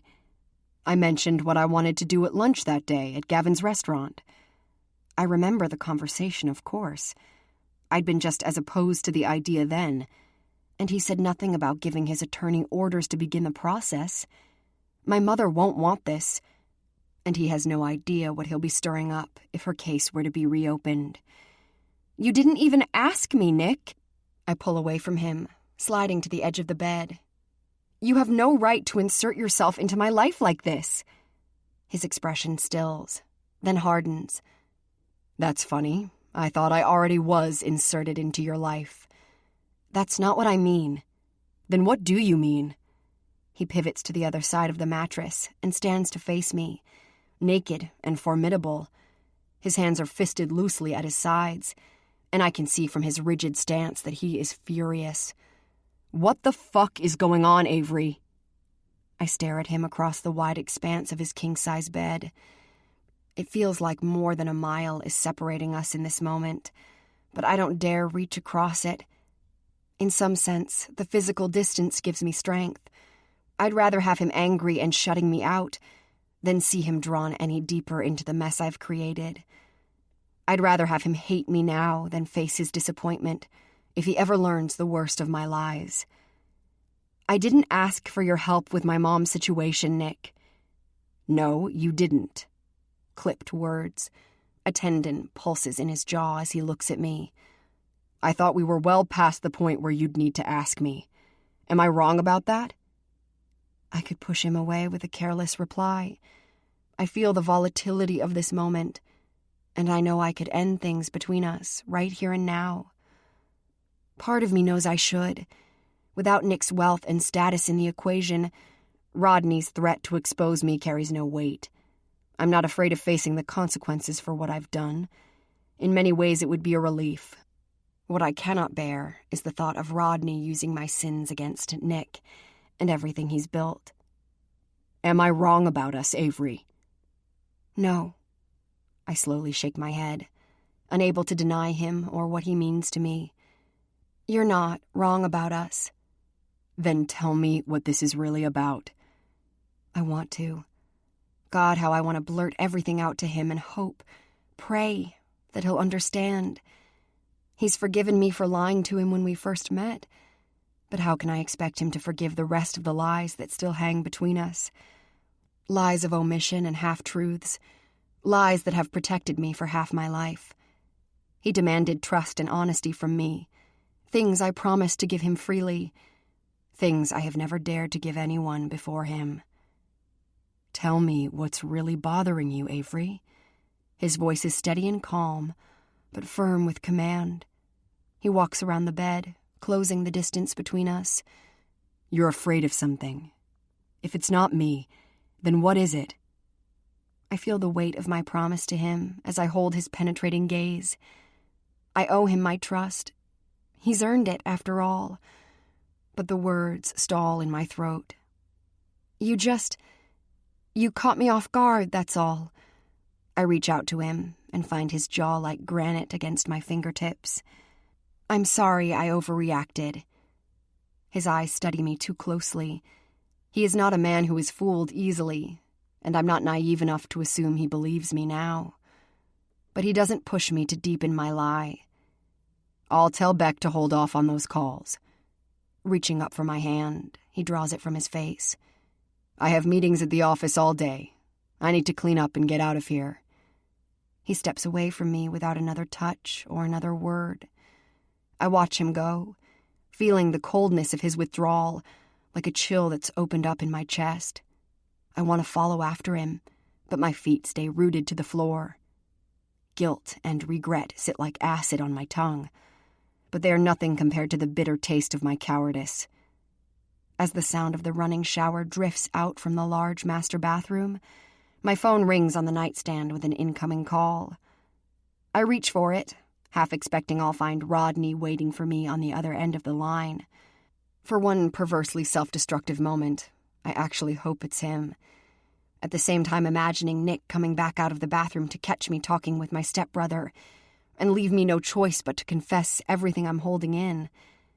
But it's not Rodney. Hi, Matt. Hey. Matt's cheery voice jolts me back to the here and now. So, we still on for Lita's thing this afternoon? It takes my brain a second to catch up. That's today? At 1 o'clock in Greenpoint. Oh, shit. Please don't tell me you're gonna cancel. The excuse that's perched at the tip of my tongue dissolves when I hear the disappointment in his voice. No, it's all good, I assure him. Of course, I'll be there. He exhales dramatically. Oh, thank God. Lita's already called and texted me 5 times this morning about one neurotic thing or another. I swear there's not enough cheap Chardonnay in all of Greenpoint to get me through an entire afternoon of her angsting. I laugh, even though I don't really feel it. We make arrangements to meet up at the gallery, and although an exhibition 45 minutes away in Brooklyn is the last thing I feel like doing today, I don't want to let my new friends down. I also know I can't cower in the penthouse any longer, wishing my problems would just go away. Sooner than later, I need to figure out how I'm going to deal with Rodney. And if I can't deal with him, I need to figure out how I'm going to find the strength to walk away from Nick. Chapter 15. I set out for Lita's exposition in Brooklyn a little past noon, using the long subway ride and the crush of people all around me to drown out the noise in my head. It's not so easy to drown my remorse. My guilt for how I left things with Nick this morning clings to me as I get off at the station in Greenpoint. It's been months since I've been back to my old neighborhood, but today it feels like years. Some of the shops on Nassau Avenue have changed or closed down. Others are sporting new paint jobs and rehabbed interiors. Even my old apartment building, the mid-century brick eyesore where I rented a tiny one-bedroom unit, is undergoing a dramatic renovation. I'm so close to the narrow side street off Nassau, I can't resist detouring past it for a quick look on my way to the gallery. Construction scaffolding climbs the sides of the building, and on the wire fencing surrounding the property, vinyl banners advertise the modern new condominiums that will be opening for occupation later in the year. Once the renovations are complete, there will be little left of the old building. Would I even recognize it? In many ways, my life has been just as profoundly altered since I left this neighborhood a few months ago. How different everything would be if I had never met Claire Prentice. I had considered her house-sitting offer a miracle at the time, a lifeline I desperately needed. If not for that opportunity from Claire, serendipitous as it was, I would have never have met Nick. Without him, my stepbrother would have nothing to gain from me. I would still be working behind the bar at Vendange, and Rodney might never have re-entered my life. But there's no turning the clock back now, no more than I can turn it back and change what happened 9 years ago. Fate never forgives. It never forgets. I realize that now, even if I've been too foolish, too selfish to truly understand that before. As I head back up the main street to the gallery, I am relieved to find Matt waiting for me as soon as I enter the place. There you are. He's got a half-empty glass of wine in his hand as he hooks his arm through mine and leads me into the center of the gathering. He turns a serious look on me and lowers his voice. We have a situation. I frown, confused. You mean with Lita? Our girl's on the verge of a meltdown. She's been hiding in the restroom for 20 minutes and won't come out. Seriously? I hurry along with him to the back of the gallery, cutting through the throng as discreetly as possible. There is one small unisex bathroom, and we find the door locked. I rap quietly on the panel and call Lita's name. Leave me alone. Her reply is muted, miserable sounding. Just go away, you guys. I can't do this. Matt and I exchange a glance. What do you mean you can't do this? Lita, open the door. All I get is silence, followed by the sound of a toilet paper roll rattling, and then Lita blowing her nose. Come on, honey, talk to us. Open the door. I slide my gaze to Matt and lower my voice to a whisper. Is this normal for her? He shrugs. I don't know. This is the first exhibition of hers I've been to. Like I told you on the phone this morning, she's been neurotic about this showing all day. I can totally hear you two. Abruptly, the lock on the door clicks free, and Lita opens the door. If you're going to talk about me, you might as well do it in here. I know I'm gaping, but I can't help it. Instead of her usual goth meets grunge style, Lita is wearing a 1940s vintage royal blue dress with a fitted bodice and a sweetheart neckline that work together to emphasize all of her killer curves. The A-line skirt falls from her cinched waist in long, loose pleats that end at her knees. Gone are Lita's favored combat boots, and in their place is a pair of high-heeled black patent leather Mary Janes.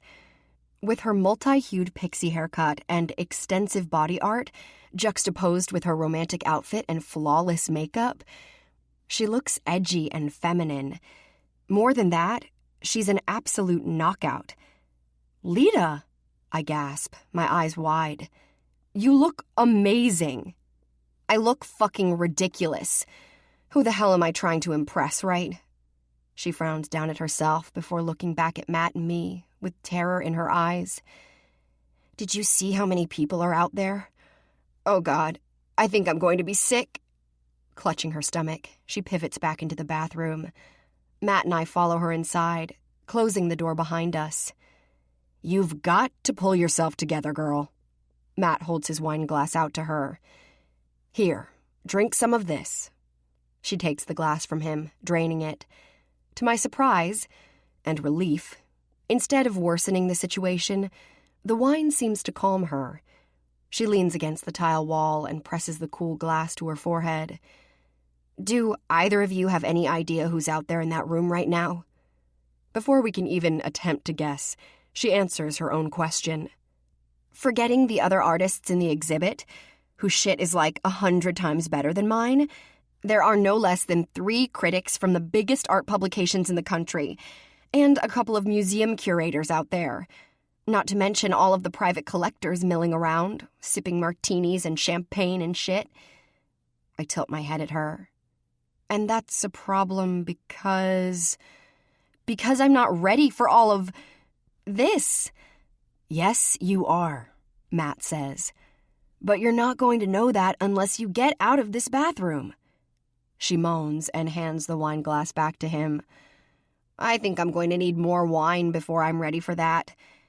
God, I'm pretty sure I even saw the CEO of that hot new tech firm over in Brooklyn Heights out there.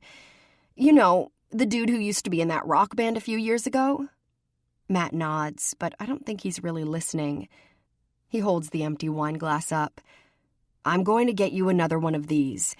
Avery, will you make sure she doesn't try to drown herself in the toilet bowl before I get back? I nod, holding back my grin as he leaves me alone with Lita. She eyes me sullenly, one perfectly defined brow arched. Guess I'm not as tough as I look, huh? I shrug. Most people aren't. She snorts, pushing away from the wall and shuffling over to the toilet. She drops the lid, then plops down onto it. Fuck. What am I doing here, Avery? Did you see the other art out there? The paintings, the photography, the pottery? She shakes her head, puffing out a gust of air. It's all traditional, beautiful shit. Even the other sculptures in this exhibit are refined. They're fucking lovely. Mine's not like any of that. It's harsh. It's jagged and disturbing. It's unique, I suggest. Lita, your art is special. It's a reflection of you, and it is beautiful. It's surprising and unusual and totally unforgettable. Just like the artist who created it. Her ruby red lips twist in a skeptical line. What if I get shredded by those critics out there? What if everyone laughs their asses off at my work? What if they don't? She looks at me as if she had never considered the alternative possibility. For a long moment, she simply stares at me in silence. Then she swallows. This is a big deal. And I'm scared, Avery. Of course you are. 3 art critics, a couple of museum curators, plus a former rock star turned CEO. Anyone who's not afraid of that crowd would have to be seriously fucked up. A laugh bubbles out of her. Then she rolls her eyes. You think I'm being an idiot? No, I think you're being human. Saying nothing, she stares at me. And I wonder, not for the first time, about the caution I see in her eyes. She is guarded, self-protective. She is wounded and so vulnerable from the pain of what's inside her. It's all I can do not to pull her into a hug and tell her that I understand those feelings, too. We hardly know each other, and despite her irascibility, I sense a kindred spirit in Lita Frazier. I sense the start of a friendship I didn't expect with her. Incoming! Matt's voice carries through the door before he enters the bathroom, with a bottle of water in one hand and a glass of wine in the other. Pick your poison, sweetheart. Water, Lita murmurs. I'll save the wine for after this thing is over. Matt shoots me a look of surprise. Wine for you? Thanks. Don't mind if I do. While I sip the wine, Lita chugs the bottle of water, then crushes the empty container and pitches it into the recycle bin across the room. Thanks, you guys, for just being here. I smile, glad to see her rebounded. Anytime. So, you're good now? Matt asks. She nods. Yeah, I'm good. Then what are you waiting for? He fists his hands on his hips, then jerks his head in the direction of the door. Get out there and slay, girl! Okay, yeah. Damn it, I'm going to. She stands up, smoothing her blue dress. Then, with her spine straight and shoulders squared, she marches out ahead of us. Thank you, Matt mouths silently to me. Join me at the bar? I lift my glass in salute. Lead the way. We wend through the clusters of people, and I notice Lita approaching her sculpture display, where a small throng is gathered to look at her art. There is little trace of the anxious woman I consoled in the bathroom. She looks poised and confident, and uniquely captivating. I don't miss the fact that one of the gallery patrons, a hot 20-something guy wearing jeans and a black Oxford, with the sleeves rolled up over his tattooed, muscular arms, has taken notice of her too. With his rugged good looks, shaggy mane of silky dark hair, and bad boy swagger, he's got former rock star written all over him. The numerous, awestruck side glances and whispers he leaves in his wake as he approaches my friend leave no doubt. To Lita's credit, the smile she turns on him as he holds out his hand to her in greeting is cool and unaffected. I shoot her a wink when she briefly looks my way. Yeah, she's going to be just fine. The exhibit has brought an impressive variety of artists and patrons together, and the energy in the room is invigorating.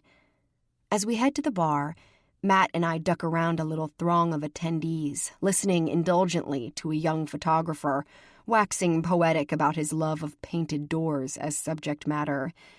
Nearby, I hear a textile artist explaining how her sabbatical to Africa inspired the intricate beadwork and woven threads she has incorporated into her work. In another area of the gallery, painters chat up spectators, several of whom I see tapping on tablets and speaking quietly into handheld recorders.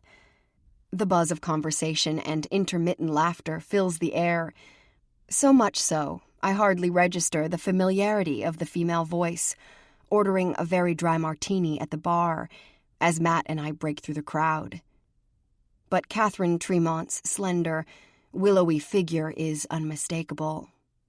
I freeze, but it's too late to avoid her notice. She turns her head toward me, and her brows lift in surprise over her dark eyes. "Oh, hello. Avery, right?" "Hi, Catherine." I feel Matt pause beside me in question, but he must sense my unease. Instead of waiting for an introduction, he discreetly moves off to order a drink. Catherine's gaze flicks past me for a second, almost undetectably. "Are you here with Dominic?" "No, I'm here with friends." Am I imagining the subtle shift in her expression when she learns he's not with me? I know Nick makes her uncomfortable. I saw that the day she bumped into us at lunch. As much as I'm certain he'll be displeased to know I'm talking to her now, I can't deny my curiosity about this woman from his past. The bartender hands Catherine the martini she ordered, and she leaves a 20 on the bar before turning to give me her full attention. "Quite an interesting exhibition. I wasn't expecting much when I came here today, but I have to say, I'm intrigued." The way she scrutinizes me as she says it makes me wonder if she's only talking about art. "One of my friends is a mixed media sculptor, Lita Fraser," I add, gesturing toward the healthy crowd of people assembled near her art. "I came out to support her." Catherine nods, then takes a sip of her cocktail. "Have you got some of your work on exhibit today, too?" The question takes me aback. "No. How did you know Jared," she explains breezily. "He mentioned you a few months ago, after meeting you at Dominic's gallery."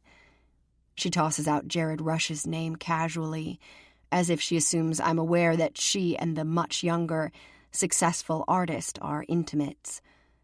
I am aware that Catherine and he share some kind of connection, but the fact that Jared has spoken to her about me is more than a little surprising. "I understand you paint." "A little," I admit. "I'm still getting started, really." She studies me over the rim of her glass. "I'd be interested to see your work." "Why?" Her chin lifts. "Because I enjoy art, of course." I take a drink of my wine, searching for courage. I know I have no right to pry, but of all the questions I have about Nick, this woman is the mystery that troubles me the most. "What happened between you and him?" "He hasn't told you?" She doesn't pretend to misunderstand. Her shrewd eyes bore into me, searching for truth the same way I am. She tilts her head. "No, he hasn't told you anything, has he?" I'm not expecting those words.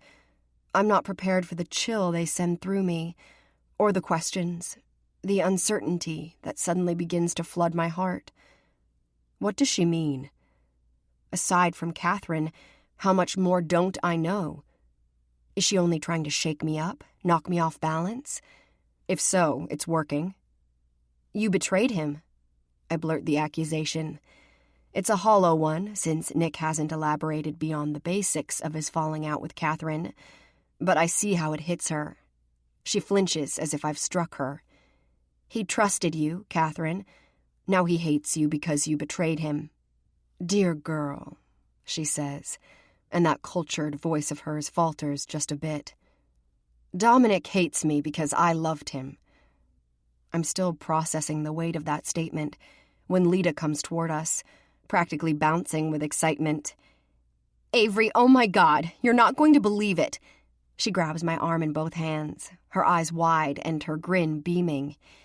Derek Kingston just invited me to propose a sculpture design for Deck Tech's lobby. It's impossible not to share in her enthusiasm, no matter how distracted I am by my conversation with Catherine. Lita, congratulations! That's great! I know, right? And I'm talking about Derek fucking Kingston besides. Belatedly, she glances away from me to look at Catherine. Gah, sorry, I'm totally interrupting. Not at all, Catherine replies smoothly. She glances at me. I'll let you get back to your friends, Avery. But I meant it when I said I'd love to see some of your work. I'm always looking for new pieces to add to my collection. She opens her small handbag and withdraws an écru card with elegant script lettering. If you're interested in talking some more, get in touch. I take the card from her impeccably manicured fingers, even though I'm tempted to tear up her contact information as soon as Catherine dissolves into the crowd. I can't bring myself to do it. Slipping the card into the inside pocket of my purse, I look up at Lita and return her giddy smile. We should go find Matt and celebrate your good news. She beams. I approve of that plan. First round of champagne is on me. Chapter 16. The penthouse is empty when I return later that evening. Nick texted me around 3 o'clock to let me know his business meetings had run long and that he'd made commitments with Andrew Beckman to take a couple of prospects out to dinner. Rather than come home and eat alone, I joined Lita and Matt for celebratory burgers and beer following her successful exhibition. The time out with friends was fun, but it didn't make me forget about Rodney. It didn't make me forget about Catherine or the fact that answers about Nick's past, and hell, possibly even my best shot at making some money off my new art, is just a phone call away. Catherine's card has been a temptation ever since I slipped it into my purse. I should have torn it up. I probably still should. But I have to admit, I was more than tempted by her offer.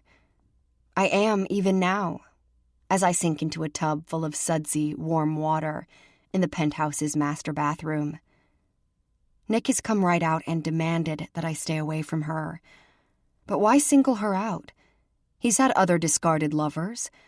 Margot Chan Levine from his gallery, Dominion, to name just one. He hasn't forbade me to talk to her. Only Catherine. Catherine, who had been as close as family to Nick at one time, according to Jared Rush. Her remark about Nick, that he hates her because she loved him, has played through my mind repeatedly today. I'm aware of his pattern of cutting people out of his life when they get too close. But with Catherine, I sense something different, something deeper. I sense a secret that Nick will do anything to protect. A secret that either begins or ends with Catherine Tremont. Maybe both. Margot told me months ago to be careful or I'll get hurt. That Nick is cold and unfeeling. Is Catherine the reason? What the hell happened between them? What could she have done to earn the kind of scorn he obviously feels toward her? My mind churns on all of the things I clearly don't know about the man I've fallen in love with. All of the things he doesn't know about me crowd into my thoughts, too, until my head feels on the verge of exploding. On a moan, I shift in the bath and reach for the glass of Malbec that's perched on the wide marble edge of the sunken tub, next to a trio of stout pillar candles, providing the only light in the room. Outside the window that frames the oversized tub, Manhattan glitters like diamonds scattered against the deep indigo backdrop of twilight. Taking a drink of the smooth red wine, I tap the volume on the song pouring in through my earbuds until Adele's contralto crooning is the only thing I hear. My eyes close and I let myself drift into the music, into the peace of the fragrant water lapping all around me. Suspended in an artificial, yet welcome, state of calm, I don't know how long I stay there. Long enough that one song on my playlist blends into another, then another. Long enough that my bones feel weightless and all of the tension has finally leached from my limbs. Long enough that I begin to imagine Nick is in the room with me. I can smell the light trace of his cologne and the warm, spicy scent that belongs solely to him. I feel a charge in the air behind me, a heat that awakens me on a cellular, instinctual level. It is him, not my imagination. I exhale slowly, a shiver of arousal traveling through me. My senses recognize Nick's presence with me, even before his fingers gently brush the sides of my face from behind. He removes my earbuds and crouches down at the side of the tub, his voice a low rumble. As the notes fade gently, let your mind feel lighter, ready to re-enter the world of the story.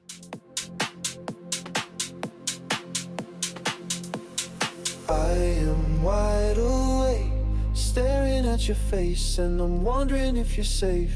I'm wondering if it's fake, and my heart is racing, afraid of what you hide, afraid of ways you lie, and afraid of what I'll find. Afraid I'll spend my life crying when I'm smiling.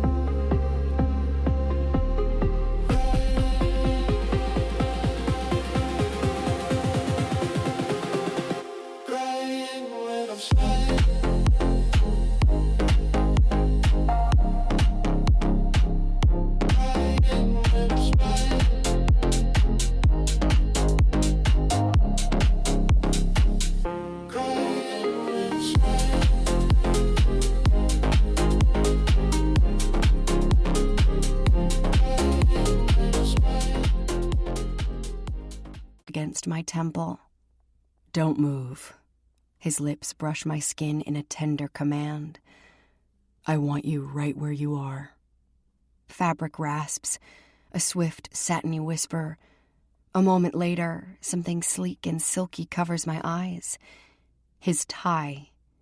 His body heat still lingers on it, along with his intoxicating scent. I breathe it in as he fastens the tie around my head, securing it with a knot beneath the messy bun of my upswept hair. I feel the shift in the air as he stands up. Then I hear him undress. His shirt is unbuttoned, then tugged from the waistband of his bespoke suit pants. I hear it drop to the tiles, and I frown at my inability to open my eyes and watch the magnificence of Nick's body being unveiled. My mind paints the picture from memory.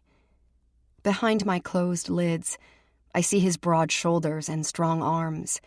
I see his smooth skin, his muscled chest and abdomen, all of the ridges and planes that I've explored with my mouth and hands, places I'm hungry to explore again now. The anticipation alone is enough to ignite the bloom of wet heat that's kindling in the center of my being. His belt jangles as he unbuckles it, then unzips his slacks. I lick my lips, knowing that any second now he'll be completely naked. He's already fully aroused. I don't need to see his jutting cock to know he's as hungry for me as I am for him. I can hear it in the jagged tempo of his breathing. I can feel it in the electricity that crackles through my veins as he approaches me in the tub. His fingers alight under my chin. Without a word, he draws me around until I'm facing him, until I have risen up on my knees in the water. The hand cupping my chin falls away, only to reach down and guide my fingers to him. His big cock fills my palms, thick and heavy, and gloriously erect. "I've wanted your hands on me all day," he utters gruffly. "Stroke me now." I hardly need the instruction, but it sets my fingers in motion instantly. I caress every rigid inch, from the root to the tip, reveling in the strength of him. So much power wrapped in the velvet of his skin. Veins rope the length of his shaft, and I trace each one with my fingertip, eager to do the same with my tongue.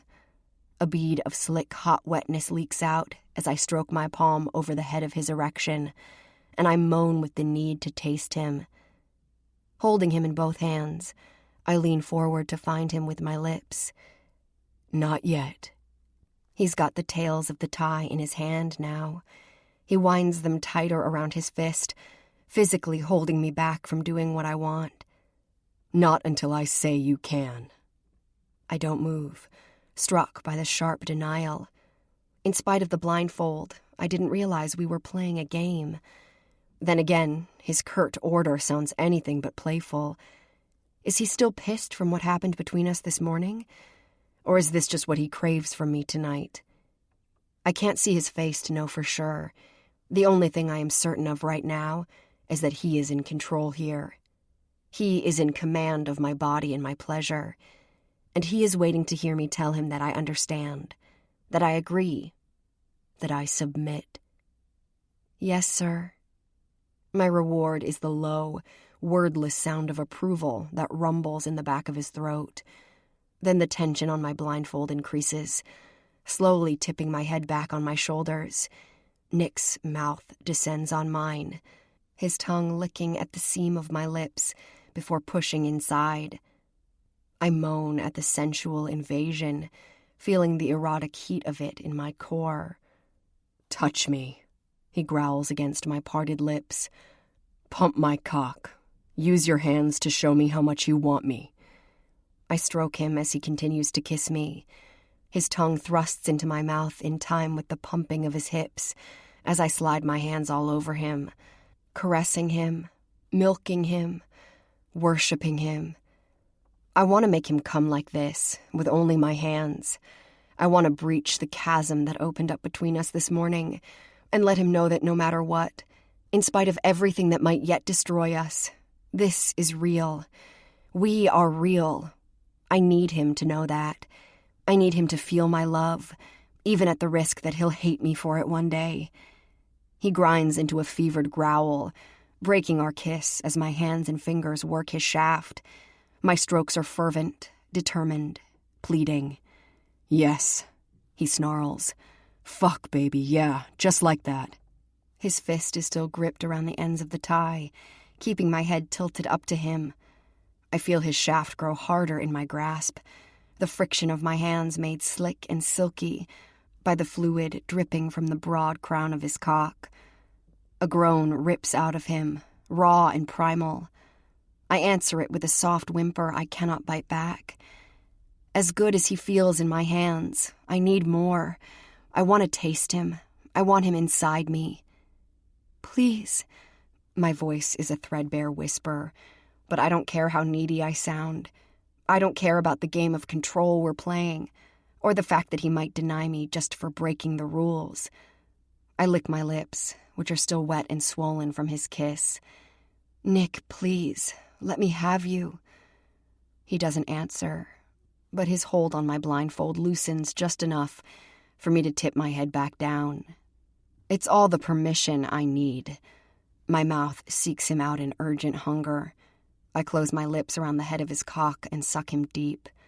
He draws in a sharp breath. "Christ." He wrenches tightly in my grasp, his thighs bunching. His palms move restlessly on the back of my head, holding me to him as I begin to fuck him with my mouth. I tongue his length, reveling in the sheer masculine power that pulses through him. The head of his cock is slick with his juices, and I lavish attention there now, too, greedily lapping up every drop that spills out of him as his climax builds toward the breaking point. He's close. I can feel the tremor of mounting pressure that shudders through his body as he pistons and thrusts in time with my relentless caress, and the questing, demanding urgency of my mouth. He grunts, bringing both hands to the back of my head. My hair falls free from its loose bun, dropping around my shoulders as I rise up farther out of the water to take him deeper, faster, harder into my mouth. I feel the clench of his muscles the instant before the first hot burst of semen explodes onto my tongue. He convulses, gritting my name out like a curse as he comes. I swallow another jetting stream, then draw him out of my mouth as I nestle my face against his pulsing shaft. A hard tremor tears through him with his continued release, wetting my cheek with the musky hotness of his seed. I love the taste of you, I confess. I love the feel of you on my tongue, inside me, all over me. Cradling his cock in my palms, I guide him to the tops of my breasts, milking him until he is fully spent. His body jerks, spurting the last scorching streams onto my skin. I reach up to touch his chest, but he moves away on a harsh curse. Have I displeased him? I need to know. I lift my hands to remove my blindfold, but Nick's hands come down firmly atop mine. Just because I let you have your way, don't think I'm finished with you yet. The erotic promise chases fire through my veins and straight to my sex. The water sloshes as Nick steps into the tub with me. Sinking down at the opposite end, he drags me toward him through the fragrant suds. Water laps around my stomach as he places my legs on either side of him. I'm the one in control tonight, Ms. Ross. Remember? Yes. The word slips off my tongue like the surrender it is. You are in control. I have none when it comes to you. Good answer, he murmurs darkly. Let's see if you mean it. His strong fingers caress my cheek before trailing down to the tops of my breasts. I catch my lip, but I can't hold back my moan as he begins to massage the earthy slickness of his ejaculate into my skin. When he traces his thumb over my parted lips, I greedily lick at him, savoring his flavor. He groans as if he disapproves of my defiance, but I can hear the heat in that wordless sound. Without warning, he reaches down into the water and between my spread thighs. His finger invades me, pushing deep into the tightness of my channel. I'm wet and ready, but the sudden pressure of one finger, then another, wrings a gasp from my throat. His thumb circles my clit, making me writhe and dance on his hand. I can't help the wanton movements of my body. I can't curb the jagged little cries that spill out of my mouth as he drives me wild with his touch.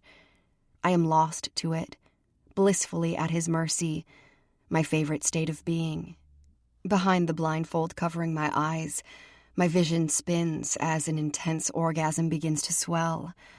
I am transported, surrendered, utterly at his mercy.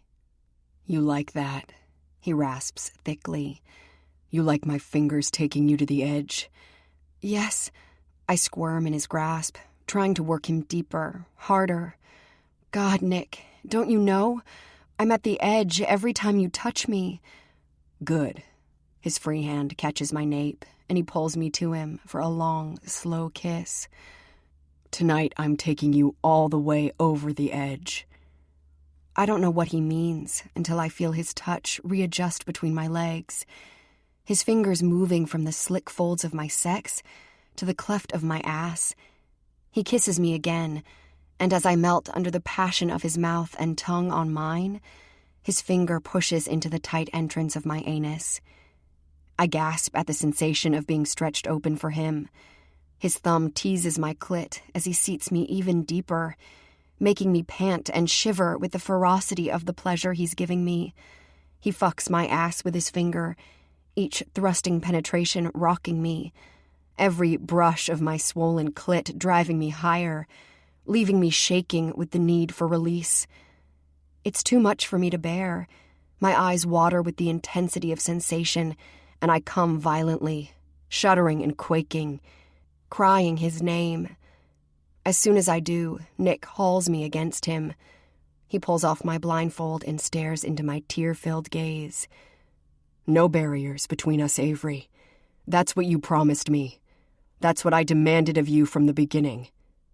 I nod, unable to form words when every fiber of my being is still vibrating with pleasure and the need for more. When it comes to Nick, I need everything. I want it all. His big cock is gloriously erect, jutting up between us in the water. I've been on the pill since I had my first period at 15, and after 4 months together, I know we're both clean and healthy. I reach up to stroke his handsome face. No barriers tonight, Nick. As I say it, I lower my hand and take his shaft into my grasp. He glances at me in question, but doesn't stop me when I guide him between my legs and settle the head of his penis at my body's entrance. I press down on him, taking him inside me inch by inch. As incredible as our sex has been from the start, nothing has prepared me for the sensation of having Nick enter me like this. Skin on skin, flesh on flesh. Jesus, he hisses, letting out a deep, jagged sigh as I seat myself onto him all the way to the root. You're scorching hot inside. So fucking tight. So wet.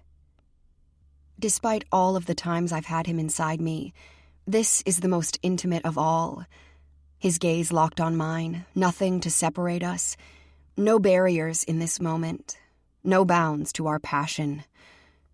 Avery. He tilts his head back as if the pleasure is too much. Oh, Christ.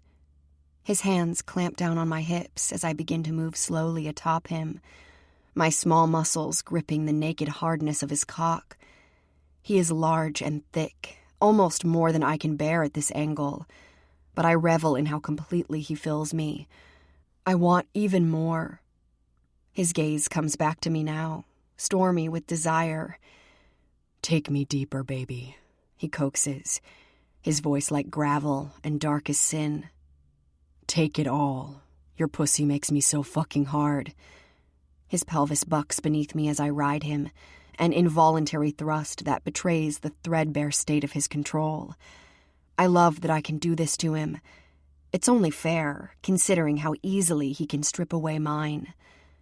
Holding onto his shoulders, I rock up and down on his erection.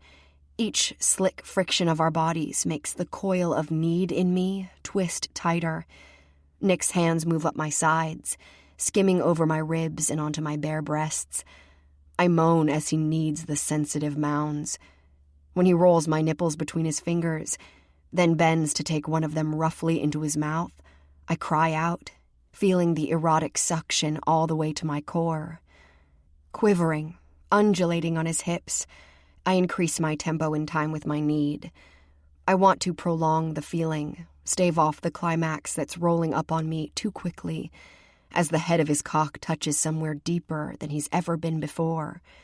My inner walls stretch to accommodate even more of him as his shaft grows thicker, harder, with each driving clash of our bodies. Oh God, Nick! He lifts his head from my breasts, his face taut and intense. I know, baby. Let it go.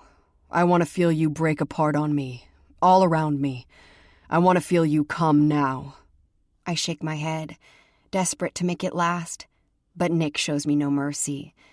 As if to prove to me that my pleasure is in his control, his thrusts deepen, filling me to the limit, then ruthlessly, deliciously past it.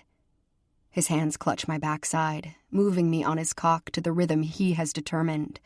He owns my body, just as he owns my heart.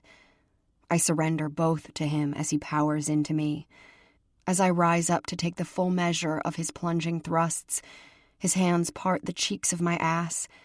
His slick, soapy fingers slide into the valley between, stroking my anus, teasing the tight entrance. Yes, I gasp, knowing it will do me in if he touches me there again, yet craving the possession. I want you, Nick. I want you to take it.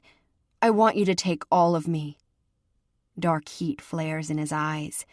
He leans back, lowering himself into the water and dragging me onto him. Then he drives home with deep thrusts that have me gasping, whimpering in need. His finger enters my ass, and it's almost too much for me to hold back. I moan at the sensual invasion, while the bliss of his naked cock sliding in and out of me builds to an ecstasy too intense, too powerful to be contained. I feel him swelling to even greater girth inside me, each hard stroke taking both of us to the razor's edge of release. I'm the one who tumbles first. My sex constricts around him, and a wave of sensation ripples through every fiber of my being. I cry his name, shattering, just as he intended. Fuck, he growls through clenched teeth. His cock pistons with each strong thrust of his hips, and behind me, his finger pushes deeper into my ass. God, Avery, I'm going to come so fucking hard.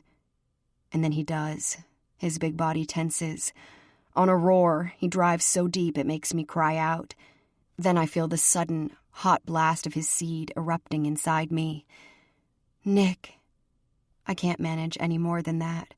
I'm too awash in pleasure, too astonished by the feeling of his cock filling me, coming inside me, while his finger continues to stroke tenderly within the sensitive sheath of my ass. I want more, even though I can't articulate the depth of my need for him. Tonight I want nothing between us. Tonight I want to give him everything. As if he knows all of the things I can't say, he swiftly slides us into a new position, turning me around on his lap so that I am facing away from him, my hands braced on the edge of the tub. You're mine, Avery. His deep voice is ragged behind me. His palms slide down the line of my spine and onto my rear.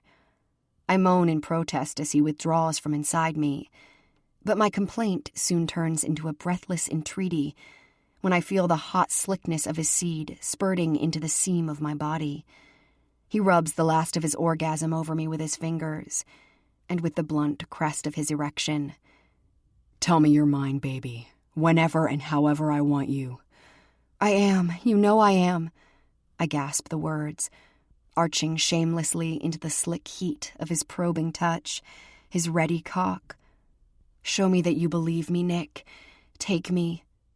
His answering growl is pure animal, so primal I nearly come from just the sound of it. With one hand gripped on my hip to steady me, he slides the head of his shaft through the silky lubricant of his release. You've never had anyone here before, he says as he primes me. It's not a question because he's asked me once before. I'll try to go slow for you, but it's not going to be easy. Christ, you get me hot. You've obsessed me, Ms. Ross. Good. I don't even try to mask my satisfaction, nor can I curb my soft mule of longing when he presses the tip of his cock into the ring of my anus. You've obsessed me too.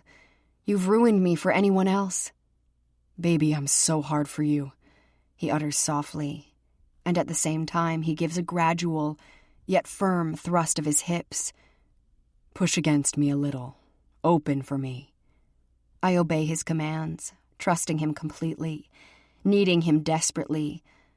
My body gives as his takes, breath by breath, inch by erotic inch. He is gentle but strong, patient but determined.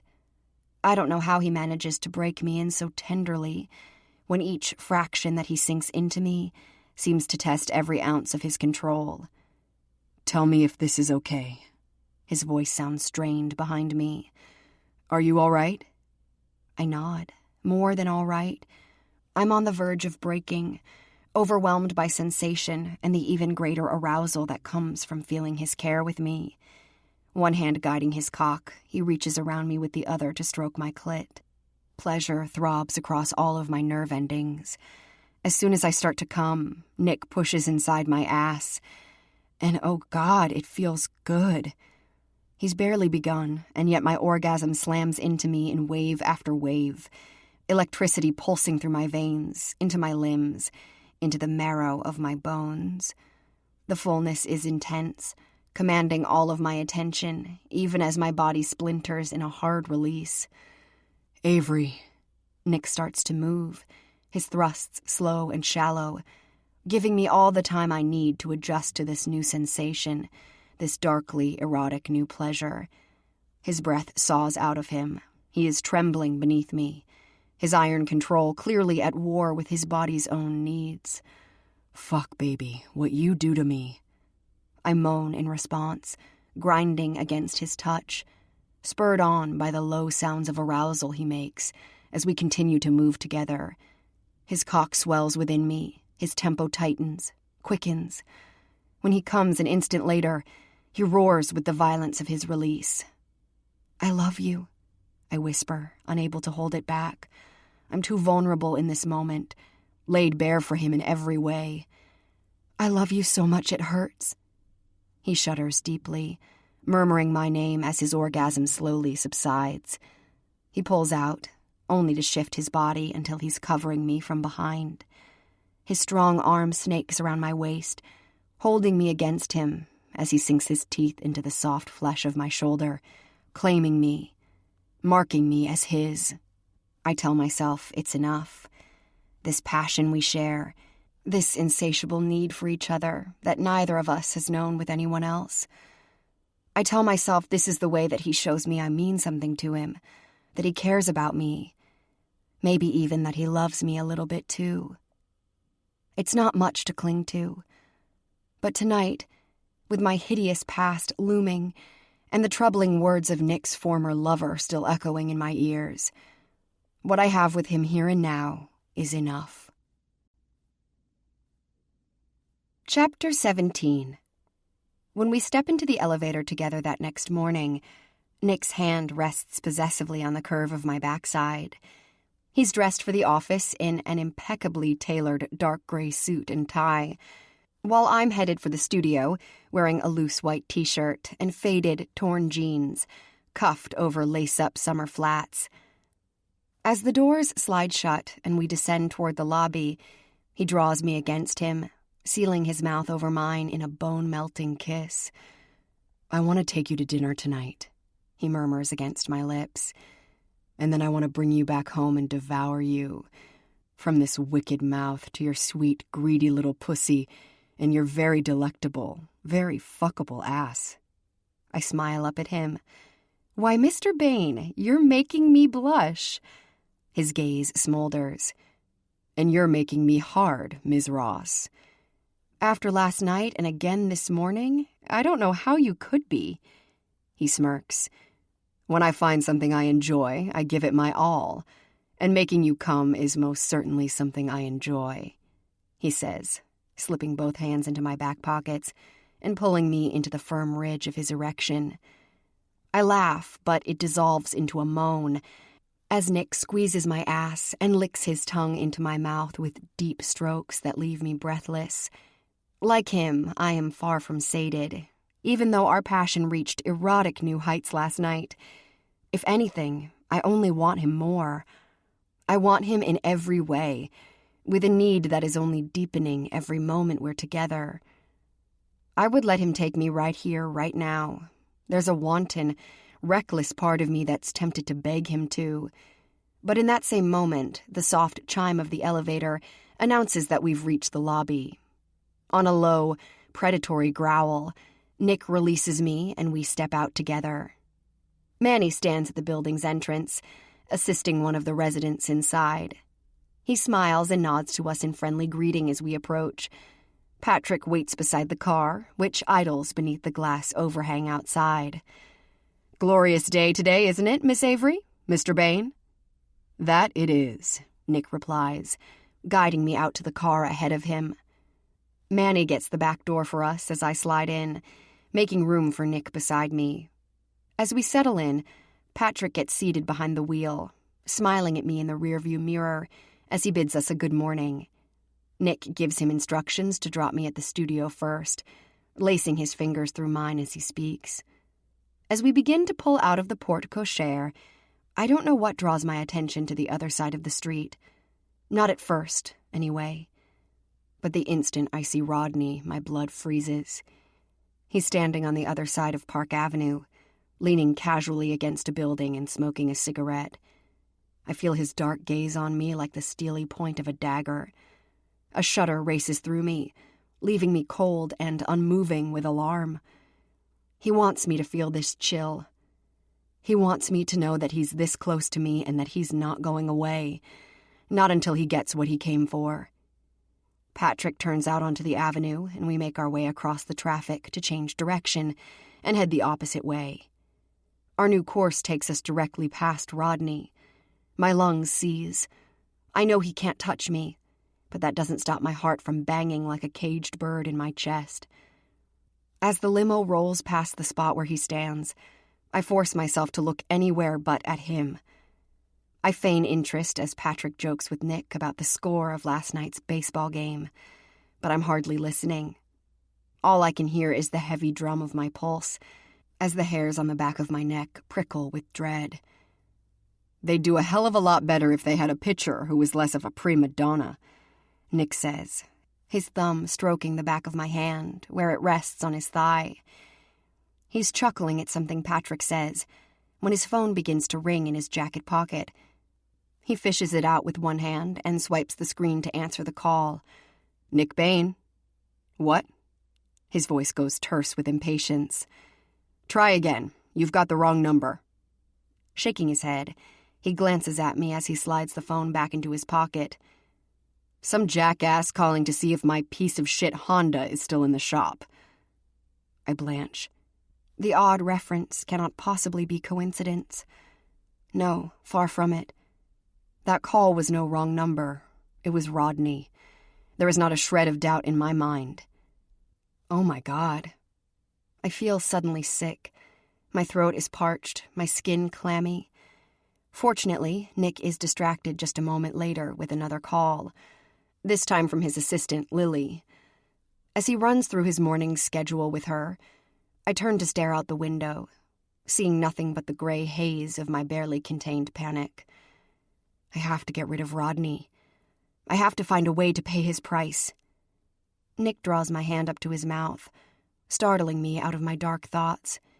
His lips are warm and tender on my knuckles. The car is stopped now, parked at the curb on Lexington, outside the studio building. I'll call you later, Nick says. Any preference on where we go tonight? I blink, trying to wrestle my focus back to him and me, not the threat that lurks just a few miles behind us. Dinner, he prompts when I stare at him blankly. Where would you like me to take you? I shake my head. Surprise me. His answering grin is positively sinful. Careful, Ms. Ross. That could become one of my favorite things to do. As heavy as my misery is right now, his smile and the heat of his low-voiced promise has the power to kindle true joy inside me. Framing my face in his palms, he leans forward and tenderly kisses me. I'll see you tonight, sweetheart. Okay, I nod, my heart so full of affection for him, it reduces my reply to a whisper. I miss you already. He climbs out of the car, helping me alight behind him. I manage a smile as I leave him, waving to both him and Patrick as I enter the building. As soon as the limo drives off a few moments later, I reach into my purse and pull out Catherine Tremont's card. I don't know if she's the answer to my problems with Rodney. I don't know if she's the answer to my questions about Nick either. Right now, all I do know is that she's the only hope I've got. My fingers tremble as I call her number. I'm surprised that she answers personally. She sounds tired, slightly distracted, but I forge on. Hello, Catherine? It's Avery. Avery Ross? Are you still interested in seeing my art? Chapter 18. Not even an hour later, I'm being shown into Catherine Tremont's Fifth Avenue apartment. Although calling the massive, richly appointed residence in one of the loveliest pre-war historic brick and limestone buildings a mere apartment is tantamount to calling St. Patrick's Cathedral a simple church. I have my large, zippered portfolio in my hand as I enter the elegant vestibule, following the handsome blonde male attendant who greeted me at the door. Catherine's in the drawing room, he says, walking ahead of me. He is young, probably younger than my 25 years, and he carries himself with the smooth fluidity and vague aloofness of a model. Or an escort. It wouldn't surprise me if he is both, at least when he isn't playing doorman for the lady of this grand house. He leads me off the main hallway, where I find Catherine seated in the middle of a large room, with soaring ceilings and windows that must be 12 feet tall. The long draperies are drawn, dimming the room to a state of near darkness. Ornately framed art graces the silk-covered walls. Beautiful antique sofas and chairs, upholstered in gleaming velvets and rich satins, are arranged in intimate groupings within the formal sitting room. But Catherine isn't using any of them. Dressed in black silk pajamas and robe, she lies on an overstuffed modern recliner, her bare feet elevated on the raised footrest. A nurse is seated on a stool beside her, monitoring the portable machine and tubes that are hooked up to Catherine's body. One of the tubes is attached to a taped port affixed to her chest. She glances up as her male attendant parks me in the open doorway, then struts away without a word. "Ah, Avery, you're a bit earlier than I expected." "I'm sorry." I feel awkward and intrusive. I had no idea she wasn't well. No wonder she sounded weary when she answered the phone. "I didn't mean to interrupt your day. I should come back some other time." "Don't be silly." She waves her hand faintly, motioning me in. "We're just wrapping up." I take a hesitant step inside the room, marveling at the enormous collection of fine art on display all around me. Everything from masters to unknowns, all of it awe-inspiring. And then I see it, a full portrait of Catherine at a younger age, when her hair wasn't steely gray, but rich, dark brown.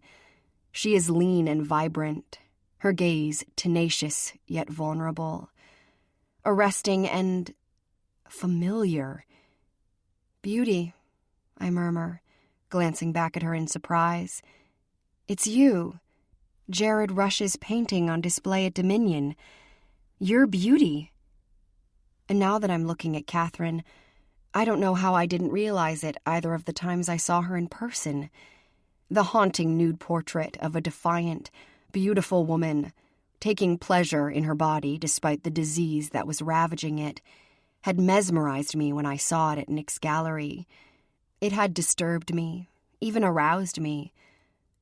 "That painting was done several years ago," she confirms. "It was meant to be a celebration, a declaration of war. It was my way of telling cancer to fuck off." She gestures to the medical apparatus sprouting from her body. "Jared's the only one who knows it's come back. They already took my ovaries and uterus. Now it's in my bones." "I'm sorry." "For me? Don't be." She scoffs, her lips curved in a tenacious smile, as the nurse begins to carefully remove the chemotherapy tubes and equipment. "I've never backed down without a fight. I have no intention of starting now." I say nothing as she is attended to, then given instructions for her medicines, and reminded of her next appointment. I don't know Catherine well enough to be standing here now, but there is a part of me that feels closer to her than any other woman in the world. After all, we both love Dominic Bain. Catherine's love for him might not be the same passionate, all-consuming kind that I feel for him, but I have no doubt that she still cares about him, and in that sense alone, we are connected. "I was surprised to hear from you," she says, once her nurse has departed the room. "I didn't think you'd call." "I didn't want to," I admit. I'm still uncomfortable with the whole idea. Coming here like this, keeping it from Nick. I haven't told him that we met. He doesn't know I'm here. She nods, understanding without me telling her that Nick's feelings about her may never warm. Of course, he doesn't know you came. He would never permit it. Permit it? No matter how guilty I feel for keeping this from Nick, the implication that I should need his permission to do anything grates on me. He doesn't control where I go or who I see. He doesn't own me, if that's what you think. "No," she says. "It's not what I think. But you love him, and so I'm trying to decide why you would risk coming here, knowing he won't approve. I hold her shrewd stare. I had to come. Because you want me to buy some of your art? Or because you think I can help you understand him? Both. All right, she says, lowering the recliner's footrest, then slowly easing herself out of the chair. We can begin with your work. I set down my padded portfolio and unzip it as Catherine slides her feet into Chanel logo scuffs, then walks gingerly to the windows to open the drapes. I've unpacked all 3 paintings and leaned them against the wall, waiting in silence as she returns to me. I can't read her pensive expression. The long moments of silence seem endless as she looks from one piece to the next. Then, finally, to the next. How long have you been painting? Ever since I can remember. I started painting with my fingers when I was a kid. Once I picked up a brush, I never looked back. That wordless response is neither a comment nor a critique. Yet I see her shrewd gaze narrowing slightly as she studies each of my pieces. She tilts her head as if looking for meaning in the dark, abstract compositions. Does she see their sensual nature, the eroticism that inspired them? Maybe she does, and the images are offensive to her more conventional tastes. I clear my throat, feeling the need to fill the lengthening quiet. Until recently, I painted mostly architecture and still life, portraiture here and there. I'm trying new things now. I have no doubt about that, dear. Catherine's slender brows quirk almost imperceptibly, the first crack her implacable veneer has allowed. Has Dominic ever given you his opinion of your art before? Yes, he has. I swallow, glancing away from her. As much as I hope she'll like my art enough to offer for one of my paintings, I can't stand here and pretend I'm better than I truly am. Some of my earlier work was on display at Dominion a few months ago. Nick didn't think I was a good fit for his gallery. Is that right? There's no masking her curiosity. She doesn't even pretend that she's anything but avidly intrigued. What, precisely, did he say about your work? That it was self-conscious. There was a time when I might have recited Nick's criticism with embarrassment, even shame. But the sting is gone as I recount his words now. He said my art was dishonest, fearful. He said I wasn't letting the truth take shape on the canvas, that I was hiding from it. Catherine exhales a slow, thoughtful sigh. Harsh judgment, and so classically him. He was right, I admit. He made me better by telling me that. He's made me a braver artist, a better one. She considers me for a moment, something cryptic flickering in her weary eyes, something that looks very much like sorrow, like unbearable regret. Dominic has unerring instincts when it comes to art, she murmurs quietly. The only thing more extraordinary than his eye was the depth of his own gift. Wait, are you saying... I stammer, mentally tripping over what I just heard. Are you saying Nick is an artist too? Was, she replies. One of the most talented painters I've ever seen. His work was breathtaking, raw and unrestrained, heartbreakingly sensitive. It was astonishing. I realize I'm gaping at her, but I can't help it. Nick, a painter? I'm not surprised to hear that he possesses this other talent, among all of the other things he seems to have mastered so expertly. But why has he never mentioned it to me? Am I the only one who doesn't know this? Even to this day, I've seen few who compare to him, Catherine adds. But that was before, of course. Before... The word hits me even harder than her first revelation. It hits me like a body blow, knocking the wind from my breast. You mean before the accident that ruined his hand? Accident, she slowly shakes her head. Is that what he told you? He told me he got into a fight with a drunk when he was 18. Things escalated, and the man sent him through a plate glass window. I recall how Nick told me about the incident over dinner on our first getaway together. I remember how he relayed the details, scant as they were, in that nonchalant way of his, which neither invites questions nor offers any answers beyond what he is willing to share. What really happened to him, Catherine? Yes, there was a fight, she says, but it wasn't an accident that stole his ability to paint. Dominic was nearly killed that night, and the drunk who pushed him through the glass was his father. All of the breath in my lungs seems to evaporate as I absorb the truth of what really happened. Nick's pain must have been tremendous. Dear God, how he must have suffered, not only through the healing of his injuries, but with the realization of what he'd lost. And by whom? I wasn't aware. I shake my head lamely, hoping I don't look as wounded as I feel by all of these unexpected discoveries. Apparently he didn't think it was important to mention any of this to me. My dear, Catherine says gently, that part of him died years ago. Unfortunately, I am also to blame for that. She turns away from my paintings and walks back to one of the velvet sofas. Please tell me. I follow her over and take a seat beside her. Please tell me what happened between you and him. Please tell me everything, Catherine. At first, I don't think she'll comply.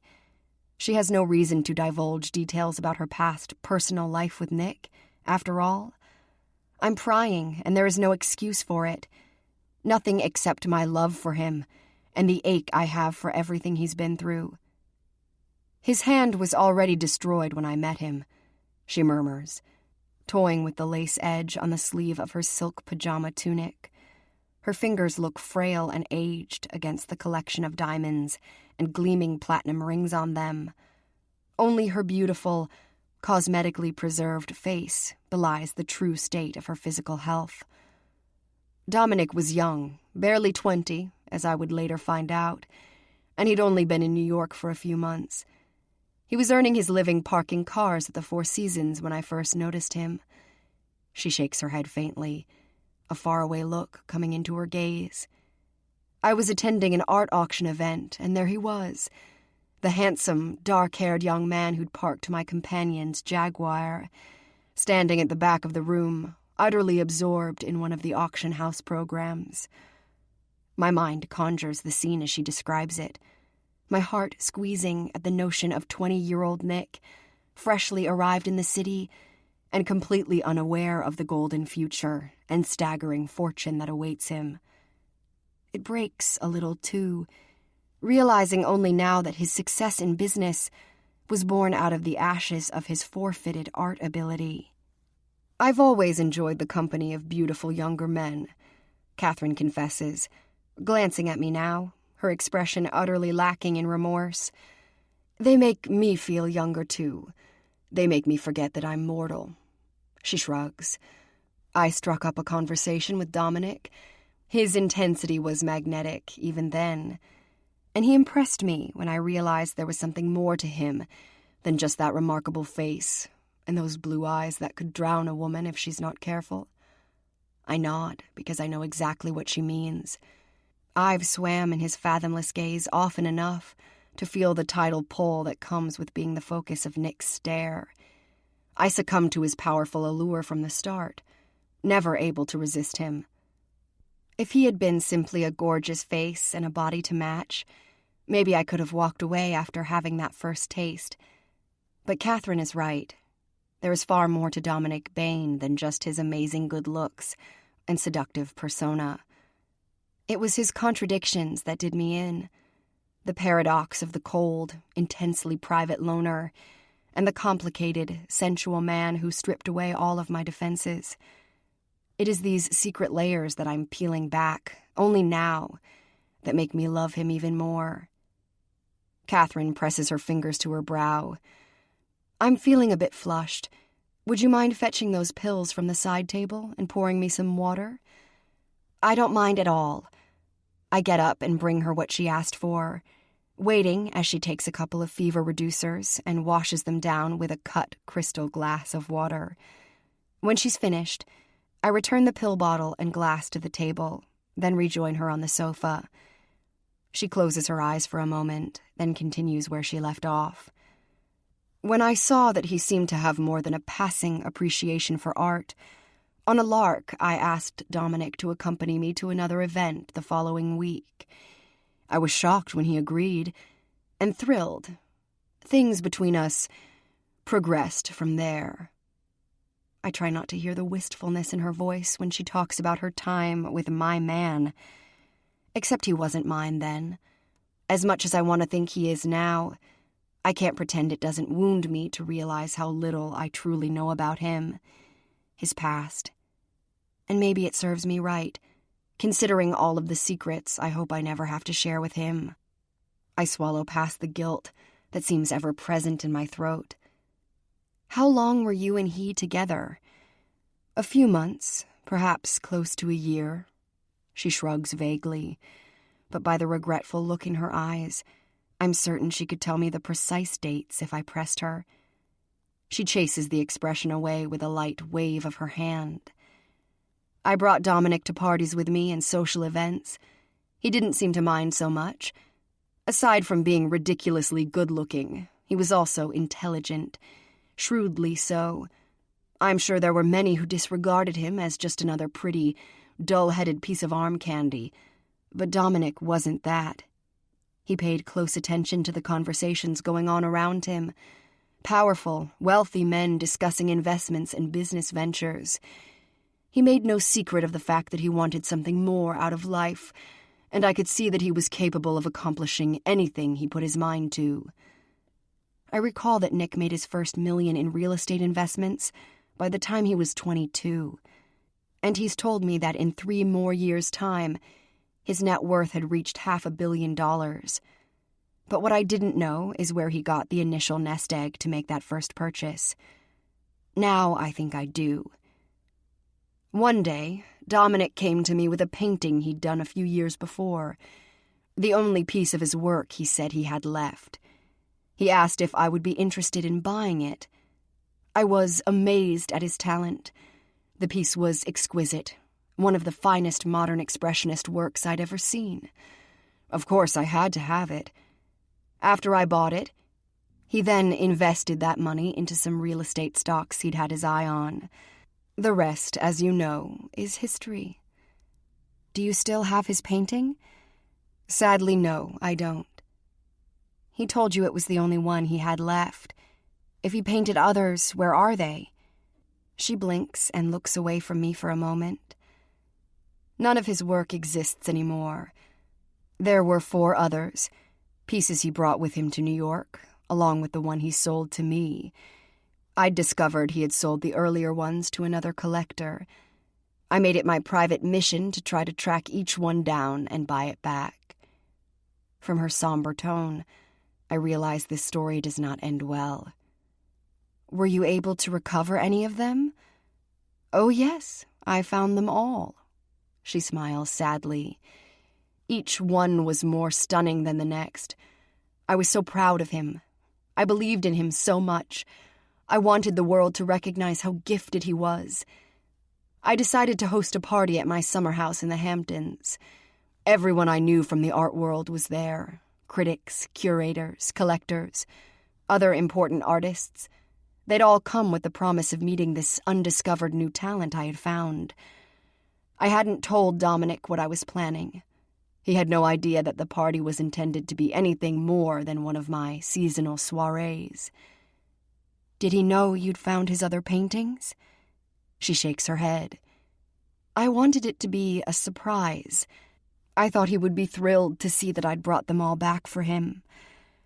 On the day of the party, only moments before anyone arrived, Dominic figured out that I was keeping a secret from him. He found the paintings. When he realized I intended to show them publicly, he flew into a rage. He took them all down. Then he destroyed every one. I gasp, horrified. Oh, Catherine, he didn't. I'd never seen him so furious. He said it was a betrayal. I hadn't realized how deeply it had wounded him to lose his ability to paint until that moment. Of course, by then it was much too late. He accused me of using him, of wanting to destroy him, when in fact, harming him was the very last thing I ever wanted to do. She releases a deep, rattling sigh. God, I loved him so hopelessly I would have done anything to make him happy. I truly thought I was. Instead, everything blew up in my face. He left, and we've hardly spoken since.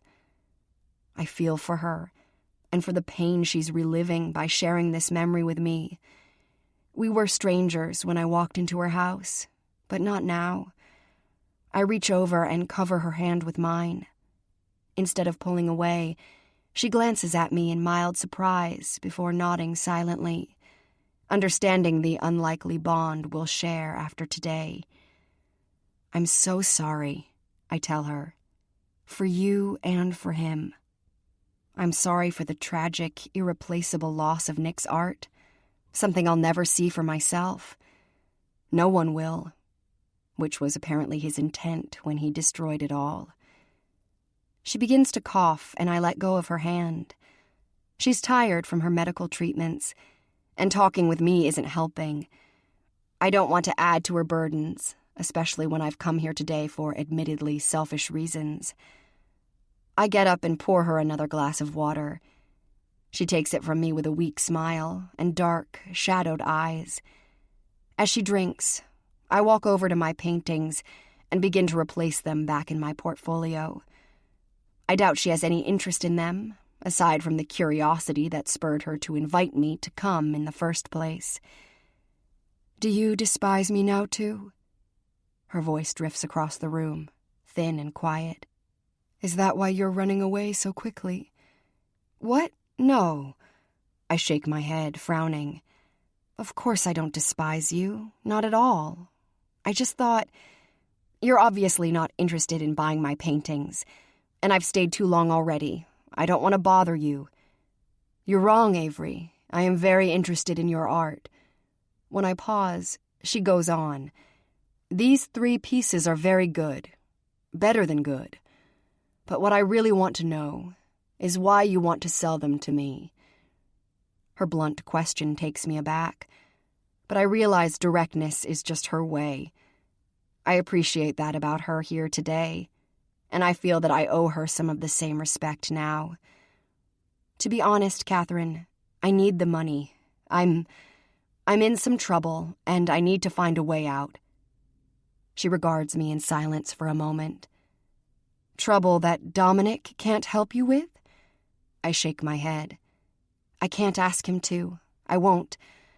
I have to find a way through this on my own. I see. She sets the glass down on the side table next to the sofa. How much money will it take to make your trouble go away? $10,000? One fine brow lifts above her fatigued but erudite gaze. Your paintings will be worth much more than that one day, my dear, but I will be glad to have them for the price you need. She stands and smooths her black silk robe. I trust a personal check will suffice? Yes, of course. My breath rushes out of me on a heavy sigh, gratitude nearly overwhelming me. Catherine, I don't know how to thank you. Yes, you do. Be good to him, my dear. Love him for me, even if he doesn't make it easy for you. Her smile is beautiful, if broken. Love him especially then. Chapter 19. I call for Patrick to pick me up a while later, knowing Nick always prefers that I use his driver instead of taking the subway. Today I feel safer in the limo, too. I cashed Catherine's check after leaving her apartment, and the knowledge that I'm walking around the city with 10 grand in large bills tucked into my purse has left me nervous as hell, even more so than the reason I need the money in the first place. Once I'm in the back seat of the sleek black car, I send Nick a quick text. Would you be disappointed if we stay in for dinner tonight? His reply comes back almost instantly. Staying in with you is never a disappointment. Shall I bring dinner home with me? I stare at his message. At the mention of home, and the implication that the word belongs to both of us. On any other day, with anyone else, that word might mean nothing, just a casual reference, chosen for convenience more than anything else. But Nick does nothing without deliberation. He is as careful with his words as he is with his feelings. And right now, he is telling me that I belong with him. I'm already emotional from my meeting with Catherine. Now tears prick the backs of my eyes, and it's all I can do to hold them at bay as I type my response to his text. Just come home when you're ready. I'll take care of dinner. His answer is immediate. A surprise, then? I can hardly wait. Me too, I reply, then slip my phone back into my purse and lean back against the soft leather seat with my eyes closed, so Patrick won't see that I'm on the verge of breaking down. As the car rolls through the mid-afternoon traffic, I try to reassure myself that everything will be better once I've given Rodney what he wants, and he's out of my life again. I can only pray the money will be enough to get rid of him for good. After he's gone, I'll find some way to make things right with Nick. I'm terrified of what he'll think of me if he knows the truth. I'm even more afraid to let my secrets fester between us indefinitely. But I won't let Rodney control how Nick finds out. And I damn sure won't let him hurt Nick, or the life we've worked so hard to build. I can barely contain my relief to see no sign of my stepbrother anywhere near the Park Place building as we approach. I'll have to see Rodney soon enough as it is. He gave me only 7 days to get in touch, to arrange for him to collect his money. That means tomorrow. The bundle of $100 bills feels like a stone in the bottom of my purse. As glad as I'll be to get rid of it, I can't stomach even the thought of Rodney, while my head and heart are still reeling from the time I spent with Catherine. I need Nick first. I need to feel his warmth and strength in order to find my own, in preparation for facing my past again, in what I can only pray is the last time. Thanks again for coming to get me on short notice, I tell Patrick as the limo slows to a stop at the front entrance. He nods. Anytime, Ms. Ross. Manny opens the backseat door for me, greeting me with his friendly hello and smile. Brightens my day as usual. Even so, it's difficult to make small talk right now, and I simply go through the motions as I head for the elevators and step into the empty car. I don't relax until I am finally alone inside the penthouse and able to sag against the closed door, exhaling the ragged sob that's been clawing to get out all day. Being tasked with cooking helps to calm me, particularly since I undertake it with a large glass of wine in hand.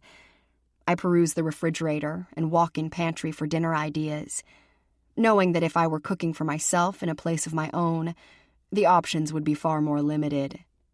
Fortunately, Nick's idea of staples means I can make virtually anything I'm capable of putting together.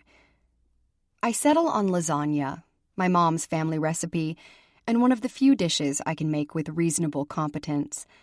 Once the pan of cheesy, saucy goodness is in the oven to bake and the kitchen is cleaned up, I grab a shower and change into something more suitable for dinner than my jeans and t-shirt. By the time Nick arrives about an hour later, I meet him at the door in a simple, sleeveless black dress and heels, with the long string of pearls roped loosely around my neck. Soft jazz music flows over the sound system.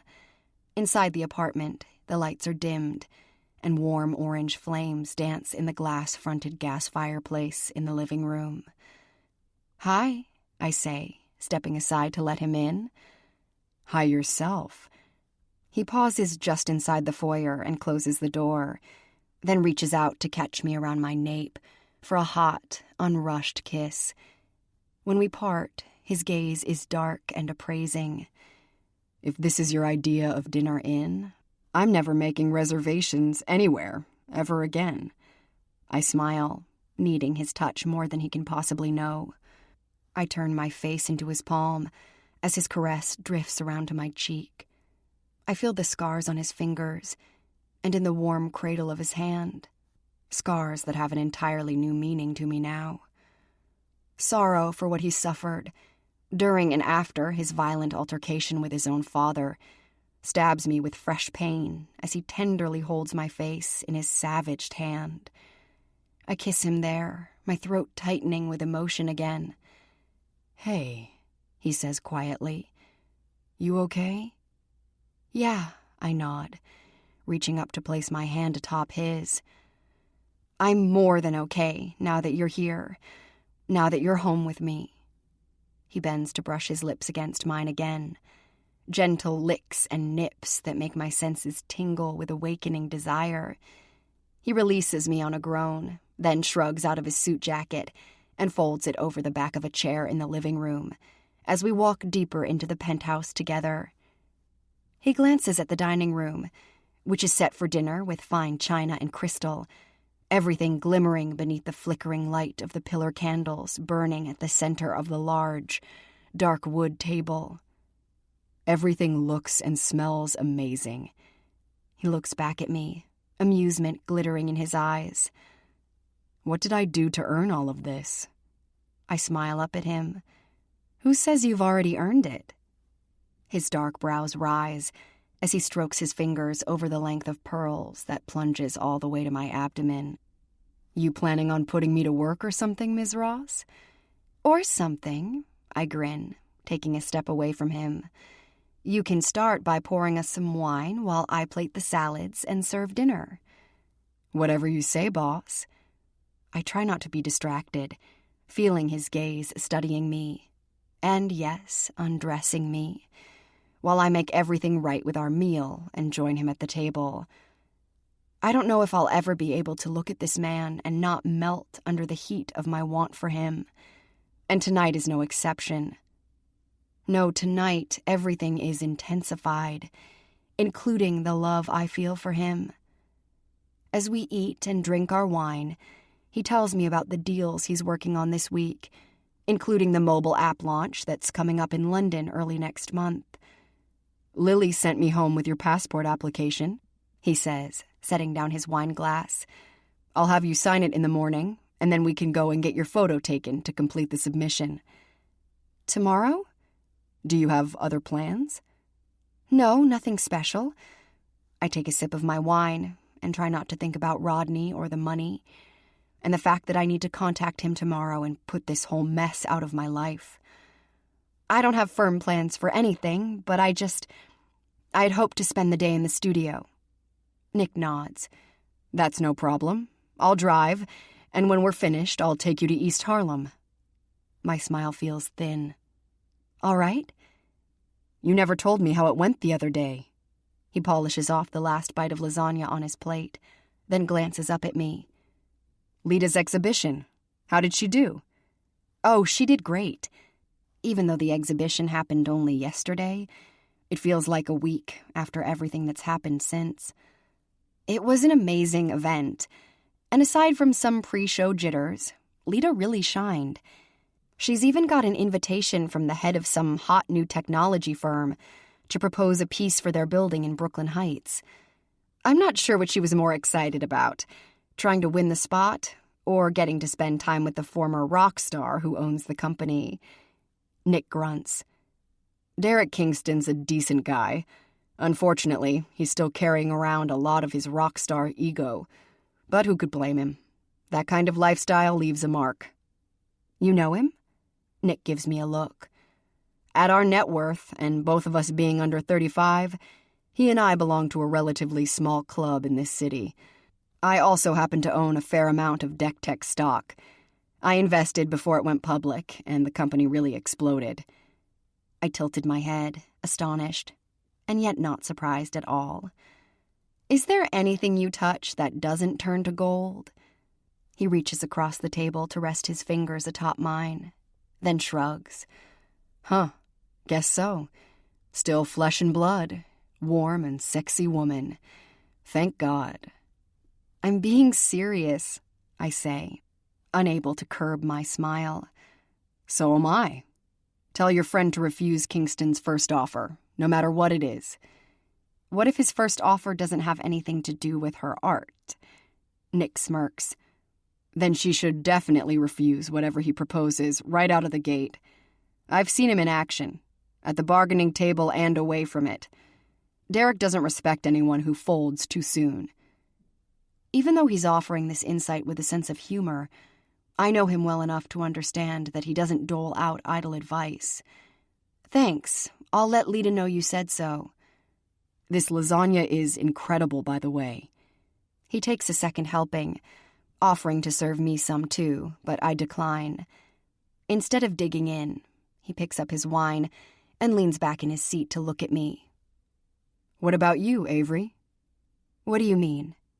How's the studio working out for you? Good. Matt and Lita are great. He nods. They seem great. I'm talking about your art, though. Oh, I shrug. It's going well, I suppose. I'd say so. He agrees, watching me intently. I saw that last week when I came to the studio to take you to lunch. I'm sure you saw me looking at your paintings, Avery. You still haven't asked what I thought of them. I swallow. No. Why not? Don't you want to know? Of course I do. Even as I say it, I wonder if I sound as unconvincing to him as I do to myself. There was a time, months ago, when Nick's less than glowing opinion of my work had made me question everything about my ability and my passion. That was before I knew he was an artist, before I knew about the extraordinary gift he lost. Now I'm terrified to hear him tell me that I still don't measure up in his view. Not even Catherine's praise or the generous price she paid for my 3 pieces will be enough to combat Nick's rejection of my art now. I reach for my wine glass, not realizing it's empty until I bring it to my lips. Nick is right there in an instant, gently taking it from my grasp. Instead of refilling it, he sets the glass aside, giving me no choice but to meet his searching, solemn gaze. I haven't been fair to you, Avery, especially when it comes to your art. He scowls, his sensual lips flattening for a moment, as if he's uncertain of the impact his words will have on me. I've made you question yourself. I've made you doubt. That was never my intention. Nick, you don't have to... You have a gift, Avery. I saw it in you from the beginning. He reaches out to me, stroking the back of his scarred hand along my bare arm. You remember I told you that it wasn't a matter of you lacking talent, only that it needed to be let free? I nod. There's not a thing he said in the time we've been together that isn't still emblazoned on my mind. You said I was the one throttling my art, holding it back before the truth reached the canvas. That's not what I saw in the studio last week. It isn't? No.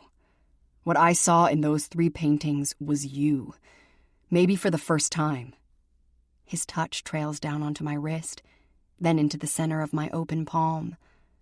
When I looked at the passionate lines and the raw, unrestrained images on your canvases, I saw things that move you and make you feel alive, things that scare you, even appall you. I saw things that make you weep and the things that make you wet. I blink rapidly, feeling a sudden rush of emotion building behind my eyes. I didn't realize how much I craved his acceptance until this moment. I didn't realize how much I needed it. That he sees so much good in my art is enough to break me open, especially tonight, knowing the paintings no longer belong to me, and why. But it's the affection I see in his eyes that lays me low and leaves me trembling under the weight of my feelings for him. Nick, I whisper, my voice ragged.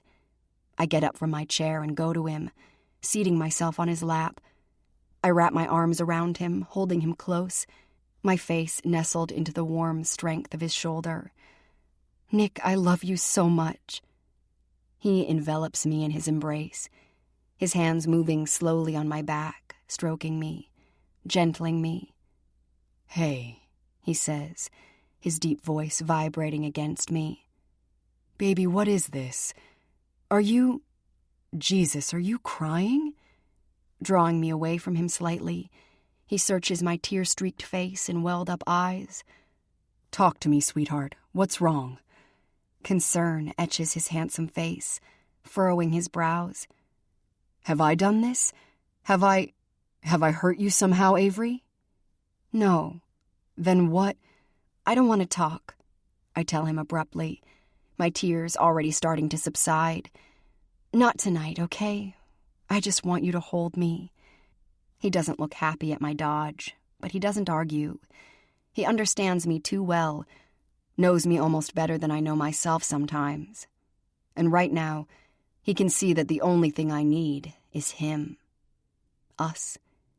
Taking my chin on the edge of his fingertips, he leads my mouth to his. We kiss, slow and deep and tenderly. When our lips part a long while later, I reach down to lift the string of pearls. Tonight, I just want to be with you, Nick. I loop the other end over his head, linking us together by the delicate rope of precious gems. The only way we separate is if you pull away from me. Baby, he murmurs, reaching up to stroke his thumb over my lips. I'm exactly where I want to be. He stands up, lifting me with him. Our long pearl shackle slides against my skin as he holds me aloft in his arms. He takes my mouth in another kiss, this one hot and commanding, filled with desire. Make love to me, I beg him. All night, if you want me to, he promises. Then he carries me away from the table and past the twisting flames in the fireplace, not pausing until he lays me down on his bed, our bed, and proceeds to make good on that vow. Chapter 20. We shower together in the morning, taking our time because neither of us seems eager to let go of the perfect night we shared. Nick makes love to me again, a slow mating beneath the spray of warm water, our hands and bodies slick with soap and sliding together deliciously in pleasure. I'd love to stay cocooned with him all day in the penthouse. In truth, I'd love to stay here with him forever, shutting out the world and the unpleasant business that I have to finish today with my stepbrother. God, I hope it will all be finished once Rodney gets the money he's demanded. Nick startles me out of troubling thoughts and horrid memories with a kiss to the top of my head as I sit in front of the vanity mirror in the large bathroom, robotically applying a little makeup while my mind is 1,000 miles away. I put the passport application on the dresser for you to sign, he tells me, his gaze holding mine in our shared reflection in the glass. He is shirtless and barefoot, wearing just a pair of black suit pants. Half dressed like this, he looks the part of both the corporate conqueror and the sensual master. I can't help admiring what I see, no more than I can help the current of arousal that licks through my senses every time I look at my man. Lily's already got a copy of your birth certificate on order, he tells me, grinning with unabashed awareness of my desire for him. We'll need to send her a scan of your driver's license before we leave to get your photo taken. Okay, it's in my purse in the bedroom. He nods. I can get it for... No, I'll do it. My reply is too sharp, and so is my abrupt rise from the vanity chair. I realize that as soon as I pivot to face him and see his questioning look. I try to cover my blunder with a smile and a quick peck at his mouth, but Nick is watching me too closely now. What's wrong? Nothing. I smile again, but it feels tight.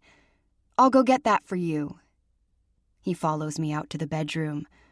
My purse is sitting on the dresser beside the form he's left for me. I unzip my bag, feeling his eyes on me the whole time. My fingers are shaking, despite my best effort to calm my nerves. I hate lying to Nick, and as desperate as I am to pretend nothing is wrong, my body seems determined to betray me. I fumble to retrieve my wallet.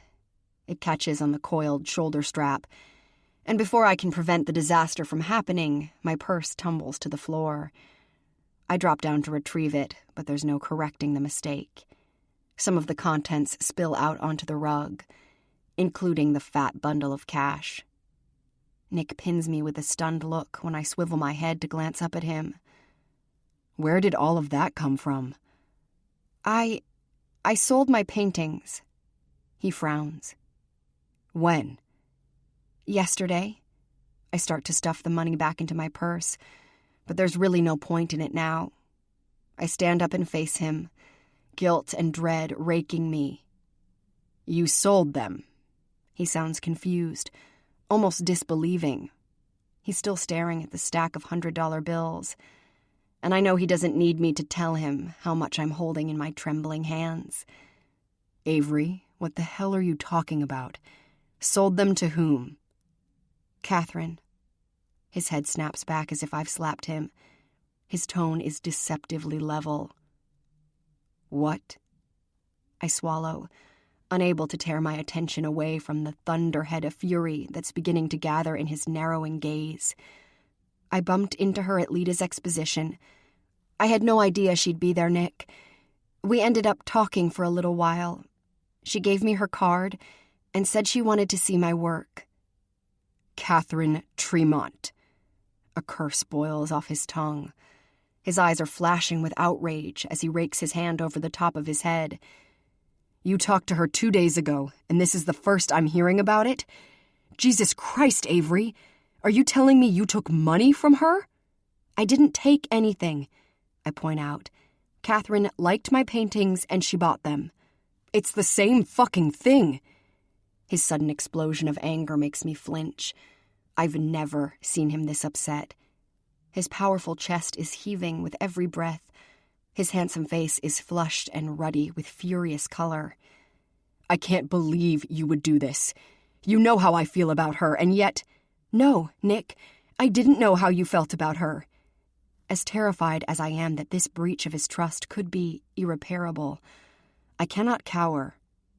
I didn't know anything about what happened between you and Catherine because you refused to tell me. I told you to stay away from her. God damn it, that should have been enough. Sharp, controlling words. There was a time when I would have bristled at such an arrogant assumption of authority, even bucked against it with vitriol of my own. But right now, I hear Nick's harsh outburst for what I know it truly is. Shock, pain, even fear.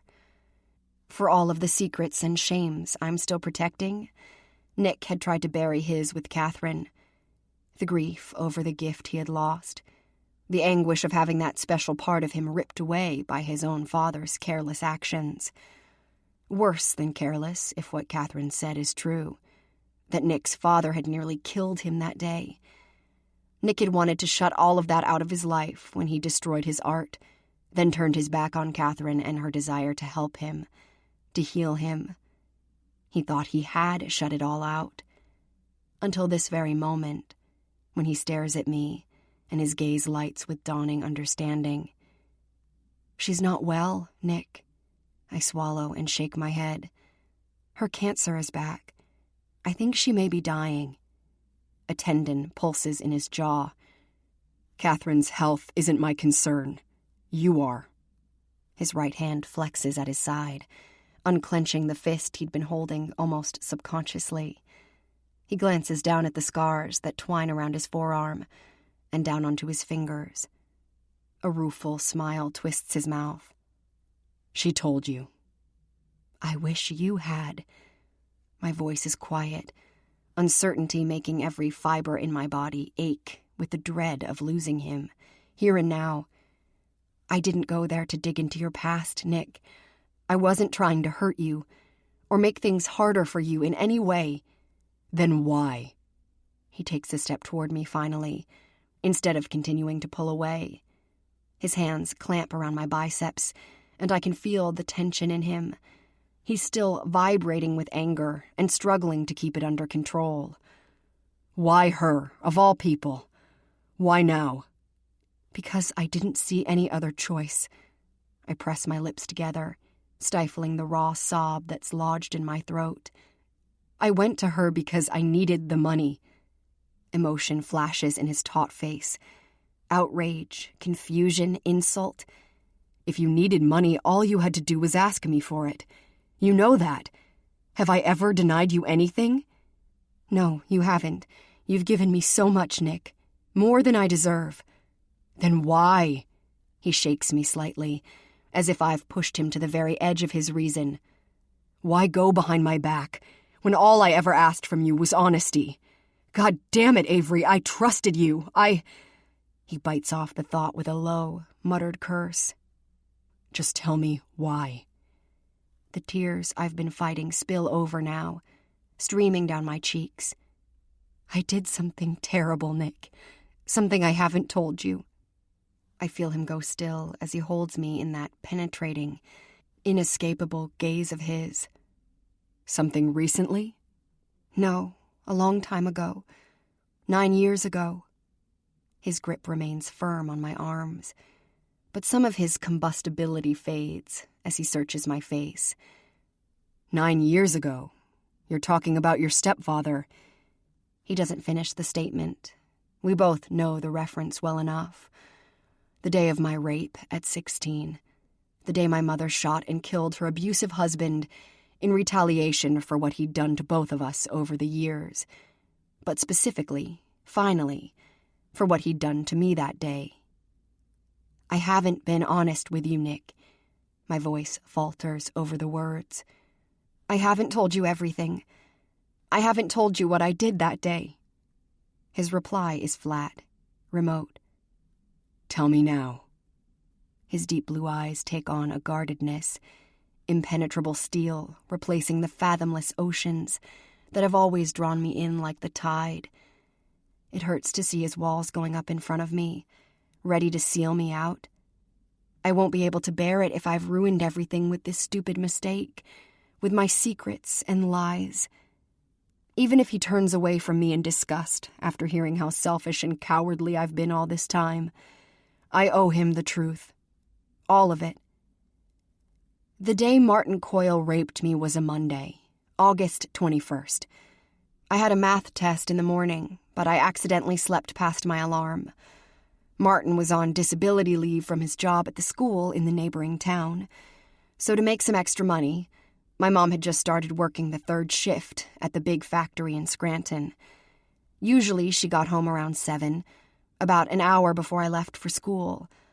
But on that day, she called home to let us know she had a flat tire and would be home late because she was waiting for a tow to the shop. I swallow, pushing past the bile that rises up my throat as I recall the events of that awful morning. I can still see my stepfather sitting in his recliner in front of the television, wearing a t-shirt and sweatpants, drinking a can of beer at 7 in the morning, watching me with too much interest as I wolfed down a piece of toast over the sink, then cleaned up the mess of dirty breakfast dishes and the ashtray full of cigarette butts he'd left for my mom on the kitchen counter. I hated being alone in the house with him. For a while before that day, he'd been making me uncomfortable with his staring and his persistent attempts to cozy up to me. He'd offer me liquor and cigarettes, neither of which I accepted.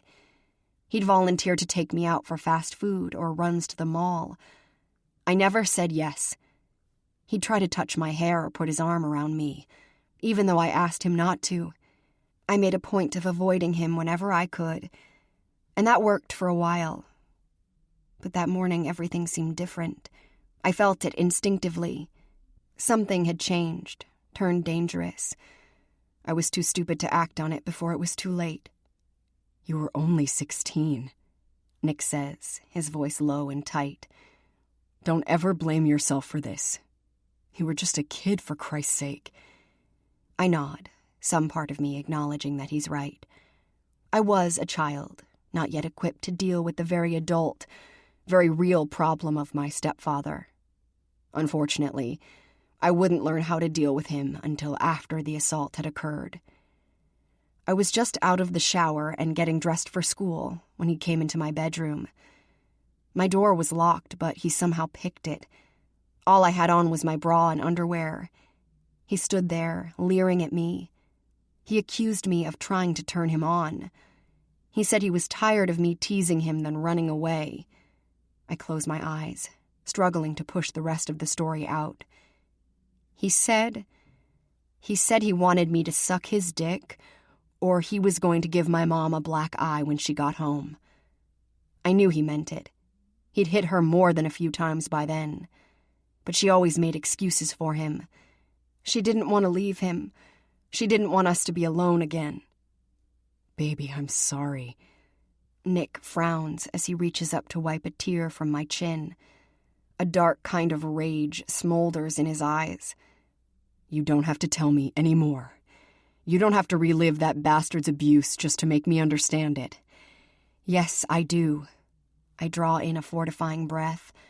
As much as his compassion touches me, I do have to tell him everything. You need to understand, Nick, and I need to let this go, even if you never look at me the same way ever again. His face stills, then he gives me the faintest nod. All right. He lunged for me. He overpowered me so easily. I thought I was strong, but I couldn't break out of his hold. I couldn't move his heavy weight when he knocked me to the floor on my stomach. I don't know how he managed to get his pants down so quickly. He ripped my panties off from behind me, and then he pushed inside me. It hurt. God, how it hurt. My voice is threadbare now. I was a virgin. He stole that from me. He shoved inside me and he pumped and grunted and groaned until he came, splattering my back with his foulness. Nick's face is a study in animal fury now. His lips are peeled back in a grimace, his nostrils flaring as he listens in barely restrained silence. I don't know how long I lay there. He had gone back to the TV. I could hear it in the background as I got up and cleaned myself off with a tissue. I don't remember getting dressed, but I walked out of my room sometime later in my clothes for school. But I didn't leave for school. I went downstairs to the basement, to the gun cabinet he never bothered to lock.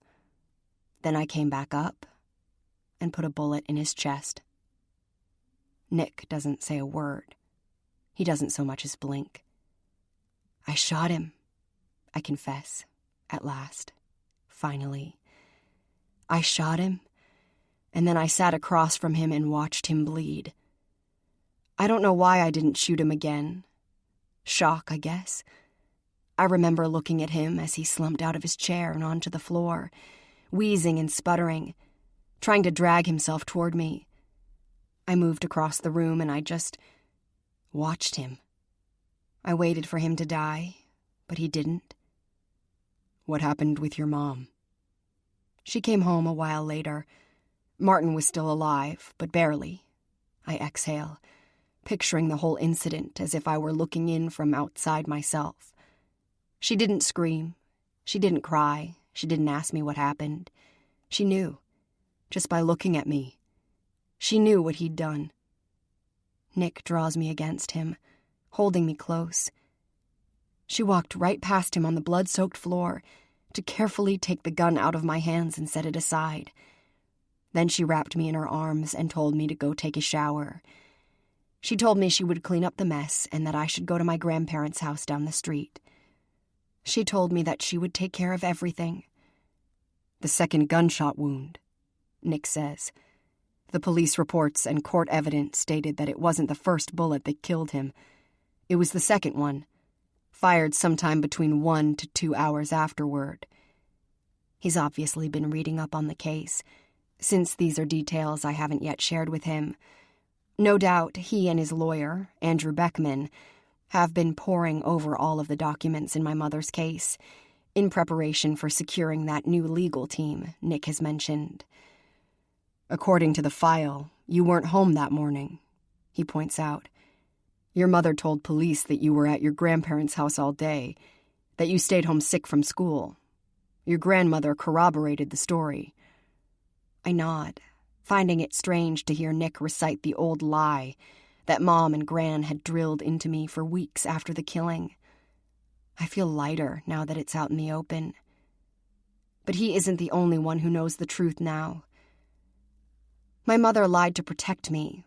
She told the police she and Martin argued, and she shot him twice. She told the story as if she had been the one to watch him suffer during the time between the first shot and the fatal one. She killed for me, Nick, and for the past 9 years, She's been living in a cell in order to keep me out of one. Nick takes a step back from me now, scrubbing his hand over his jaw. It was self-defense, Avery. For fuck's sake. What you did, it was justified. Any reasonable judge would have agreed with that. Any competent lawyer would have made sure you never served a day behind bars. I can't say his logic is weak, or that I haven't thought the same things myself these past 9 years. But at 16, I was just a terrified, traumatized girl, and it wasn't as if my mother gave me the choice in any of this.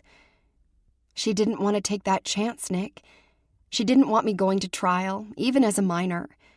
She said she blamed herself for letting Martin get anywhere near me and refused to let me speak up for her. My heart aches to think of all my mother endured for me and what she continues to endure. If I could change places with her now, I would. No. His reply is adamant.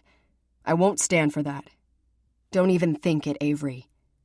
He studies me, frowning. Is your mother the reason you needed that money? I shake my head. No, not the way you're thinking. Then what? Someone knows what really happened, Nick. Martin Coyle's son, my stepbrother, Rodney. He saw my car outside the house that day. I tell him about the phone calls and texts, about Rodney's threat to expose my lie to Nick, and eventually to the press and anyone else he might be able to profit from. I tell Nick how Rodney tracked me down from our photo that went viral on the internet a few months ago, how he somehow managed for my mother's accident as a means of getting my attention and ensuring my cooperation with him. I tell him how Rodney's harassment had recently escalated to an in-person confrontation here in the city. That son of a bitch is in Manhattan, he growls. When did you see him? Where was I? And how did he manage to get close to you? It happened last week, at that Italian restaurant in East Harlem. Nick's expression hardens. We were together there. Not when I went to the ladies' room. He considers for a moment, then a sharp curse explodes off his tongue. The smug asshole who strutted past our table as we were leaving. He got near you, alone, and you didn't tell me. I couldn't. Please understand, Nick. I was so scared. I still am. Of your stepbrother? Give me 5 minutes with the fucker and there'll be nothing left of him to be afraid of. Although he's vibrating with rage, I brave a touch anyway. Reaching out to cradle his hard jaw in my hand, I hold his simmering gaze. I'm more afraid of losing you than anything Rodney thinks he can do to me. Nothing you've told me changes how I feel about you. Even still, he gently takes my hand away from his face and brings it down to my side. Where is your stepbrother now? I'm not sure. The last time I saw him was yesterday morning, across the street from this building. You remember that wrong number call that came in on your cell when we were in the limo? I'm certain it was him sending me a message that he's serious about this. At Nick's virulent curse, I add, Rodney told me I have to be in touch with him by today to pay him $10,000 for his silence. That won't be enough. Nick gives me a hard look. Scum like that smell blood in the water, and they'll keep coming back for more. I won't have it. Your stepbrother needs to go away permanently. I'm not sure I want to know what he means. Without offering me an explanation, he presses a kiss to my forehead, then walks into his home office and closes the door. Chapter 21. Central Park is unusually quiet, thanks most likely to a recent drizzle that's kept all but the most determined visitors indoors this afternoon. Only a handful of joggers and a few straggling tourists have passed me in the 15 minutes I've been waiting. Not far from the bench I am sitting on, cheerful calliope music drifts out of the beige and red brick octagon that houses the park's carousel, which is apparently closed for maintenance today. It is here that Rodney instructed me to meet him when I called to tell him I had the money. I try not to look anxious as I check the time on my phone and see that he is nearly 10 minutes late. I just want this done. I want him gone from my life. I feel that wish intensify when I spot him sauntering up the sidewalk, heading my way. As he approaches the bench, he flicks his spent cigarette butt into the wet grass. Exhaled smoke streaming out of his mouth and nostrils like dragon's breath. I stand up, my skin crawling at the smug, satisfied look he gives me as he nears me. He's wearing baggy jeans with a denim jacket over an I Love New York t-shirt today. He smooths his palms over the big red heart as he glances at me. Never thought I'd be the city type, but I gotta say, baby girl, New York is growing on me. How do you like my souvenir? She doesn't. Nick's deep voice sounds from behind Rodney. My stepbrother swivels his head, watching Nick stroll up to where we stand. To keep Rodney from panicking or canceling the meeting, I didn't tell him that I wouldn't be alone today. As far as Nick was concerned, my coming here without him wasn't even an option. He'd been adamant about that, even though he had said little else to me about his feelings in the time since my secrets all came spilling out today, and this unwanted, unwelcome rendezvous with Martin Coyle's son. Rodney is unable to hide his surprised expression, even if his gravelly voice is low with disrespect. Well, well, the famous Dominic Bain in the flesh. Avery didn't tell me I'd have the honor of meeting you today. She didn't mention you either until very recently. Nick's reply is low, level, more lethal than Rodney realizes. From what I understand, she's not happy to see you. Neither am I, for that matter. Now ain't that an unfriendly way to greet me? He replies, his lips thinning in a sneer. Didn't my sister tell you that you ought to be real nice to me? Don't call me that, I snap, unable to stomach anything about him. You and your father are nothing to me. Rodney chuckles now, but his predator's gaze stays rooted on Nick. Sharp tongue on this bitch, eh? Course, maybe that's how you like 'em. Maybe you rich fucks like your pussy with teeth and claws. That it? Nick's big body vibrates with menace beside me, but he stands utterly still. Did you come here to get your ass kicked? Or do you want to tell me what it's going to take to make you go away? Get my ass kicked? Rodney scoffs. You're not gonna touch me, Bain. If you do, it's only gonna cost you more. See, I'm a businessman, like you. Nick doesn't even blink. Is that what you call this? Stalking Avery? Threatening her? Putting her mother in the prison hospital? Rodney gives him a thin smile. I'll never admit to any of that. Then why am I standing here with 10 grand in my pocket? Rodney pauses. He glances at me only briefly. Then his tongue snakes out to lick his lips. Let me see it.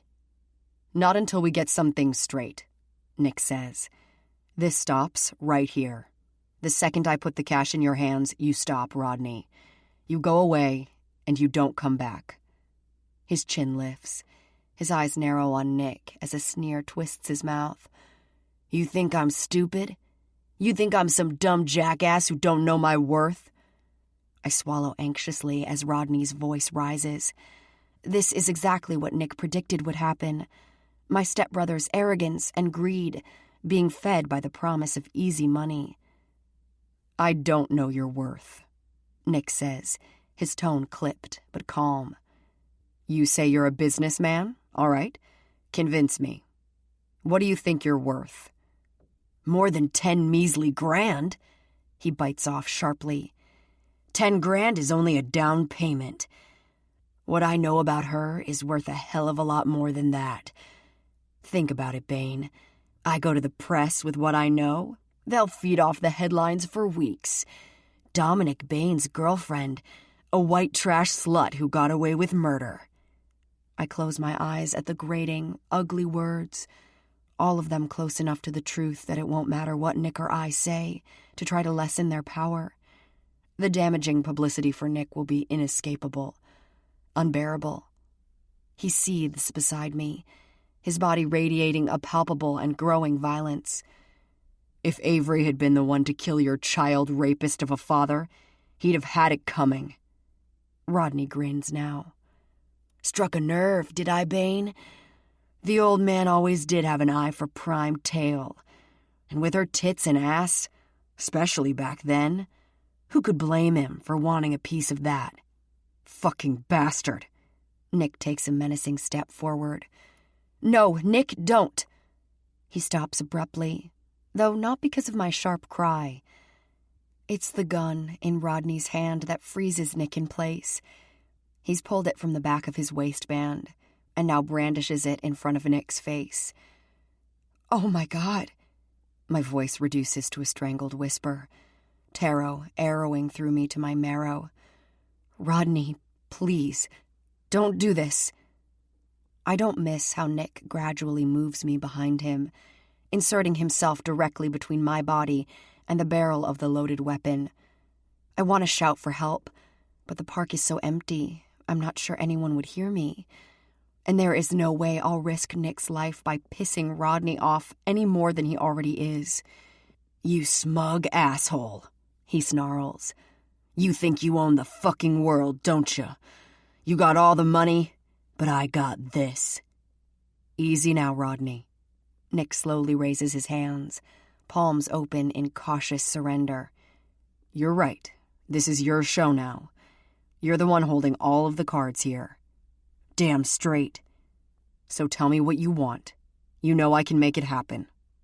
Raw fear grips my heart as the seconds tick by in agonizing slowness. I don't know how Nick can sound so calm and collected when I am trembling from head to toe, terrified of what my stepbrother will do. That I am the cause of this whole awful situation makes me want to retch. It makes me want to scream. But Nick's strength grounds me. Right now, it's the only thing I have to cling to, as Rodney continues to hold the pistol on him. This isn't the way you want to resolve this, Rodney. You're here to do business, so let's get it done. What's it going to take to satisfy you? Hell of a lot more than $10,000. Okay, so what number do you have in mind? Nick asks, his tone so rational, anyone would think he was sitting in a boardroom, not standing at the killing end of a deadly weapon. But let's be clear. I'm talking about no more contact, no more stalking or threats against Avery, no more so-called accidents at the prison. What's it going to take for you to leave Avery and her mother alone, Rodney? 100 grand. Nick nods slowly. $100,000. If I pay you that much, it'll keep you away from us for good? Maybe, Rodney replies after a moment. Maybe not. Nick slowly lowers his hands. I'm willing to bet it will be. Yeah? He scoffs. And how can you be so fucking sure? Take a look behind you. Rodney swivels a glance over his shoulder to where a group of no less than 6 armed police officers emerge from behind the carousel building and the surrounding trees. I gape, just as much in shock as he is. Well, maybe not quite as much. One of the officers orders him to drop his weapon and get down on the ground, as the rest of the cops move in en masse with weapons trained on him, ready to fire.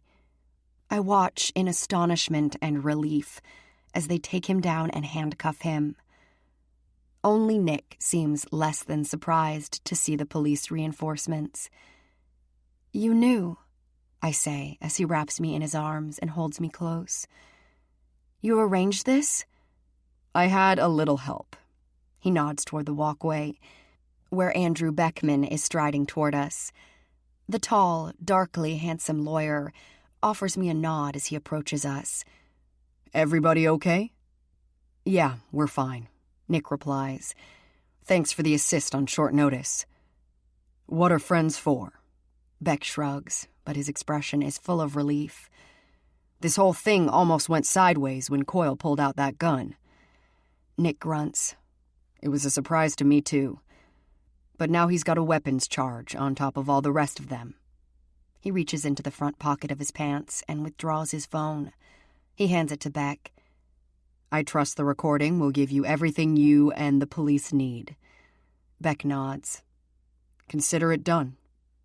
Now that the business of dealing with Rodney is handed over to his attorney and the police, Nick turns the full power of his attention on me. As strong and confident and formidable as he is, I feel the faint tremor in his hands as he cups my face in his palms and draws me to him for a kiss. Wordlessly, he gathers me against him, holding me tight for one long, desperately intimate moment. It's over now, baby, he murmurs softly into my hair. Let's get out of here. Chapter 22. We don't speak during the short drive back to the penthouse. Neither of us seems to have the words or the breath to make them. Nick holds my hand as he navigates the BMW down to the garage below the Park Place building. He only lets go long enough to meet me at the passenger door and help me out of the car. Then his fingers find mine again, linking us together as if he understands how deeply I crave our connection right now. Maybe he needs it too. We could have lost hold of each other any number of ways in the time we've been together, but none more permanent than at the killing end of Rodney's gun. The shock of what we've just been through doesn't fully settle on me until we've entered the apartment. Then the images swarm in front of me all over again. The terror and the pain, the anguishing, very real possibility that my past sins could have cost Nick his life today. The weight of that realization makes my legs go weak beneath me. I shudder, my steps faltering, but Nick's strong hands don't let me fall. Hey, he says, drawing my shivering body against him. Jesus, you're freezing cold, Avery. No, I shake my head weakly. I'm afraid, Nick. God, I've never been so terrified in my life. You might have been killed today. Because of me. I might have lost you. I'm right here, baby. He pulls me away from him slightly, his fathomless blue eyes intense, solemn. I'm not going anywhere. Nick. My voice quivers, but there's no helping it. My heart is too raw. The fear inside me is still too real, too consuming. My guilt for what I put him through today is even more crippling. Come with me, he says, brushing a kiss over my trembling lips. Threading his fingers through mine again, he brings me into the spacious master bathroom, parking me on the edge of the tub as he walks over and starts the shower. With the water hissing behind him and silvery clouds of steam beginning to roil up toward the vaulted ceiling, he walks back and settles into a crouch before me. Nick, you don't have to take care of me, I murmur as he slips my feet out of my flats and sets the shoes aside. He ignores my protests, standing up to lift my shirt off me, then unzipping my jeans and pushing the dark denim off my hips along with my panties. My bra comes off last, and as he removes the lacy cups, he pauses to caress me in his warm hands that move with an artist's grace over the creamy swells of my breasts and the taut pink buds that crown them. His dark head lowers, and as his mouth closes over one nipple, then the other, I moan with the pure pleasure of it. As wrung out as I am from the trauma of everything that's happened to us today, Nick is a force of strength and calm. He is my rock, my anchor, and my wings. I urge him up, tunneling my fingers into the silkiness of his ebony hair as I pull him to me for a slow kiss. I am aroused and needful of him, but right now I just need to feel him in my arms. I need him naked with me, if only to feel him warm and strong and alive against me. I undress him with the same care he showed me, allowing my hands to worship every firm, muscled inch of him. His cock is fully erect, his gaze blazing with desire as he tenderly leads me into the shower and under the hot spray. Yet, instead of taking me with the kind of animal need that's radiating off him, he begins to wash me with utmost care. I do the same for him, my lathered hands sliding over his skin in worship, in relief, in unabashed devotion. "Thank you," I whisper, once the heat of the water and the comfort of Nick's hands have chased away the bone-deep chill that had been with me since we left the park. "Thank you for everything you did for me today, Nick." "There's no need to thank me." He strokes his palms down the sides of my arms, water sluicing from us as we hold each other under the soothing spray. "I wanted him gone, too. Just knowing the bastard had threatened you was more than I could stand. If I didn't get rid of him like this, through legal channels, my other solution would have been far less merciful." I swallow, acknowledging the danger in his steady but lethal gaze. He would have killed for me. He still would. His solemn expression leaves no room for doubt. "When you shut me out of your office today, I worried that I was losing you. You didn't tell me what you were thinking." He smooths a wet tendril of my hair away from my eyes. "Beck and I didn't have much time to put wheels in motion. Once we had our plan, I couldn't risk bringing you in on it. I needed to provoke Rodney, and that meant your reactions had to be natural. They had to be real. We had to make him show his true intentions in order to give the police plenty to use against him." I nod, knowing he's right. Rodney would have seen through me if I'd been anything but terrified. He would never have let Nick steer him into the trap of his own damning words, if there was any doubt that the meeting was his to control. "What happens now?" I caress my hand over the muscled slab of Nick's chest, feeling his heart throb beneath my fingertips. As relieved as I am that Rodney can't harm Nick and I, we aren't the only ones he was willing to hurt in order to satisfy his greed. What about my mom? Rodney must have friends inside the prison. What if they retaliate when they hear he's been arrested? Beck and the police are already on top of it. We contacted the prison this afternoon to explain the situation. They've assigned your mother extra security, and they're also going to be looking more closely at the report of her accident to see what they missed. He cups my cheek in his hand. "She's going to be okay, Avery. I'll see to that." Gratitude overwhelms me at his earnest promise, but I feel ashamed, too. I'm sorry I kept all of this from you, Nick. I'm sorry for my lies. I should have trusted you with the truth. "Yes," he says, "you should have. If I had known everything you'd been through, I would have been gentler with you from the beginning. God, Avery, everything would have been different."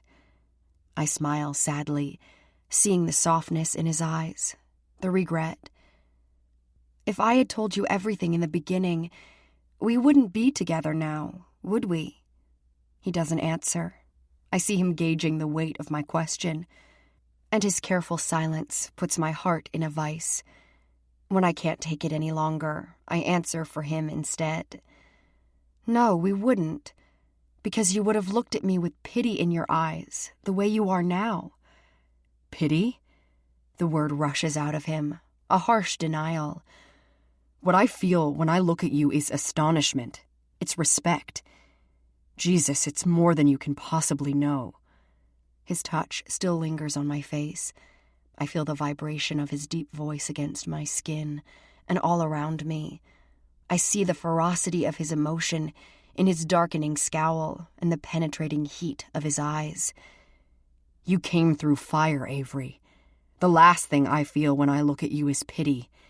You're stronger than I ever imagined. You suffered so much at the hands of someone you should have been able to trust, but you survived." "So did you." I remind him gently. We've both come through fire. We've both had to find a way to survive, to not let our pasts destroy us. I reach for his hands, kissing the pristine one first, then the other.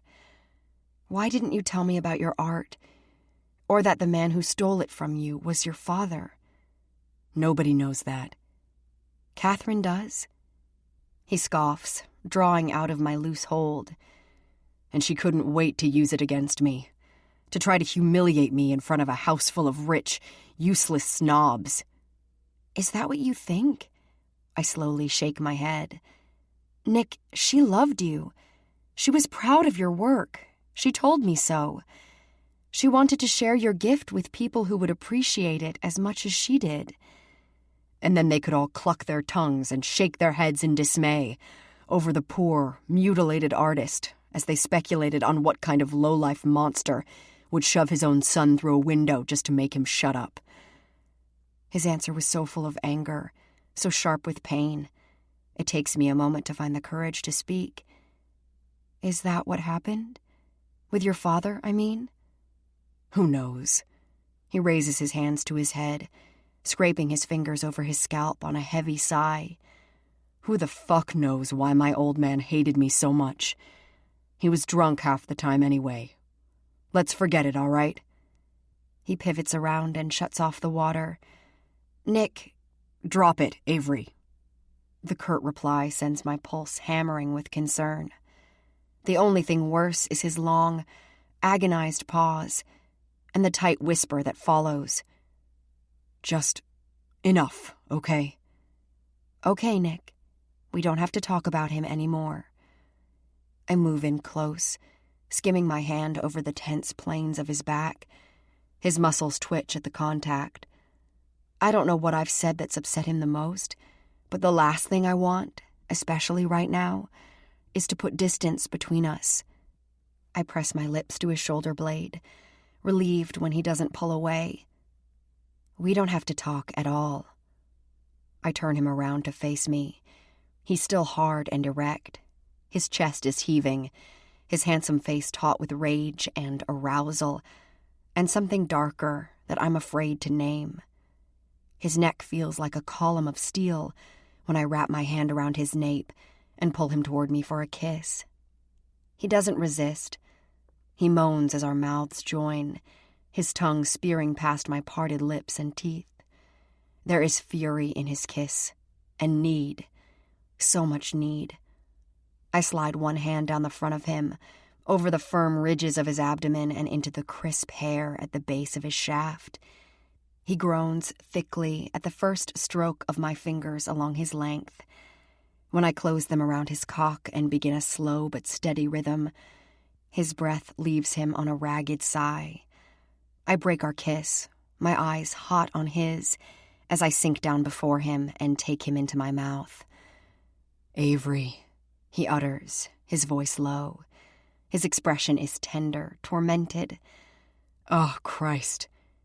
I work his cock with my mouth and tongue and hands, swallowing him deep, then licking the plush crown, all the while never releasing his gaze. I want to make him feel as safe with me as I do with him. I want to make him unravel, make him lose that consummate control of his. I want to make him remember what is real. Me. Us. He holds my head as I increase my suction and my tempo, my tongue searching for the spot that will take him to the edge. He closes his eyes on a curse gritted between his teeth. When his lids drag open a second later, there is nothing but heat in his eyes. His fingers curl into my wet hair, clutching tight. His hips move in time with my mouth now, his thighs spread and braced. His stance is so carnal, so primal and male, as he thrusts into my demanding mouth. I moan, losing myself to the power of his pleasure, too. My sex throbs with each plunge and pull. I'm wet and aching, barely able to resist sliding my fingers into my folds to relieve some of the delicious pressure that's building between my legs as I suck and fondle and lick him. Fuck, he rasps sharply, his big body convulsing when I take him deep enough to knock the back of my throat. His eyes are hot with warning, with an unspoken plea. Baby, I'm going to come. I hum as I swallow him again, opening my throat to take him nearly to the root. His shout ricochets off the tiles and glass of the shower. A jet of thick, hot semen floods my mouth. He shudders and bucks as I continue to work him, drinking everything he's got. Oh, God, Avery. He hauls me up with little gentleness, then claims my mouth in a feverish, possessive kiss. I'm still sticky with his juices, my lips and chin coated with him, but he doesn't seem to care. Pressing my back against the marble tiles for support, he lifts one of my legs around his hips and drives into me on a harsh groan. My body arches into him as he fills me, yielding to him completely. He starts to thrust hard and deep, his scarred hand clamped around my hip, his other one splayed on the wall above my shoulder as he moves in and out of my body. His eyes never leave mine, not for a moment. We move together, our bodies and gazes bound, our desire for each other entwined. When my orgasm chases through me a few moments later, Nick studies every nuance on my face. I cannot hide from him, not anymore. There is no need. The realization washes over me like a wave. I belong to him now, wholly, completely, and he is mine. His raw gaze tells me that, even if he can't give me the words. He shouts my name as he comes again, inside me this time, his seed jetting forcefully against my core. He drops his head onto the curve of my shoulder. A hard shudder rocks him as a further burst of heat spills into me. "Avery," he rasps, caressing me as he releases my leg from around his hips. "What have you done to me?" I smile, sifting my fingers through his damp, silky hair. I should ask you the same thing. I never imagined how deep I was going to get with you. He draws back now, his face sober, almost apologetic. Today brought everything home to me. When I saw that gun, when I thought about the fact that if things had been different today, you might have gone alone. You might have gotten hurt. Or worse. I didn't. I'm okay. Because of you, I'm okay. Oh, God, Avery. He shakes his head. I need you. You have me. I hold his tormented gaze. Nick, I love you. The words seem to wound him more than soothe him. A scowl knits his brow. I wish we could start over. Both of us do this right. We can. We are starting over. Right now. I loop my arms around his neck, pressing a tender kiss to the edge of his jaw. I don't have any more secrets, Nick. You know them all now. No more lies. No barriers between us. Not anymore. He studies my face, frowning as he strokes my temple. Baby. I forge on, determined to reach him. I want to make a new agreement with you. Let's start the clock all over again. This time, we both make the rules. We both decide on the terms. No limits. No more hiding who we are or what we need from each other. And what is it that you need? There is a hollowness to his voice that makes my heart skip a beat. Have I said too much? Have I fallen into the trap that I've been warned to avoid, allowing myself to get too close? Part of me senses the danger, but another part of me knows that what Nick and I share is unlike anything either of us have had with anyone before. I trust in that knowledge. I trust him. I need you, Nick. I stare up into his haunted eyes. Don't you know? That's where all of my wants and needs begin and end. With you. Avery. He whispers my name, claiming my mouth on a hushed curse. I surrender to him, to the passion neither of us can deny, and to what I hope is the promise of our new beginning. Chapter 23. The following week, I am seated across from Tasha at Vendange just after noon, sipping a glass of wine and catching her up on everything that's happened since we last spoke. She's on break at the restaurant, and the back booth we've commanded affords us privacy from the rest of the staff and the activity in the main dining area and bar. Her mouth is agape, her soft brown eyes wide as I recount my stepbrother's threats and harassment, culminating in his arrest. Holy shit, Ave! She reaches for my hand across the table and gives it a tender squeeze. Thank God you and Nick are all right. Of course, I couldn't tell her about Rodney without first explaining my role in the whole ordeal. She had listened without judgment, without condemnation, as I quietly confided in her about my rape and my actions in the time that followed. That I'd been able to recount the details with dry eyes and a steady voice was a surprise to me. A revelation, really. Much of my emotional burden had lifted after I shared the story with Nick. He's been helping me to carry it ever since, giving me his strength when I need to lean on it, and a soft place to land whenever I fall. I've never felt so safe and protected, so at peace, before in my life.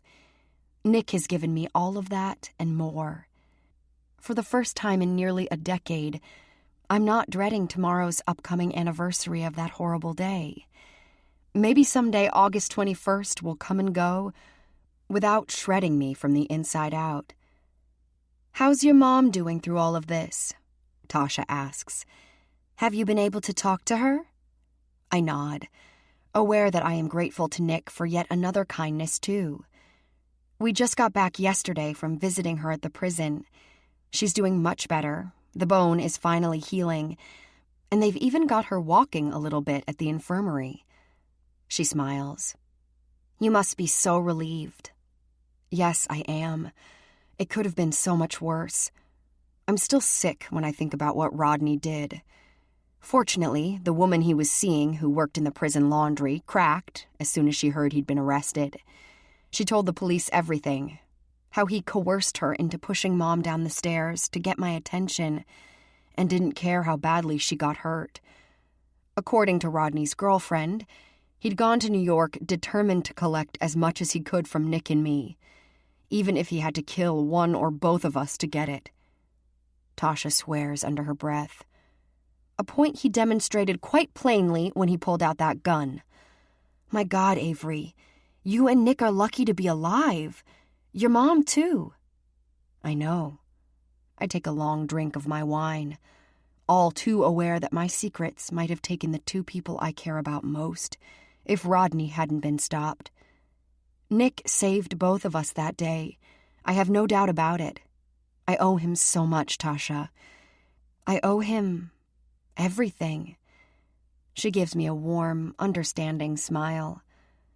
Pretty sure that man is counting his blessings that he's got you two. He loves you, you know. He hasn't said it, I admit, tracing my finger along the rim of my wine glass. She waves her hand dismissively. I couldn't get Tony to say the words out loud for 6 months after we started dating. But I knew. I'll bet where Nick is concerned, you know too. I shrug, wanting to believe she's right. In my heart, I know I'm the only woman Nick wants. From the beginning, he's been nothing if not single-mindedly consumed with me. Obsessed, even. Just as I have been with him. He needs me. Those are words he's given me freely, passionately, leaving no room for doubt. But love, that's the one threshold he hasn't crossed. There's a part of me that's not even certain he can.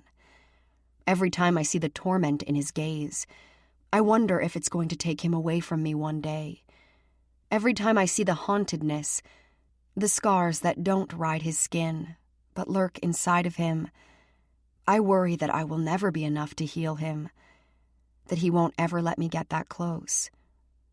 But that doesn't mean I'm not going to try.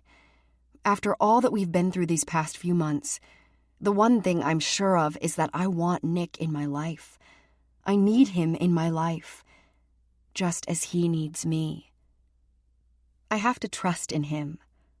I have to keep proving that he can trust me. That's a task I intend to devote myself to completely now that I have the chance.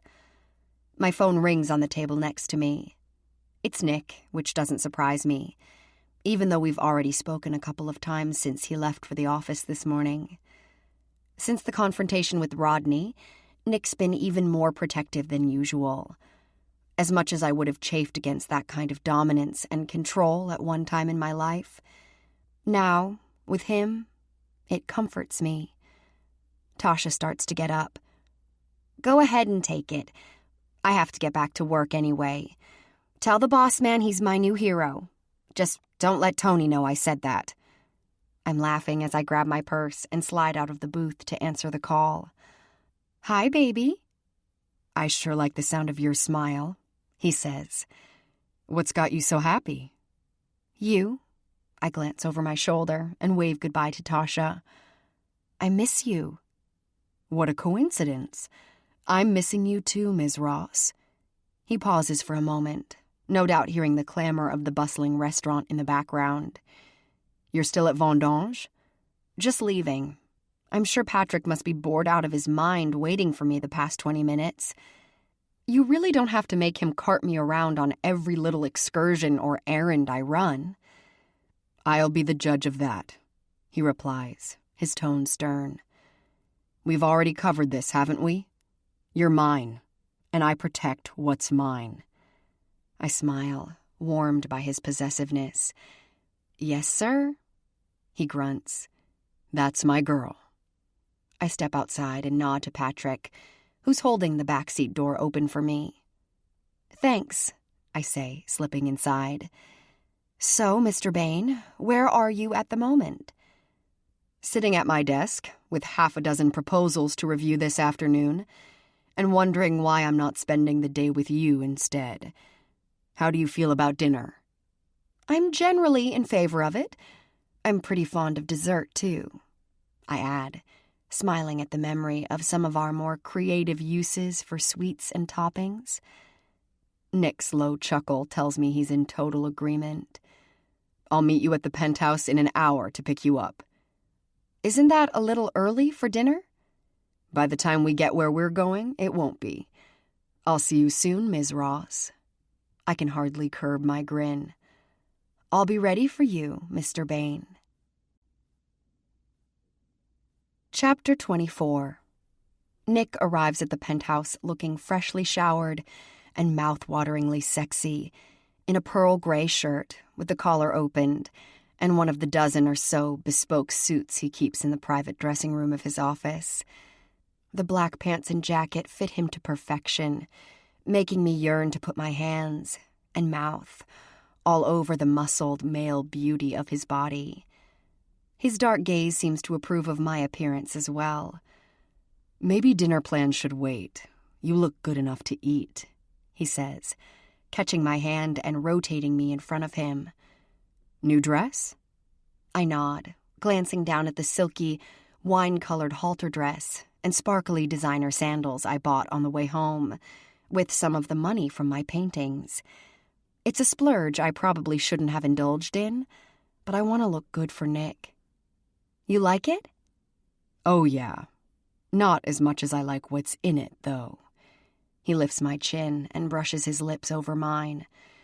We should go before I change my mind and keep you here. If he thinks I would have complained about that, he's mistaken. I'll go or stay anywhere, so long as it means being close to him. Where are you taking me? His smile is cryptic. You'll see when we get there. We step into the private elevator and take the lift down to the lobby. The limousine waits for us outside. With a wink from Manny, I feel like a princess being led to her carriage, as Nick strolls with me past the handful of well-dressed people who all pause and look our way. I'm not sure I'll ever get used to the attention that comes with being on Dominic Bain's arm, but right now I feel miles away from the uncertain, out-of-place imposter who stepped through those doors less than 5 months ago. Not because of his money or his recognition as one of the most powerful men in this city, if not the world. I don't feel different because of the luxury and all of the fine things that are becoming my new normal. I am different because of him. Better because of him. Stronger. And yes, happier. So in love with him, I'm sure it's written all over my face as he links his fingers through mine and walks me out to the waiting car, pausing to kiss me once more before we both slide into the back seat and leave our gawking audience behind. I notice Nick doesn't give Patrick directions anywhere. They've obviously already discussed the plan. I slant a glance at Nick. You're really not going to tell me where we're going? Someplace I think you'll enjoy. The car heads into the evening traffic, and I settle against Nick for the ride. It doesn't take long for me to realize that instead of navigating deeper into the city, we're driving out of it, heading for the airport. I frown at him. Nick? He silences me with a deep, breath-stealing kiss. Trust, Ms. Ross.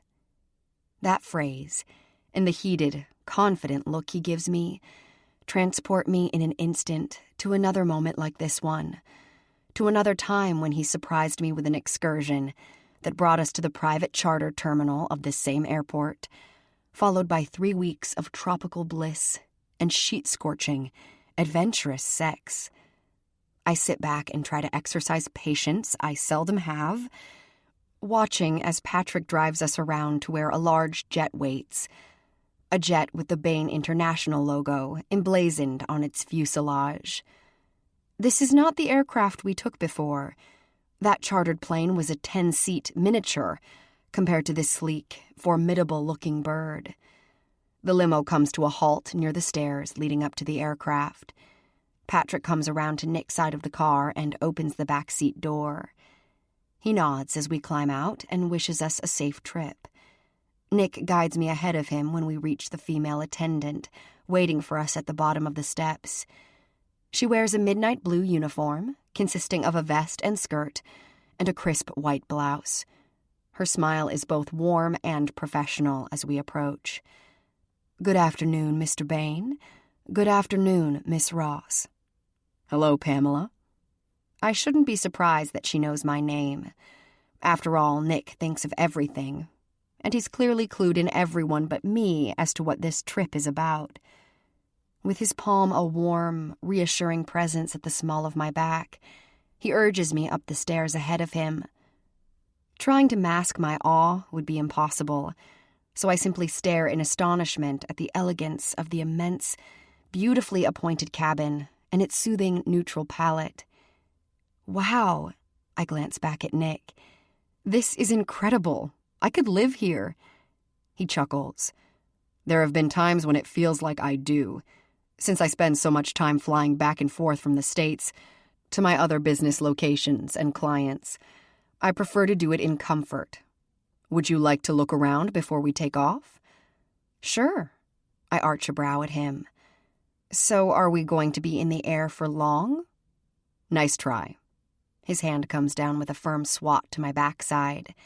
His look pure wicked amusement. Come on, let me show you around. Before we get started, Pamela returns to offer us cocktails or champagne. I opt for the latter, and Nick requests sparkling water. With our cold drinks in hand, seconds later, he leads me through the spacious home with wings. Creamy leather sofas with pale gray accent pillows and cocktail tables in a sleek, glass-topped cube design comprise one section of the main cabin. A large, polished wood conference table, surrounded by 8 chairs, is the focal point of another area.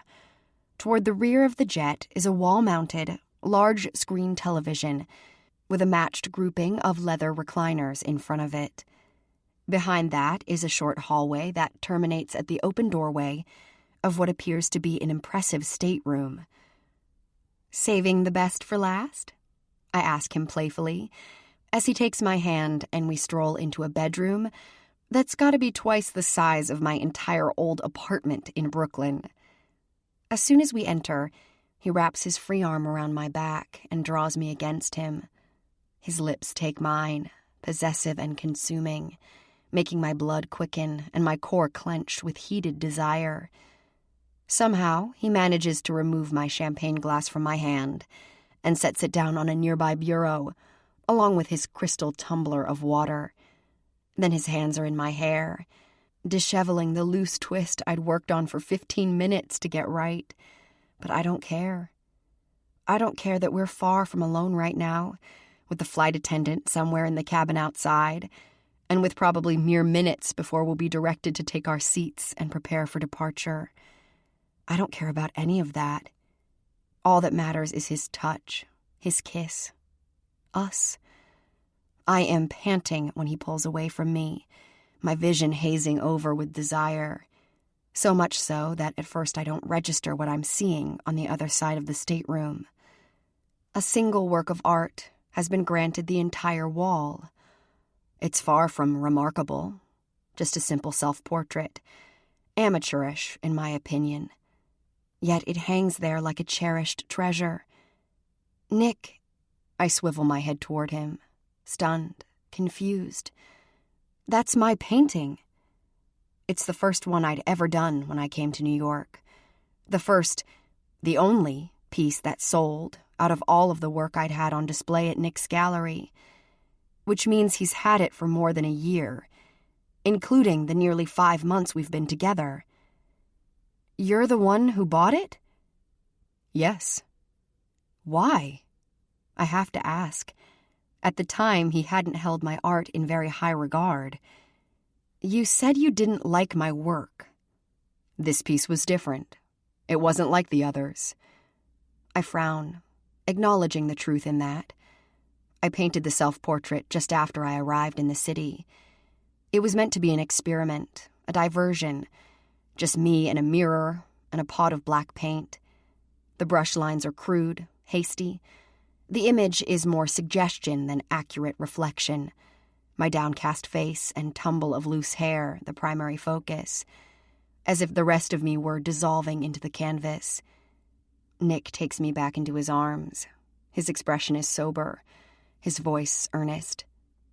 This painting is good, Avery. This was the gift I saw in you. The gift I see in you even more now. You never said anything. You never told me you had it. I'm astonished to think that he's been seeing my painting, this personal expression of myself, each time he's been on this plane, in this room. He holds my shocked gaze as he smooths a loose tendril of hair from my cheek. You've been mine longer than you know, Avery. I didn't plan on any of this happening between us. Oh, Christ. I didn't plan on falling in love with you.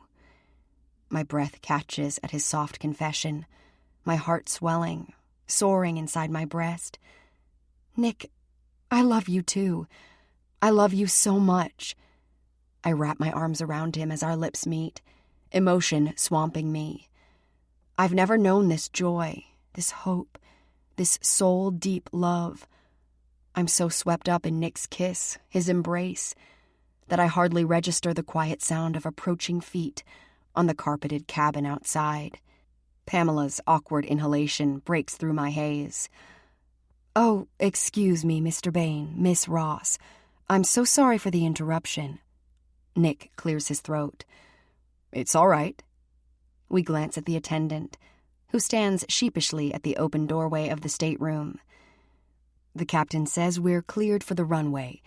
We can begin departure as soon as you're ready. Thank you, Pamela. As she leaves us, I look back up at Nick and his cryptic smile. Are you going to tell me where we're going, or am I going to have to wheedle the information out of the crew? He smirks. I already told you. I'm taking you to dinner. I know this nice little place with a great view and a duck specialty that's out of this world.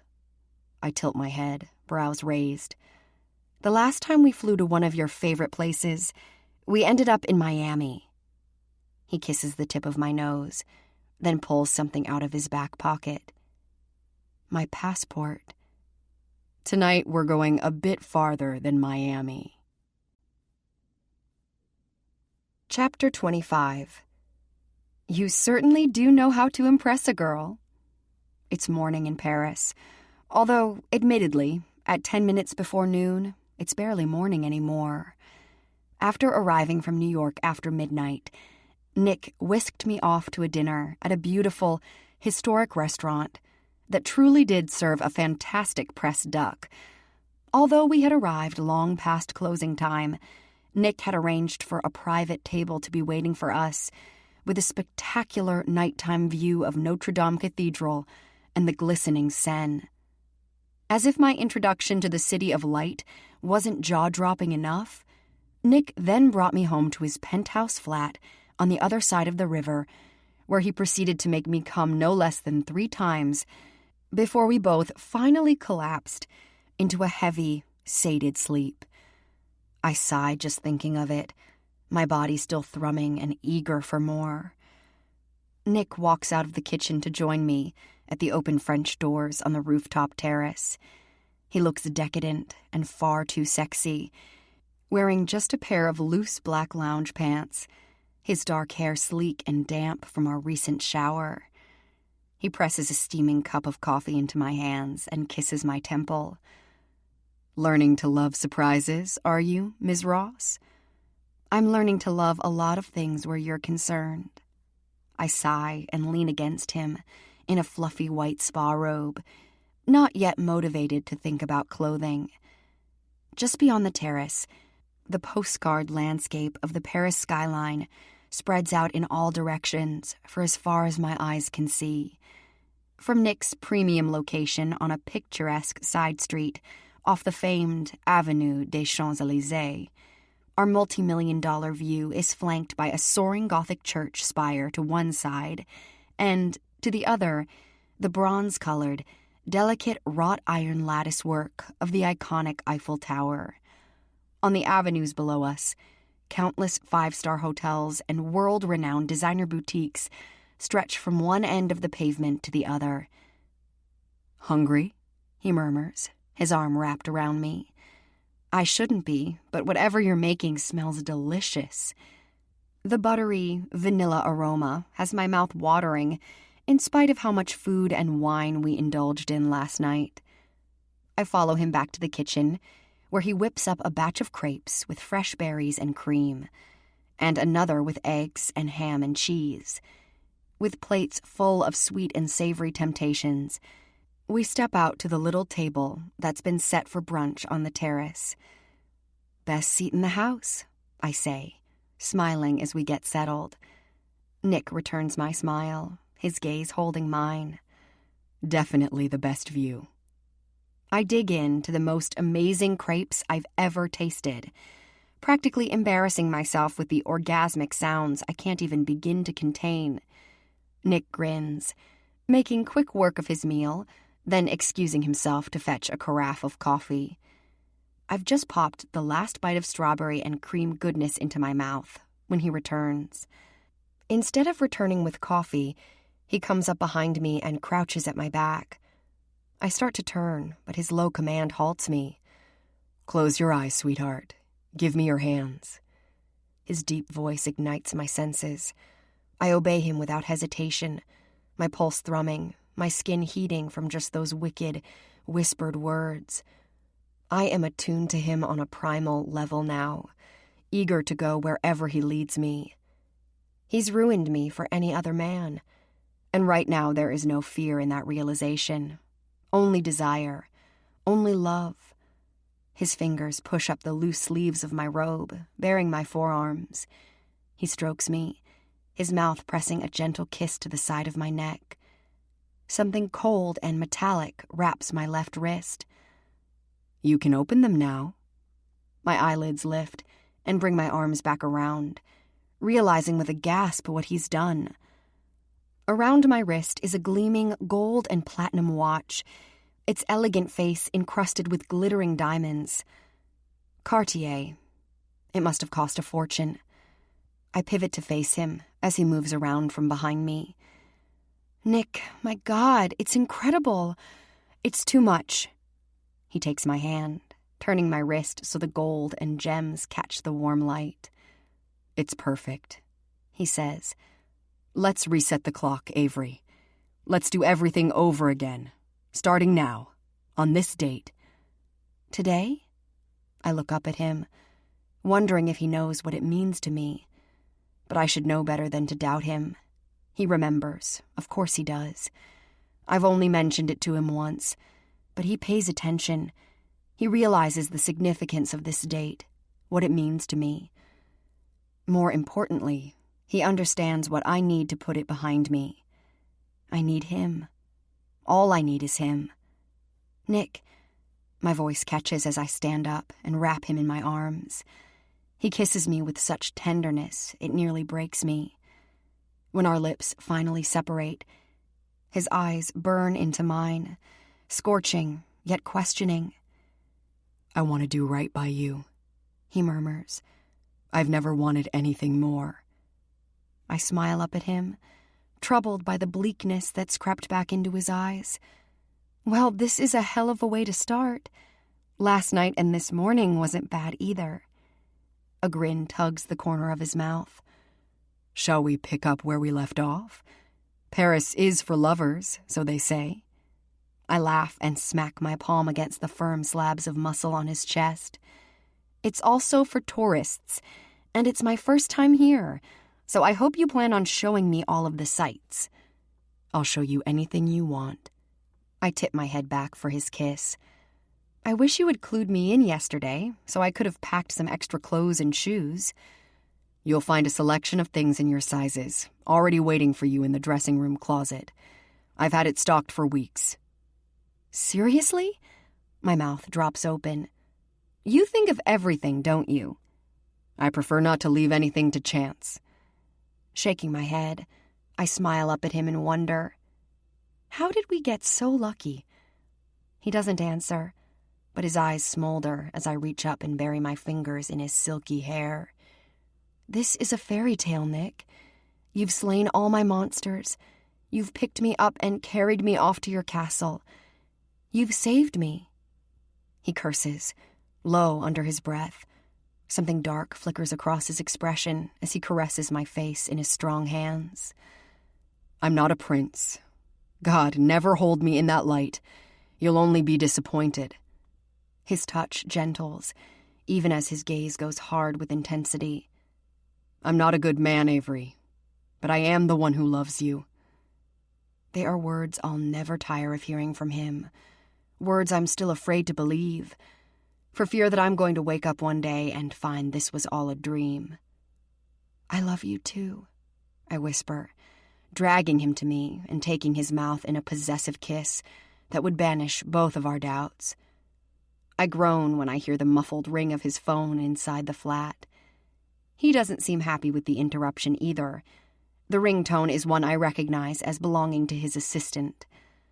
I told Lily I would be out of touch for a few days, he mutters without releasing me. If she's calling anyway, it must be important.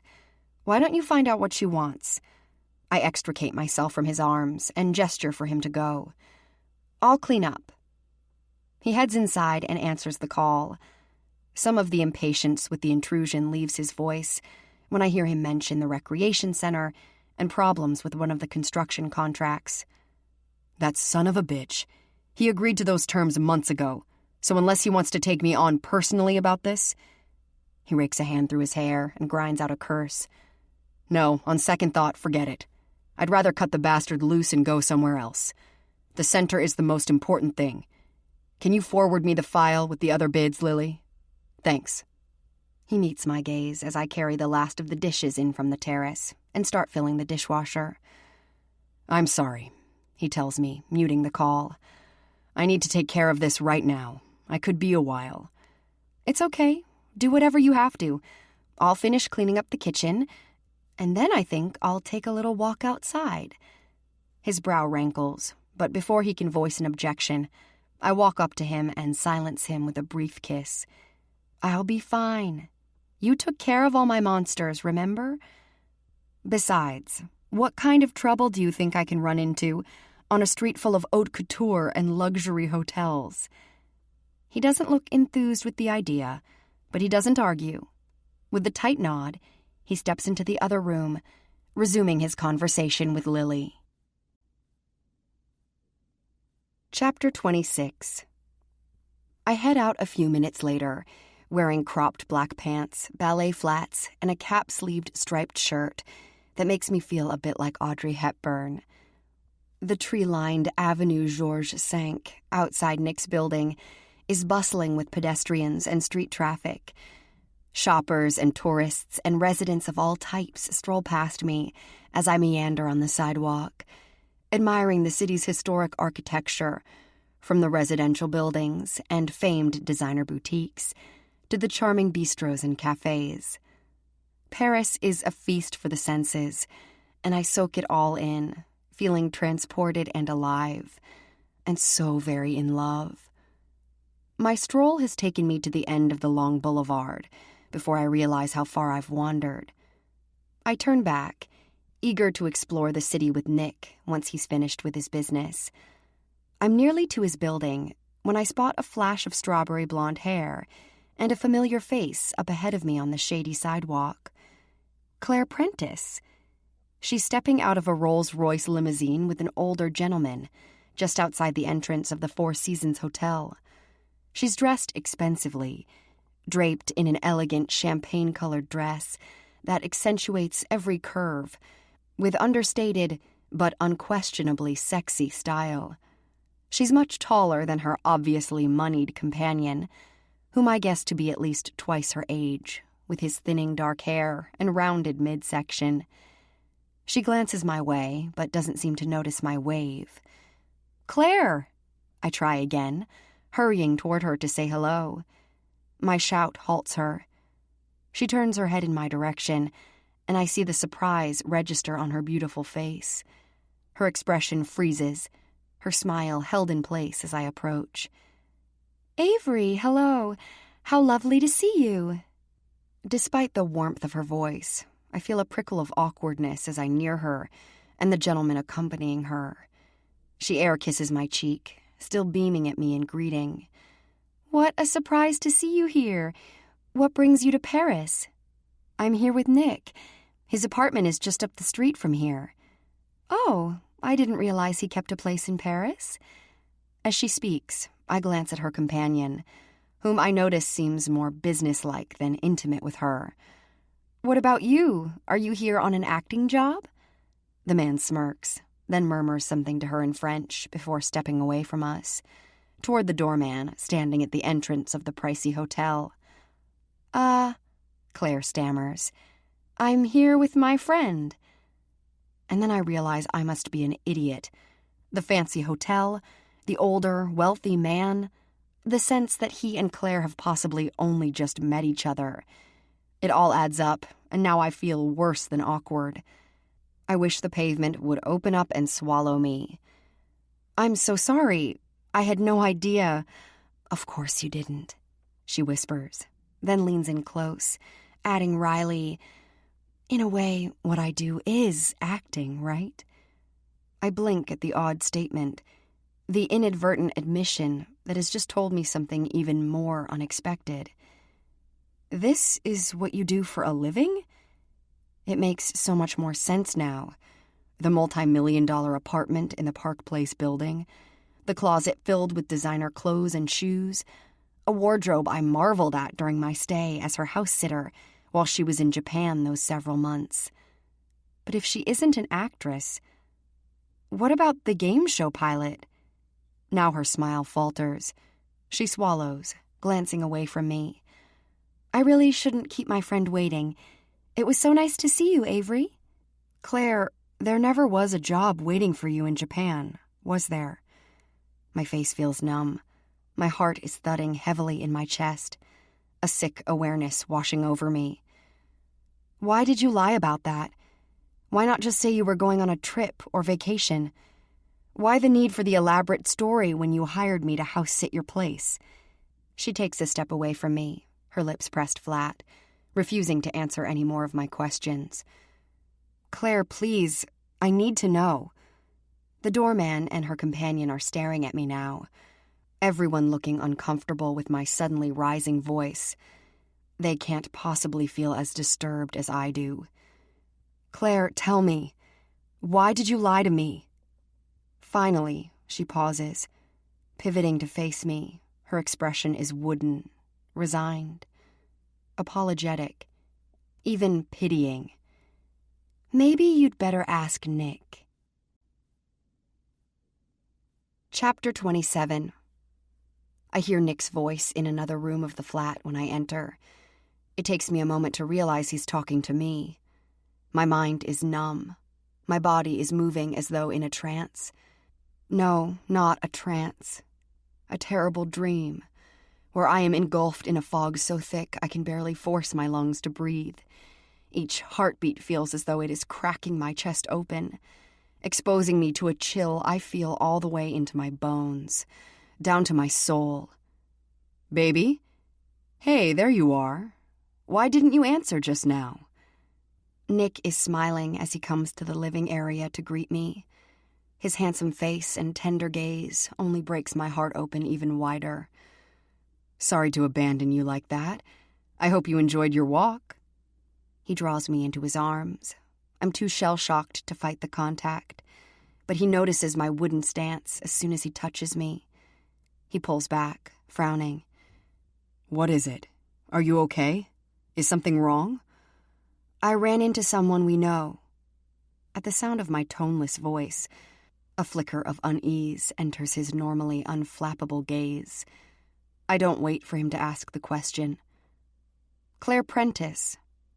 Here, in Paris? He grunts, clearly taken by surprise. That's interesting. Yes, I agree. It was interesting. She was just arriving at the hotel next door with a client, I suppose you'd call him. Client? I scoff. Are you going to tell me you have no idea what she does for a living? What are you saying? That Claire's a call girl? She's definitely not an actress. She just admitted that to me on the street a minute ago. I hold his gaze, feeling some of my shock dissipate, morph into something sharper, when I see how deftly Nick can craft a dodge. Doesn't he realize? I am the master of lies and obfuscation. At least, I was before I met him. He tore down all of my old defenses. He left me bare. Dear God, I can't believe I'm only seeing it now. He's played me like no one ever has before. Why, Nick? He stares at me in a lengthening silence. Tell me what's going on, sweetheart. That's what I want to know. What the fuck is going on? His brow furrows deeper as he reaches for me. This time I jerk away, well out of his reach. There was no acting job in Japan, I tell him, searching his eyes for confirmation of the truth. There was no friend who stood her up that night she came into Vendange and told me she needed someone to watch her apartment for 4 months. Her apartment, which is in your building, Nick. He says nothing, but I see a tendon jump in his jaw. His lack of denial is all the evidence I need. Maybe I should feel some satisfaction that he's not going to lie to me some more. But I don't feel anything except pain and confusion. I think back to my painting, the self-portrait he bought more than a year ago, the image of me that he's kept with him all this time. I think back to his words in the stateroom of his private jet, his declaration that I have been his for longer than I know. It started with your art, he admits quietly, knowing me so intimately now. Not even my thoughts can elude him. I saw your gift, Avery. It spoke to me. I've never known that kind of pull before. I saw your face in that painting and it touched something deep inside me, something that had been dead for a long time. I felt a connection that I wasn't ready for. Christ, I wasn't equipped to feel that kind of pull to another person. I've never had that before. I've never wanted another woman the way I've wanted you. No, I shake my head, pushing his explanation away. I don't want it. Not when I'm feeling so foolish, so naive that I had convinced myself this was all some kind of fairy tale, that fate had put us together because we were both broken and alone. A choked laugh tears out of my throat. God, what an idiot I am. You actually had me believing that all of this was real, that we were real. We are real. His voice is a lash, crisp and sharp. What we have together, Avery, it's real. You set everything up. My chest is heaving with my gasping breath. My heart is banging, fury and anguish throbbing in my temples. How did you know I would take Claire's offer? How could you be so sure that I... The words dry up in my throat. Because I know. The answer hits me with the impact of a physical strike. The condo development company. The one that bought my apartment building in Greenpoint. It's one of yours, isn't it? He takes a step toward me, his face slack with regret. I never said I was a good man, Avery. I'm controlling and arrogant. I'm used to getting what I want. I'm possessive as hell, but never more than when it comes to you. You used me.